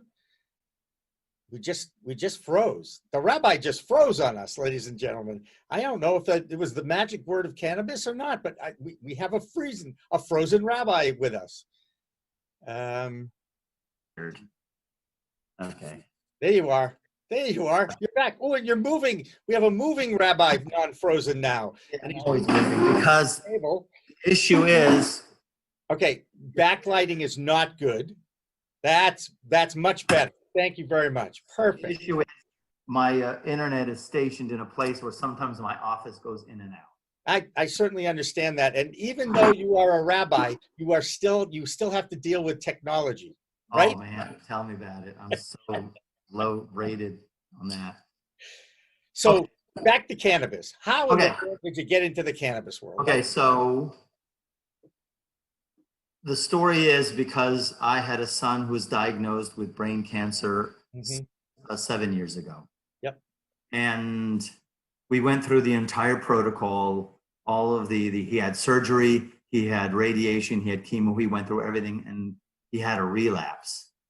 And we were trying to rehabilitate him. And, of course, we knew about cannabis because it helps also to reignite the appetite, because he didn't have an appetite for food. Mm-hmm.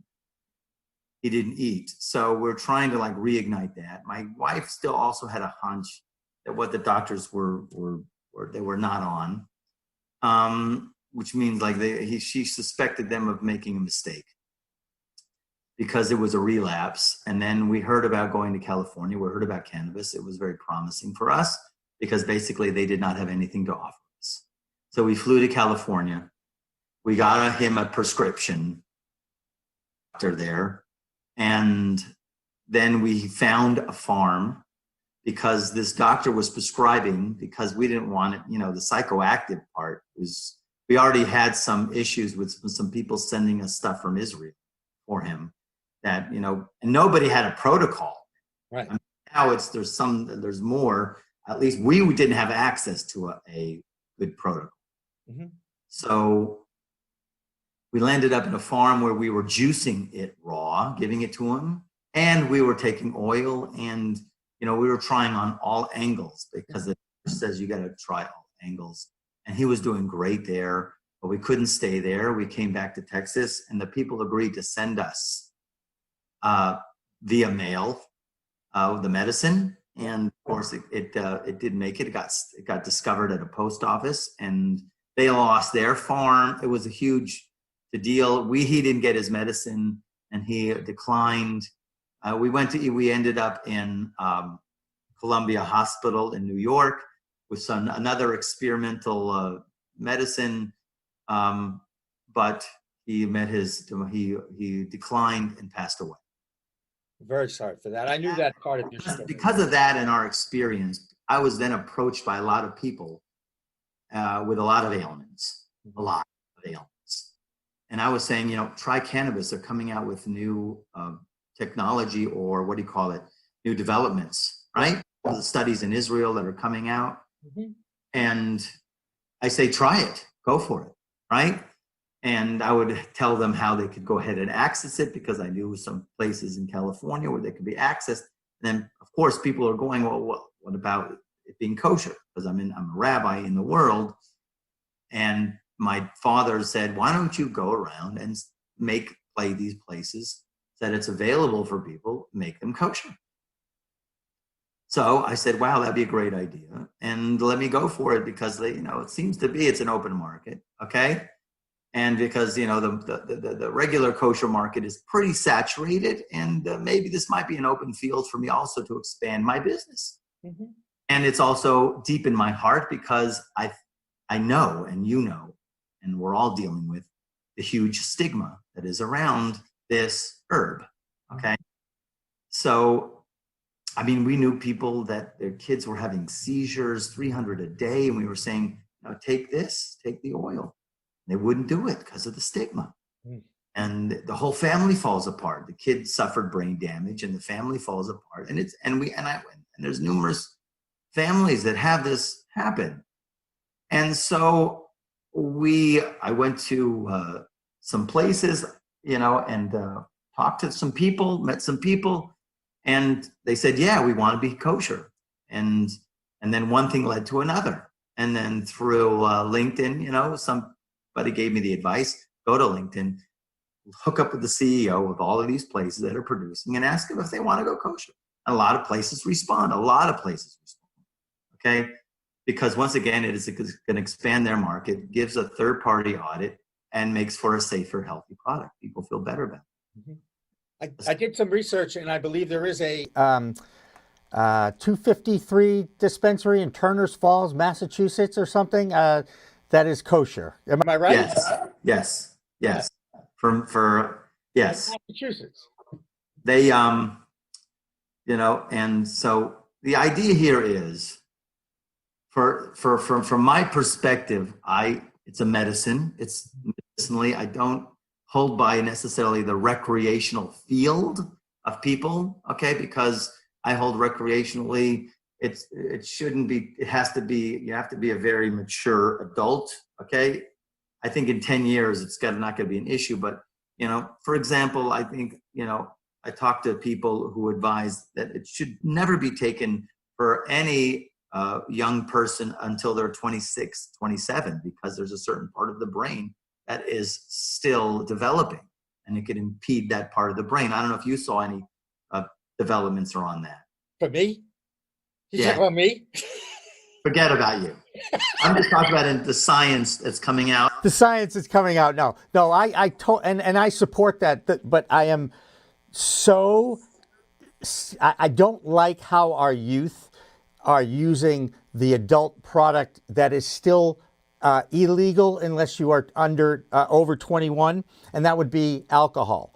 And to me, the alcohol impact on the brain still is far more serious than the impact on the brain of the cannabis leaf, the sativa plant.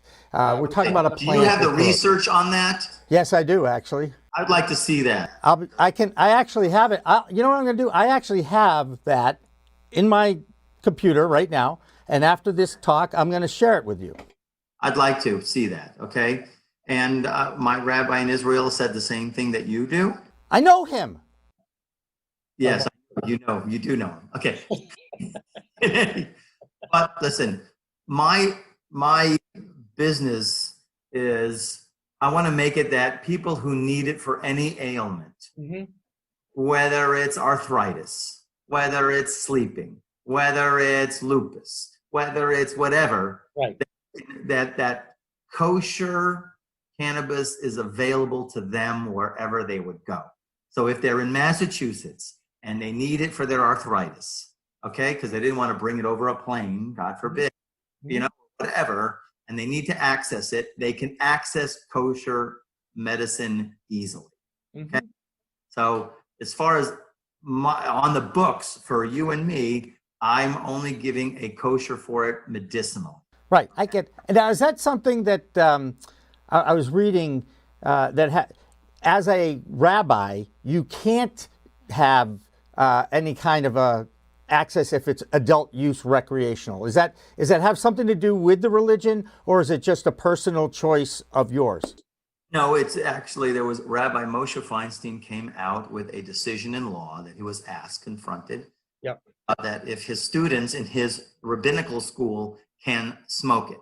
Okay. So he said emphatically, no. Okay. And unreasonably so for many reasons. At the time, they're rabbinical students. They're aspiring to be rabbis. If you engage in activity, I don't know how far you're going to get. Okay. I do see, and you can probably agree with me, a lot of kids who engage in this, a lot, I mean, I can't say all, but there are those who don't get anywhere in life. Okay. I see them. They're still at the car wash. Okay. The guy's 29 years old and still at the car wash. Some there. Okay. But that's for a different discussion. I'm not going to get into that right now. So the idea of what I do is I do in the edible market. Gotcha. And my intention and their intention, and I make them, the manufacturer, know that I'm doing this to make it available for people who need it for a medicine. Medicinal. Yep. With it, that they're going to put it out into the recreational market, it's not my business. Okay. We actually, in the Torah, we don't even have a word for recreation actually in the Bible. Okay. I don't see Abraham going playing golf. I didn't see it. Was there a verse? And Isaac went bungee jumping. I didn't see the verse. Okay. That's what they were doing at the sacrifice. He was going, guess what? You're bungee jumping. Okay. So in any case, is that what he told Isaac? Is that what he told Isaac when he brought him up to the mountain? Is, Isaac was going, we got the bungee cord. Where's the bridge? Okay. So the bridge is behind you, actually. Right. So in any case, oh gosh, you freeze again on me with that internet. What is it about Houston, Texas? Can we find decent internet in Houston, Texas somewhere? Because I'm so intrigued with talking to the rabbi, but this is the second time now that we've gone into the frozen thing. And I'm really good at filling time. Anybody who knows me well knows that I can fill time. And that's what I'm trying to do. I'm glad you're back. I think we were going to the mountaintop with Isaac before we lost you, but now we're back. No, right. Really, technically, the Jewish people are very they're engaged in purposeful living. Every action has to be for a purpose, okay? Now, you can argue that, and I do argue, and I do think that, and we do also have the idea of recreation. I would like to even call it recreation. Okay. Ooh, I like that. Creating yourself. Right. Okay. The Rastafarians might like that too. The Rastafarians, as you know, this is the plant that it's ingrained in the human body. Go ahead. Well, there's a lot of the studies are amazing how it is involved in the homeostasis of every cell in your body. Now, right. The medicinal parts, that's what we need to get into. And now I'm going to tell you a great story. Are you ready for this? I can tell that you know how to tell a great story. Go ahead. Ready for this? Yes, I'm ready. A person might wonder why, of all of the entire earth, why do the herbs have the monopoly, so to speak, on healing? Why? Why not fruits? Why not wood? Why not minerals? Why, how did the herbs get their monopoly on healing? I'm going to tell you where it comes from. This is going to blow your mind. Okay, you're ready for this? I am. Okay. It started in Genesis, the very third day of creation. God says, okay, we're going to have dry land and we're going to have the oceans. We have dry land. He says, I want there to be trees and grasses. Right? Let there be trees bearing fruit and then the grasses, right? I want it to be trees and grasses. And he tells the trees, it's in the verses. I could read it for you, but we'll get to it later, just for simplicity. He tells the trees, now trees, no mixing. You cannot intermarry. No Now, cross-pollination. The peach tree cannot do the tango with the avocado tree tonight, okay? Under the moonlight, there's no dancing. I only will engage with the peach tree, and the avocado stays with the avocado, and everything else. Trees, separate. The grasses, he did not tell. The herbs, he did not tell. So the birds are scratching their head going, what are we gonna do? What do we do, right? He tells the trees, separate. He didn't tell us nothing. Can we mix? Can we not mix? So the trees made this kind of a priori argument, kind of this syllogism, this logical deduction. They said, well, if the trees are separate naturally and they're told not to mix, us, that it's our nature to all just cover the ground and mix, we all the more so should be separate. So all the herbs, all the grasses had a unanimous board meeting and a vote that we're all going to separate. Okay? Listen to me, right? So the grasses agreed, we're going to grow separate. We're not going to mix. So God says, you guys are amazing. You thought that up all by yourself. And because of that, I'm going to reward you with the gift of healing. And therefore, from then on, all of the grasses and herbs, that's why they have cornered the market, so to speak, on all of the healing remedies that we have in the earth, because God gave them that as a gift, okay? It goes on a little bit more that I have to add. If I could embellish just for you for a few more minutes, something that I said. And I don't know if it's right. I'm sure some of the rabbis are going to come and knock me down, okay? But we have a phrase, and you might be familiar with it. It says like this, that King David said in the book of Psalms, the stone that was cast away by the builders became the cornerstone, okay? Now, what does that mean? The stone that was cast away by the builders. So it really, in many commentaries explain that when they were building the Holy Temple in Jerusalem, they were not allowed to cut stones with metal. No iron could touch the stones that were created to make the Holy Temple, okay? Because you cannot take a substance that's used for war to make a house of peace. So all the stones had to be basically, they used something called the worm. Actually, they discovered it now in the Amazon. There's a type of worm that eats stone. They used this type of worm. They had it. In any case, there was one funky stone. There was one funky stone that it didn't fit. It was a misfit, okay? And me too. And they just kind of threw it away. They just kind of chucked it off, and then we'll dump it later, right? But then when they finally built the entire building and they had the entire structure, then there was this one hole that they couldn't fill, and they needed a proper stone to fit it. And then they found that stone. The stone that they threw away, they put it there, and it became the cornerstone, okay? But I use that in terms of, let's say, there's one herb that you and me and the world know got a bad rap. Did it not? Oh, yeah. It was singled out that this is a destructive element. And now we are seeing the turnaround, how there's an amazing healing element in this herb, that it heals a lot of people and gives them a lot of relief in a lot of ways, right? Right. And now work out the mental relief, that's a discussion you and me could have, because I do have the question of, does it heal the mind, okay? But let's put aside that for now and just say, now the stone that was cast away, meaning the herb that was cast away by the builders, becomes a corner herb. And it's a very predominant element that we use in healing all over. How does that sound? So the analogy I'd like to make about the cornerstone is we're going through an incredible part of history, something I've never experienced in my 62 years on this earth. None of us have. Correct. And there's all sorts of things going on. And I'm a half full kind of guy when I look at a glass anyway.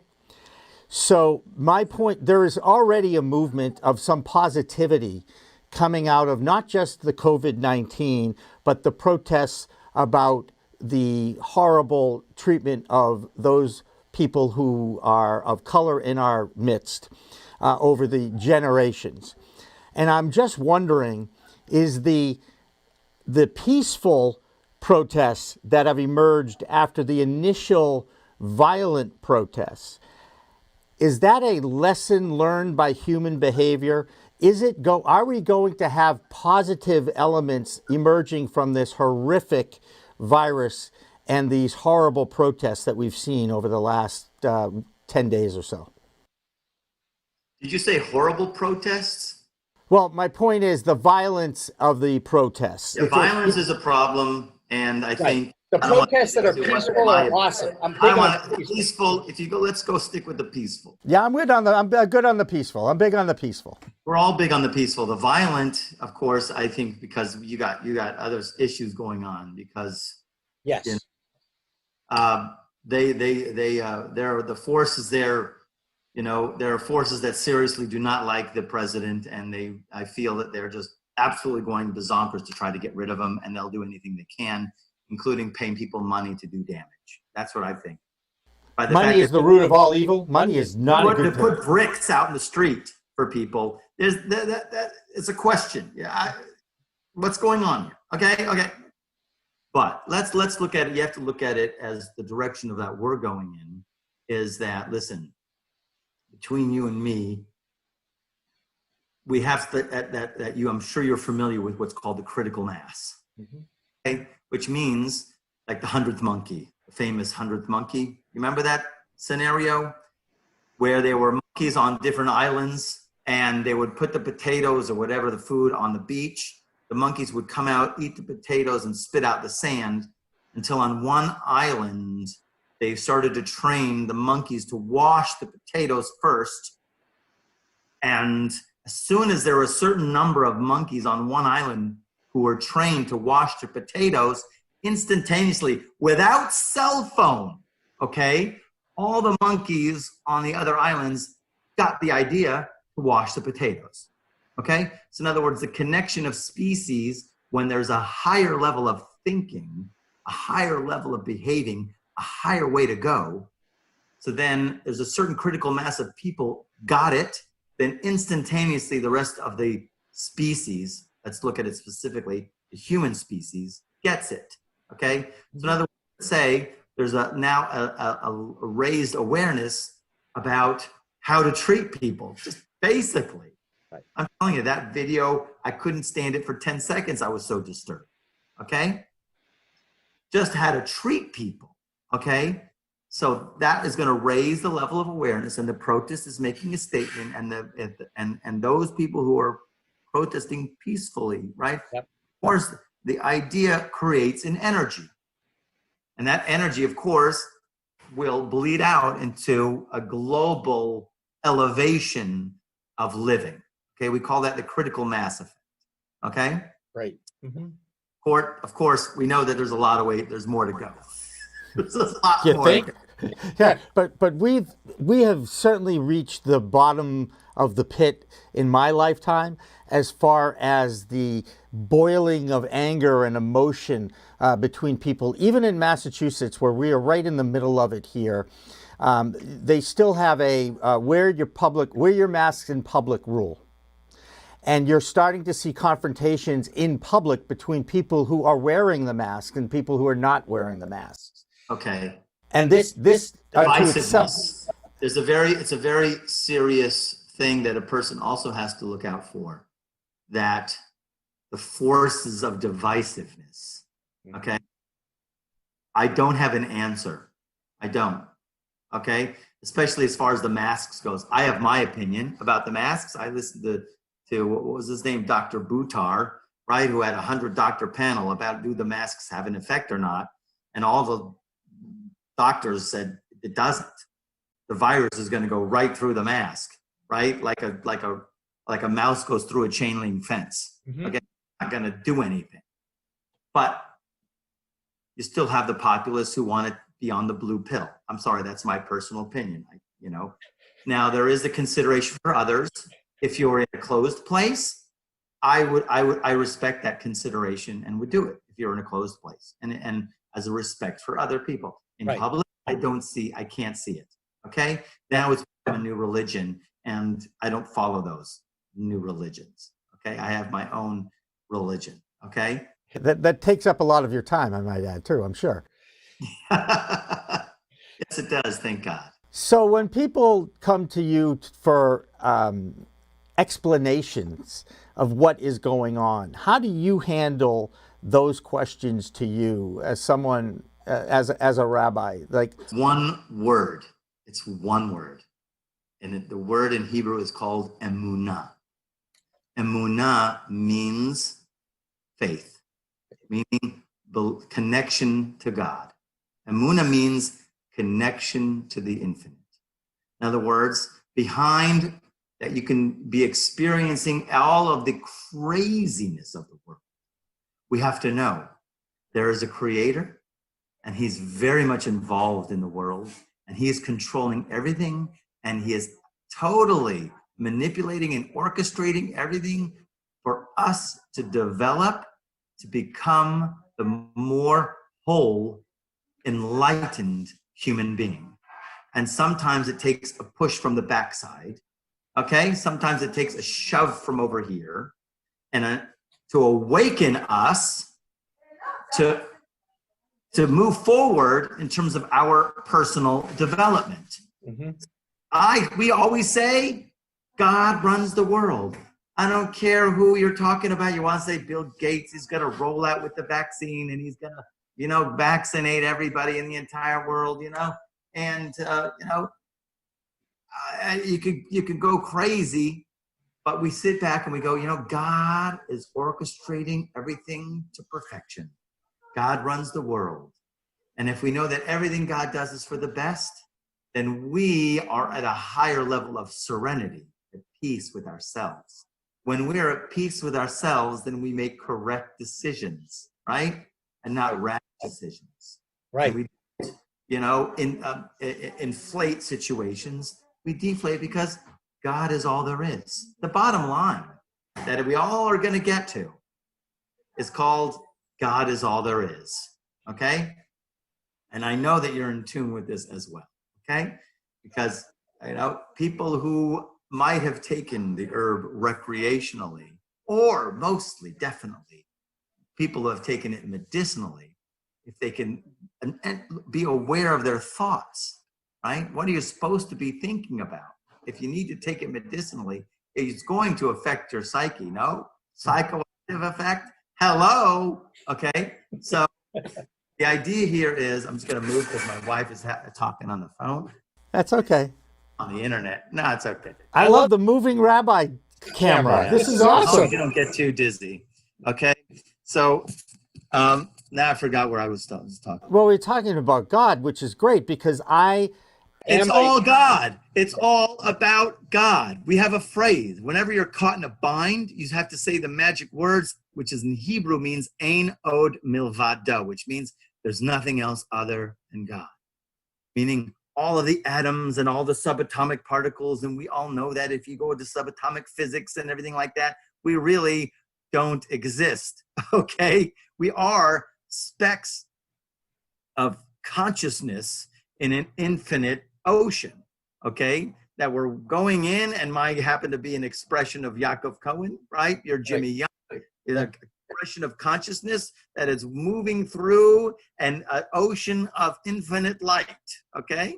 And there's different expressions and there's infinite expressions. Of course there's infinite expressions because God is infinite, right? So everything's about one thing and one thing only, connection to God. And anything, and if it helps you get connected, and if you're tested, now the most people are tested now, right? Because there's mayhem outside. There's people masks versus non-masks, right? So God, we know in the end of days, hate to get into some messianic stuff, okay? Mashiach, we say in Hebrew. At the end of days, he's gonna push the line in terms of those who are willing to believe and to hold on to the belief that God is all there is. And he's gonna, like a coach, you know, he's got to make you got to do those reps, you got to do the city, you got to do the workout. He's got to push it.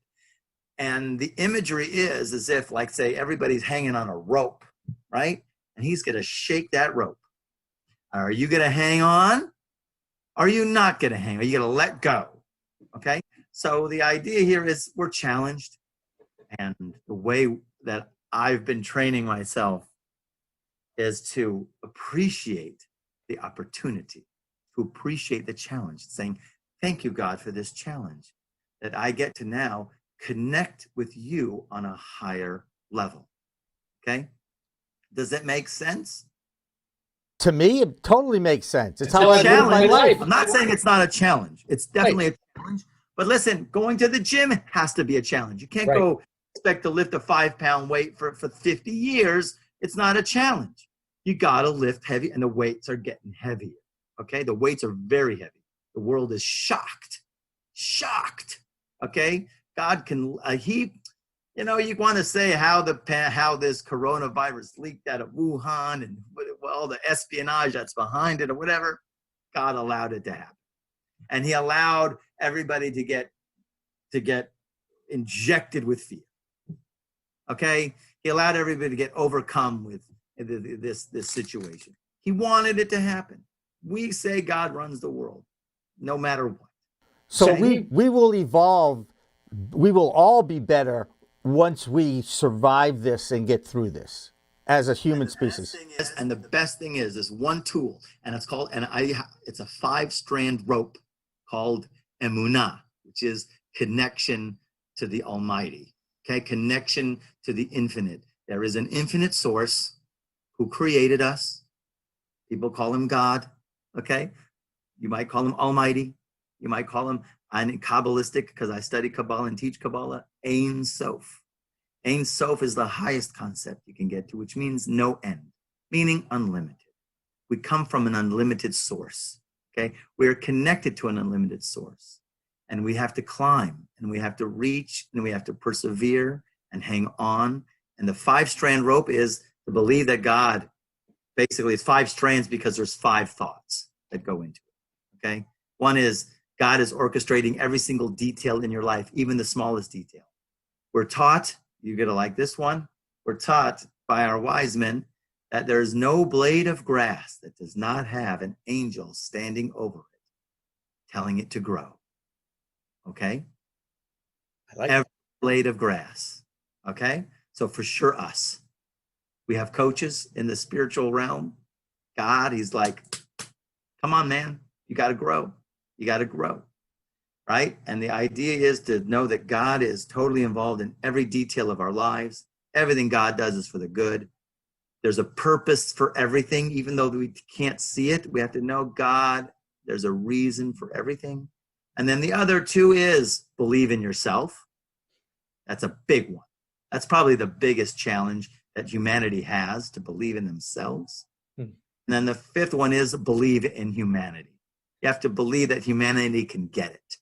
And will we all work together to improve? Will this lesson teach us all that our diversity is a strength, not a weakness? Isn't it time for us to embrace the people that don't look like us, that may not have the same religion as us? Isn't it time that we've learned that? Isn't that what this might teach us? Listen, you know, we say it twice a day. We say the Shema. Shema, you've heard it before. Hear, O Israel, the Lord is our God, the Lord is one. That one I could have done. I could have done that one. Go ahead. You probably could have done it in Hebrew, too. Yes, Shema Yisrael. I got it. I don't know. I got it, pal. I should be standing up, though, shouldn't I? Sorry. Right after these, we say the Shema.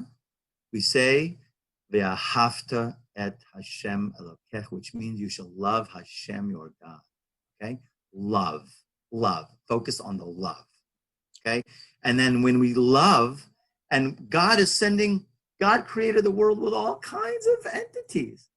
And he created them, and he gives them their existence. He's giving us our existence. And everything exists for a special purpose. So therefore, if this is God's expression, who are you to not love God's expression? Who are you not to love this kind of person or that? We're all part of God's expression. Okay? So what's not to love? Okay? We have to train ourselves because we've been influenced by who knows what, if not past lives, right? And teachers and environment, right? To hate, to dislike, to make accept, to divide. That's not the Jewish way. No. The Jewish way is all is one, and there's only and our directive is to love. I am a lover, not a warrior, and I've embraced that my whole life. I want you to know, Rabbi. But we do have the concept of evil, and we do need to eradicate evil. Okay, there is such a concept, and there is lovers of God hate evil, and if there is something evil, like if somebody's trying to make to divide, to be divisive, right? That's called evil. That's the serpent. The serpent in the Garden of Eden, he had a forked tongue because he wanted to do this and separate between Adam and Eve and separate between God and Adam. He was working to make a wedge, and you got to know when to call that out. You don't have to call it out with violence. No. You just call it spade a spade. And you know who I've been quoting a lot. It's a 4-letter word. He's the brother of George Floyd, Terrence Floyd, and he used that 4-letter word. And that 4-letter word is vote. And it allows us to go and express ourselves behind the curtain and vote with our conscience and with what we believe is right. And look at, and you have to go into the intuition, and you have to use the intuition, okay? Because there's a lot of voices we're being bombarded more than ever before. We are tested, like I said, that rope that Hashem is shaking more than ever before because we're bombarded with media. We can't even think for ourselves.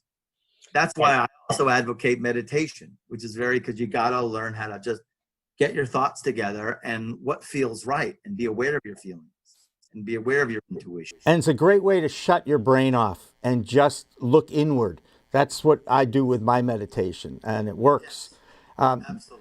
Rabbi, I really think that I could talk with you for hours. You would get nothing done at your work, but I would certainly be enlightened by that. And I just want to say thank you so much for sharing some time with me and our audience here. I think we will all be better for it. And I just think it's amazing that it took kosher cannabis to bring the two of us together. Yeah, thank God. I'm on a mission. I'm on a holy mission from God to make this available, to try to remove the stigma in the world, that people will try this amazing herb, that it brings a lot of health to a lot of people. It does. Well, Rabbi Yaakov Cohen, if people want to get in touch with you, wholekosher.com, is that where they go? Kosher.com, yes, and my direct email, rabbicohen@wholekosher.com. Rabbi There you Cohen. go. And you're available for bar mitzvahs, parties, weddings, the whole 9 yards. No bar mitzvahs. I don't do bar mitzvahs. All right, Rabbi Yaakov Cohen. Lectures. I do give lectures all over in Kabbalah, mysticism, Hasidic thought, meditation. And of course, I do also, I go to all over the world, actually, to give certification for cannabis products. All up and down, THC, medicinally, CBD, all over.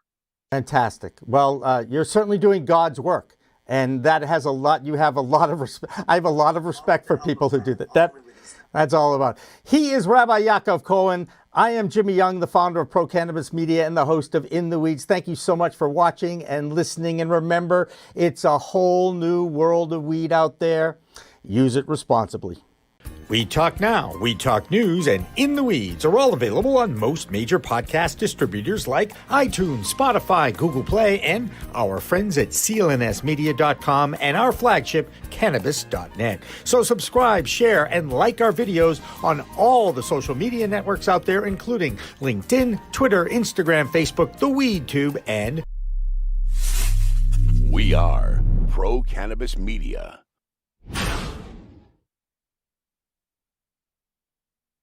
So, you want to get in the cannabis industry? Well, imagine you've procured a location in Massachusetts and a cherished host community agreement for a dispensary in the Bay State. Now, you've applied for your license and they need a certificate of insurance, but no one wants to insure your company. Where do you go? Well, more and more insurers are finding their way into the cannabis business through Charles River Insurance. And Bill Perrier and Jerry Kennedy sit down with me, Jimmy Young, on In the Weeds next. This podcast is supported by Revolutionary Clinics in 3 locations now in Massachusetts, 2 in Cambridge, 1 in Fresh Pond, and 1 on Mass Ave in Central Square, and 1 on Broadway in Somerville. Revolutionary Clinics, where the patient comes first. Hi, everyone. Welcome to another edition of In the Weeds with Jimmy Young. This podcast, of course, is available on our social media channels on YouTube and on Facebook, as well as all of your favorite podcasting networks. That would be your iTunes, your Spotify, etc., etc. Now, joining me in studio are 2 gentlemen from the Charles River Insurance Group, Jerry Kennedy and Bill Perrier. Bill and Jerry, thank you so much for coming into our office studio here at Pro Cannabis Media. Thanks for having us. Thank you very much. I've also enjoyed your banter already, and I know this is going to be a fun interview, but the first question, it's kind of serious. Jerry, we're going to ask you, how did you get into the cannabis insurance world? Well, we had worked with a gentleman out of Nashville, very good friend of mine, Kramer Hendricks. He had a vision to start a group called Safe Herb, and he had a passion for it because it's fixing a lot of problems, and what we clearly saw was a critical path not only to provide insurance but also to provide possible solutions, because the data that's coming out of the cannabis industry goes far beyond what we do for insurance. Part of our passion that came from that with Kramer, we had kind of hooked up and chatted about where we saw cannabis was going. He didn't realize I had a head injury, and the use of the CBD products, which came from the hemp-based products, actually had been presenting as an opportunity to get over TBI, PTSD issues that come with a severe head injury. And all my good friends here in Boston said I should have hit my head sooner because they like me a lot more now, so that's another matter. That's why they're good friends. Yeah, that's right. So we went down this path, and we, a couple of years ago, met in Cincinnati, and it's kind of wearing our Cincinnati gear today. That's your Miami Redhawks gear. Yeah, got my gear. Where you fly into Cincinnati and then drive to Oxford, Ohio. And if anybody's never been to Oxford, Ohio, don't. Unless you like corn. At the Miami University. Unless you campus. like corn. That's right. So, unless you're a corn guy. So we met in Cincinnati, and we really strategized a process. And we actually came back here to Boston, and we started interviewing some of our own clients. The unique thing about cannabis is that there is such an innovative group of people because there was no baseline for the business. Nobody had the magic sauce. Right. So you had plumbers, you had insurance people, you had doctors, you had all these people become an amalgam, people going to get a license. But one of the holes in the donut was able to access insurance, because without insurance, which is the DNA of business, right, without it you don't open your doors. Right.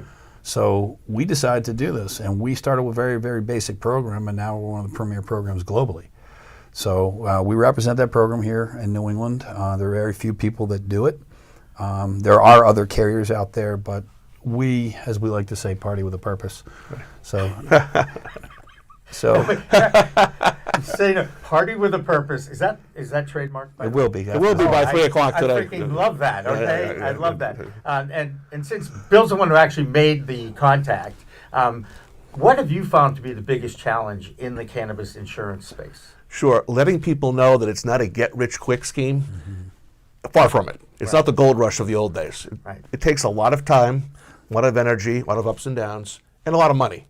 A lot of money to get involved. Just to get started. Just to even dip your foot in the pond or in the lake. Just to, So that's what then the second part of that is educating people. Because I get calls all the time when people say they're Mr. Smith, Mrs. Jones, and wherever, and they want a quote.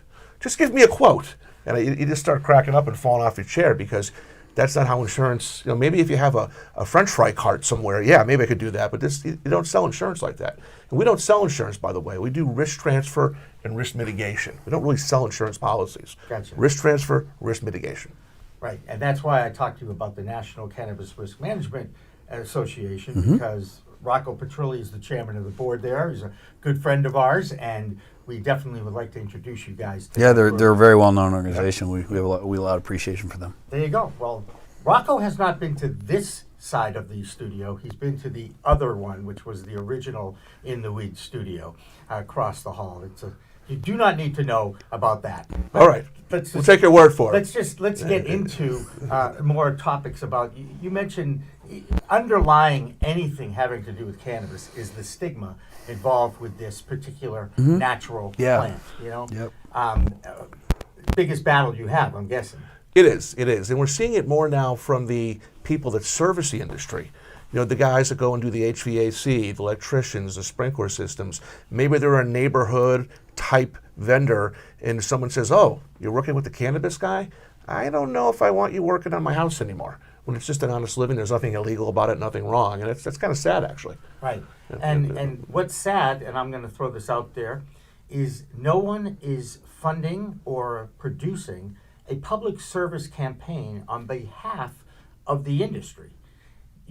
Any news you get in media about cannabis is negative, mistakes, this happened, that happened, they didn't do this, they didn't do that, as opposed to, do you know how many people I've met that have said cannabis has saved my life or cannabis has changed my life? Many.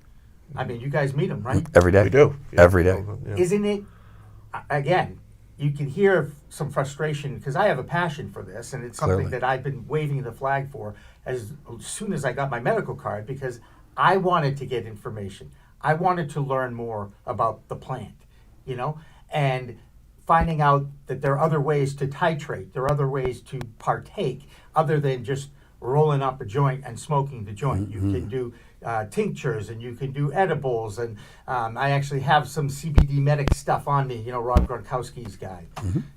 You know, I'd like to throw in as many plugs as I possibly can on my show. If I can capture what you said a little bit here, please you know, with the endocannabinoid system in our body, there's 20 points, 20,000 points in the body that has receptors. We firmly believe data has mass, and the data hasn't even been contrived yet. We're in the actuary business. This is what we do. We gather data. Remember I said party with a purpose? It's a little funny, but it actually has some merit. Right. So what happens is we're trying to do this right now by the aggregation of our data business. We're trying to get the information. We're so busy actually pulling people together who have ideas and execution skills that they would have never have met had they not gone through our program. There is no way they're going to meet, because we're in a very unique spot. We're literally meeting everybody.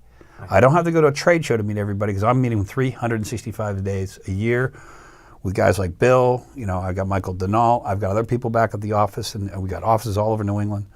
But the data is the game. Right. And that's the part that I probably had the most pride in when I got involved. It was eye-opening. We have major medical institutions actually doing this. They're on their own. Harvard just opened up the book on CBD. It's getting there, but I think we're still at the ground floor. And Massachusetts has really done, and I'm on record of saying this, a really great job of retarding the growth of the industry. Okay? How's that for a spin on it, words, right? Because Governor Baker made it very clear to everybody, this isn't going to just be, you know, sign up and get a license. It's going to take time. And again, you need $1 million almost to get the damn thing started, right? More than that. Yeah. Unfortunately. Well, that's why Caroline's from Experts is such a great story. Do you know about Caroline? They're our client. They're our client. Going out on a limb today. And she is such a great story too. So I know you want to say something. I want to say something about the local governments. We're running into this a lot, where we're meeting young entrepreneurs that are dotting all the I's, crossing all the T's, going through the system, and then they go to present to get some sort of licensing, or provisional, or an HCA, host community agreement. And we hear things like, believe it or not, oh, I know it's been a month, but our lawyer never got around to reading it. Can you come back in 2 months? And this guy's got mouths to feed and people to employ and everything else. And it's, they don't really have any, they're not empowered to say, well, you know, no, I need it today. Right. We're seeing this all over the place. So it's something that needs to be Well, addressed. there are people like that, but to defend some of these great cities and towns, they actually have been proactive. We go to the meetings. Right. We meet the mayors, and they ask us questions, because to tell you, they don't know what they don't know yet. The really good cities and towns, Fitchburg's done a great job. We've got That's where Rev Clinics has their Fitchburg, Uxbridge has done a great job. Even Holliston, they've been receptive. And what happens is there are a lot of people that are probably more open-minded to this thing. And what's happening, and I think those cities and towns that really knew the old legacy, the entrepreneurial edge of the towns, and if you look at them, there are a lot of the old mill towns, Holyoke, Brockton, Fitchburg, Lawrence. Well, Lawrence has a major drug issue, and that might be the reputational risk. But the data is absolutely critical to get to these people, so maybe there is a way out of the opioid crisis. I do believe that, by the way. That cannabis is an absolutely. I'm with you on that. Because you've gone through pain management. Yes. And I, too, have dealt with pain my whole life. I swear I used to be an athlete. Long time ago, though, guys. This is what happens when you get older. You have a lot of experience. So you chase parked cars, too? I did. I parked the cars, okay? I parked the cars. I did ball game parking back in the day when my family's business, M. Brown Office Furniture, was around on Brookline Ave. I used to sleep in cars. Yeah. I'm sorry. Yeah. It's on purpose? Is that on purpose? There's certain things on purpose you can do in a car. No, by myself. It depends what happened earlier in the night. I see what you're saying. I see what you're saying. Yeah. You talk about data. Is there a specific type of data that is so valuable? Because everybody on the back end, they talk about how media delivers eyeballs, reach and frequency, and all this stuff, right? That's the audience. That's the product of media, and everything's based on a cost per thousand. But it isn't so much getting the messages in front of people anymore. It's finding out who those people are on the back end. Data. Is that the same kind of thing? All right, let's just talk about use cases. All right, that's the unknown. So why do you use the product? There's no aggregation. There's no sense of preclinical trial that's been set up in the industry, which needs to be done. There are a lot of great people out there who are data-centric. I know several. I could be all day just on that subject matter. So what ends up happening is now they're grabbing the data and they're trying to grab it with a purpose, but the one thing they're doing in this industry better than anyone, including the big name brands, media companies, will leave them out, but if they get the data on a bilateral basis, they're putting QR codes on the vials and the bottles, the tinctures, the cans, the edibles. They're there. Well, that's where the SDS sheets reside. But what happens is now, because of the QR codes are on there, they're informing the client. But what they're trying to do is create a bilateral relationship, because it is a very, very parochial class of client, because it's very personal when you buy these things. You're not feeling good. You want to get better. Right. So what they're doing, and I've seen this already across the country, is where they're taking that data and they're creating a bilateral relationship through just a simple text act. Okay, I see you just hit our QR code, and now wait a minute, why are you using it? Well, that's setting for a clinical trial. Are you using for Lyme disease? Are you using it for pain management, anxiety? We could go out all the day. But epilepsy too. Epilepsy, and that's hit that with the benchmark. Right. So with the advent, if the media could catch up, even the FDA itself is starting to catch on. Right. They know that they're going to let this CBD thing, the hemp-based product, play out. Then the corollaries that come out of this, because data has mass, it changes outcomes. And we're there. And I'm telling you right now, this company is completely committed. Charles River is all about that. So when we interact with the client, we're going through an interview. We're not going through an insurance application. That interview tells us, and then we go back and we work with the client, not day one and day 365, because that's how the industry's always worked. You see them in new and renewal, you never see the guy in between. We're with you every day. We're inside your P&L. We're trying to help you get better, because we're talking to the guy over there. This is the most unique business. It's almost like the software business right when it started, the time in 1975 when Steve Jobs was still working in the garage. Right. If the media does not understand this, they're missing out completely on one of the greatest things ever been happening. Hence the reason why I started my podcast. Roger that. Because I'm like, I want to meet guys like you, and the doctors and the nurses and the patients and the veterans who rave about getting off the opioids. I'm sure you know Stephen Mandilli. He's the selectman in Experts. He's a great story. Great guy. But you mentioned the veterans. Right. My son's in. Yep. They can't use the stuff, because they have to pee in a cup. They can't even use CBD. I know that. Right. Yeah. So, but again, in order to facilitate, the next greatest generation, which, could be ahead of us, right. Let's do something about this. So you got the millennials who are out there who are actually more in tune with what's going on with regard to what I would call, history. See, we had the Native Americans here. They already knew this stuff. We kind of screwed it up over the last 400 years. By the way, this year's the 400th year since the first connection to the natives. That's right. Yes. That's right. Plymouth Rock and all 1620. That is That's correct. Right. So it isn't a bit ironic here in Massachusetts when we have Massasoit on our state flag, and we're bringing back a 10,000-year history with a product called hemp. They already knew about this. We're relearning it. Don't you think that the Native Americans greeted those guys on that Mayflower with a peace pipe? No, I think they. I hope they did. I think they probably had the same shock that they had. They were shocking out, who are these guys? Right.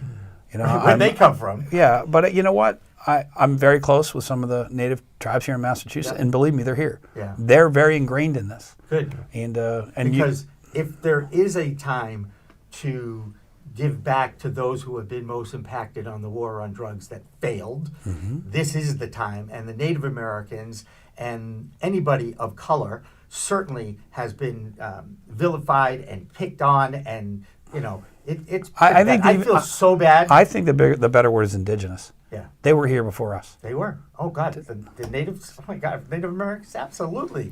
I don't mean to get heady on you. I had a conversation. You can get heady. I had a conversation. It's going to go over my heady, but... No, it won't. No, it won't. If you look at who was here when the first contact was made, okay? Yeah. And then, unfortunately, there was a viral issue where they didn't have the immune system to do it. So we literally changed the order, the way the world could have gone by all these people. Not by there's a lot of bad things that happened, but the human condition and immune systems took these people out. We never got the chance to ask them, and what we never did is get the chance. We never took the courtesy to ask them. Slow down, everybody. It's the 400th year. It's an anniversary of really not getting it right. Maybe you just want to shut up and listen. But cannabis is a gateway, and if you look at any cannabinoid or any, there's so much data that's in that plant, right? And the government they're just scratching the surface now. Not even close, right? Thank God for Israel, by the way, because they kind of led the way in the science and research on this. And they're leading the way in coronavirus, just so you know. Oh, long story. Hey, can I jump in real quick? Absolutely, please do. Because this is the Jerry Kennedy show at this point. No. Hey, he's the man. I understand. No, I want to say just touch on one thing you had mentioned. We go meet people. It is an interview. Yeah. When we travel, we don't do phone work, video conferencing. Those things are great, but we go to the place. We meet in restaurants, people's houses, everywhere. But we want to let people know that we're getting into a relationship. And again, it's not that 1 in 365 thing that Jerry mentioned. We're getting into a relationship. But when people start saying, well, I don't think I'm going to call somebody else because they have a lower priced product, and we just have to say, I guess this isn't for you. Because you really can't put a dollar, you can and you can't put a dollar figure on it.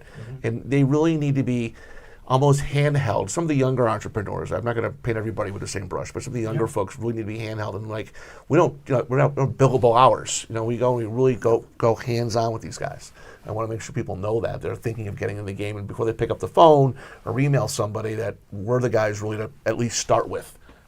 It makes sense because everybody needs a certificate of insurance just to kind of register their business. Yeah. Unless you do it kind of under the table, which is. We're just trying to figure it out as we go along here at Pro Cannabis Media. Absolutely. I'm talking to as many people as I possibly can and learning along the way. Should we explain why you're wearing the Miami Redhawks stuff? I think we have to explain that. Exactly how much tuition did you drop in Oxford, Ohio? All of it. By the way, a great school, and everybody that comes out of there loved it. Yeah, agreed. My son went there.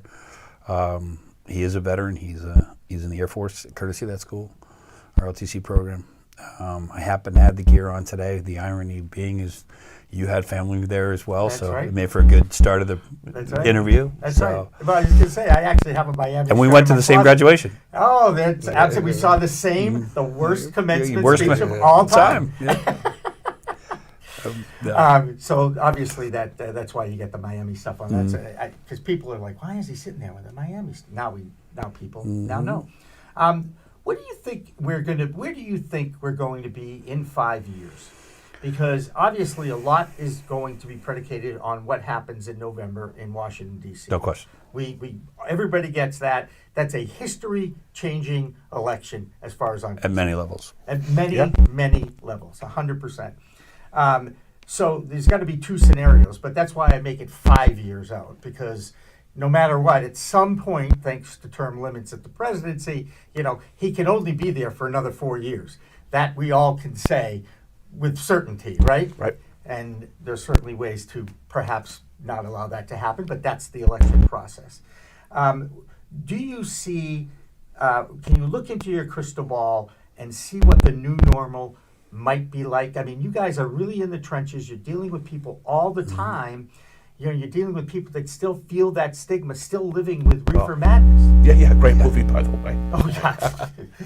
We'll talk about that in a minute. One prediction I'm going to make, and I think it just came out here in Massachusetts, are beverages, THC-infused beverages. I know there's one out there, I believe, now in the area, I believe. Oh, CBD-infused.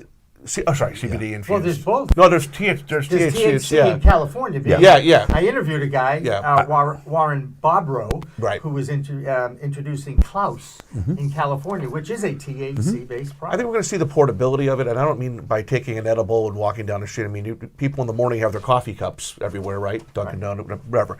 I think you're going to see people with some sort of drink or portability that's easy to carry, easy to consume. That's where I'm going with it, the portability factor in the form of a liquid. Yep. One of the reasons I think most of our the people out there that are fighting this thing is they actually have to do research and learn about this product and see the interaction you have in your right. Yeah. It's a lazy way out for adults to have another product that they now have to learn about, hopefully, before they ingest it and use it responsibly. I do kind of preach this stuff because it's an adult product. I mean, imagine in 1937 they kept alcohol illegal and they allowed this medicine to continue to be given out to humans because, after all, for thousands of years it was that magic elixir, right? Yeah. We took that out of our immune systems, and mammals did. I've talked to a lot of oncologists about this and cannabis experts. I said, guys, what if they never did this? Tipping point. Would we not have, right? Do you think we'd have the cancer that we've had over the last 3 generations? No, we wouldn't, because our immune system would have fought it off, right? Yeah. It makes sense, doesn't it, guys? And by the way, neither one of us is an MD, but I've talked to some MDs. Well, it's interesting what you're pointing to as far as the 5-year thing. It's really, I'm 54 years old. I didn't do anything with cannabis. I don't want to take anything I don't need, but what's happening is we're getting older, and the aches and pains that our parents told them were going to come and they groaned about are hitting us now. And all of a sudden, we still like to play basketball, we still like to go play hockey, but all of a sudden there's a remedy, and there always was. It just wasn't allowed to be used. I've seen products that are going, we have one that's on a roll-on. You put it on just like you put it on Red Guard, but it's CBD-based products. Right. And if someone can get to work and be better, they're a better person when they're not in pain, and that's good for the world. 100%. I can almost, you're looking at one. When I am not in pain, I am a much nicer human to live with. Yep. So I had been in the medical world with my head injury 10 years ago, and they were going to give me the opioids ad nauseum, and I wouldn't touch them. Yeah. I just knew I knew that, well, the insurance industry is actually writing all the checks for this because these people are getting sports injuries and becoming addicted, and now they're staying on workers' comp. Right. So we do have a financial interest in fixing this problem, which is kind of ironic moving in an insurance lane. Right. Wouldn't it make sense if the insurance industry solved their own problems? Because right now they're funding their own losses. Right. Well, it's that Western medicine. It's that they got to stop medicine. We go after the symptoms. They got to stop doing that. They go after the symptoms instead of healing and balancing the body. And if you talk to anybody in integrated medicine, Dr. Ryan Zacklin, I love to drop his name around, from Salem, he's all about this. And he totally understands how the body interacts with the various. They got to stop calling it Western medicine. It's medicine. We're all the same human genome, and it's got to stop. And because when I see Western medicine adopt a more holistic approach, and they're starting to. It's Western money. That's all it is. It's that almighty dollar. Follow the money. We're gonna follow the money. How many commercials do you guys sit through on sporting events for the various drugs that are out there? Right? And too many. Right. Yeah. And years ago that was illegal, and why did it be? It was illegal for a reason because you really didn't need it, and it's driving up the cost for the medications. 100%. I mean, those are advertising dollars that pay for that ad. They had to go through The people that really need them are being compromised. If they really want to do something great, take the ads off and use that money to give to people. It'd be a very simple thing to do. But they won't do that. No, they won't, because we're a capitalist society. And But this Bill started off saying, Yeah. it's not a money grab. There's still that myth out there that I'm going to get in the cannabis industry and I'm going to make gazillions of dollars. Good luck with that. Good luck. Yeah, Yeah. it's not going to be that easy for people. That's why I think some of the early investing money has now dried up, and they're like, oh, wow, this isn't going to happen as quickly as we thought. But the people who are still here and still pursuing are coming around. It's as much about the product and the top line growth, but it's also about the data, because there is a residual value to the data. That's what a clinical trial is. Big Pharma is not in this thing because they have barriers to entry. And it's actually been a bit of a blessing because the innovators are here right now and they're flourishing. We love them. They're great people, man. We really love talking to them. And you want to give an example, a plug for somebody, or you know? Yeah, I mean, I didn't plan on doing that, but I just met two gentlemen recently. Your friend Chad, they have got the formulations. I got guys right now getting a provisional. Just Incredibles out in Covington, Massachusetts. Two guys of color, just smart as they come. They could be on Wall Street. I mean, they're just smart, but they're such a pleasure to talk to. You know, we did the interviews, we call it. It's not an application, so we did that with them. With Michael Denal, one of our other star guys. Yep. We went out there, but the amount of information that we got from them, just being courteous there. These guys are in a trailer in the middle of a field. Yeah. They could be in a Wall Street penthouse. With no heat. Dude, it's less than no heat, trust me on that. And they're building and bootstrapping this. This is really the truest entrepreneurship. I have never had so much fun ever putting an insurance policy together to help someone out. You've done it. Yeah, I know. The places we go, I think there's a book maybe that called The Places You'll Go or whatever, Right. but I want to shift gears just for a minute, because you had mentioned, I think before we came on air, that you did me talk about one of our experiences with I said, marijuana. everybody has a cannabis story I've shared by many times, and I ask people, are you comfortable telling Sure, a I am. cannabis story? Yeah, so my story is kind of a newer one. I still go to a lot of live music. I follow the Grateful Dead, the guys from the Grateful Dead that are still around. I partied with Bill Kreutzmann. Yeah, the drummer, great. Okay, just saying. And I used to go to these shows, and it's $10 a beer, have 10 beers, right? Taking an Uber home or getting a ride, being responsible, but that's $100 just on beer. So about a year ago, I started dabbling with edibles. It's like $30-40 for a package of them. You only need a couple, and you got a great feeling for the night, and it's a lot cheaper, and you're not hungover the next day. No, and when you take a sip of a beer or a sip of a drink and you have THC in your system, it's 8 times the buzz. Yeah, it 8 is. Yeah. times the buzz, and that is a doctor quoting. I'm going to quote Jordan Tischler. I'll give him credit. I've learned so much from these most intelligent people I meet, are these doctors and nurses and the chemists, the chief science officers of the testing labs. Have you ever? Yes, I've met them. Yeah. Yes, You know the CDX group? By any chance? Yep. So Excellent. Do you know who I'm talking about? Yep. Brianna Cassidy. Yep. She's amazing. There's a groups here in Framingham. There's MCR. MCR, great group. That's what's great. You're sitting here meeting these geniuses, and they're the ones that aggregate the data. The formulas haven't even been formulated yet. Right. And if the media would just follow the ball on just one of these guys from cradle to grave, it would be one of the greatest documentaries. And we have them right here in our backyard. It's a blessing. Could be a movie. It is a movie. It will be a movie. Yeah, the good news is all my interviews are actually stored, and we have them. And I feel like I am documenting a historic time. There's no question you are. And it's fascinating to be part of it. It really is. Guys, I just want to thank you for coming in. I know that once the record button gets turned off, there'll be some really other good stories that we'll have. But I just want to make sure you understand that we will hit that record button off in just a few minutes. Is that okay? Yeah, that's fine. Because we really didn't even talk about sports either. Well, let me leave you with one. And you would say this: we're in the land of insurance. Yeah. Let's talk about the irony of everything. And we were talking about this morning. So we were recently at an event, a very heavy insurance event, and believe me, the financial people are taking a great eye to this. How do we get involved in this? Right. The term that was being bandied around is reputational risk. That's the actual little cool buzzword in our world. So to speak, yeah. So are you going to go this side or that side of the reputational risk? But they want to ease into it. So I was there, and Michael Denault was on a very big panel event. There was a law firm. There was a big representation of an association, insurance company, and our guy Michael. Mm-hmm. He starts to take them down much. He would be very comfortable in this scenario. Takes them down the path, and I couldn't resist. I was the heckler in the back of the room.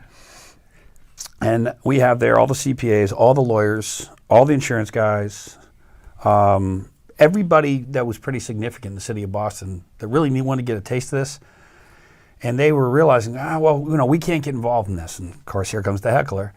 And I go in the back of the room. I knew pretty much everybody in the room. And I said, you're already in the business. Now they spun around. I'm on the back wall. And they say, well, what do you mean? I said, for all you insurance people out here, you got a vape store, okay? You're insuring that thing. During the course of the 1 to 365, during the course of the year, you didn't know they'd converted it into a dispensary. That was cannabis dollars, folks. Those cannabis dollars went to the landlord. I said, do every one of you insure strip malls in here? Yes. So where do you think that money was sourced?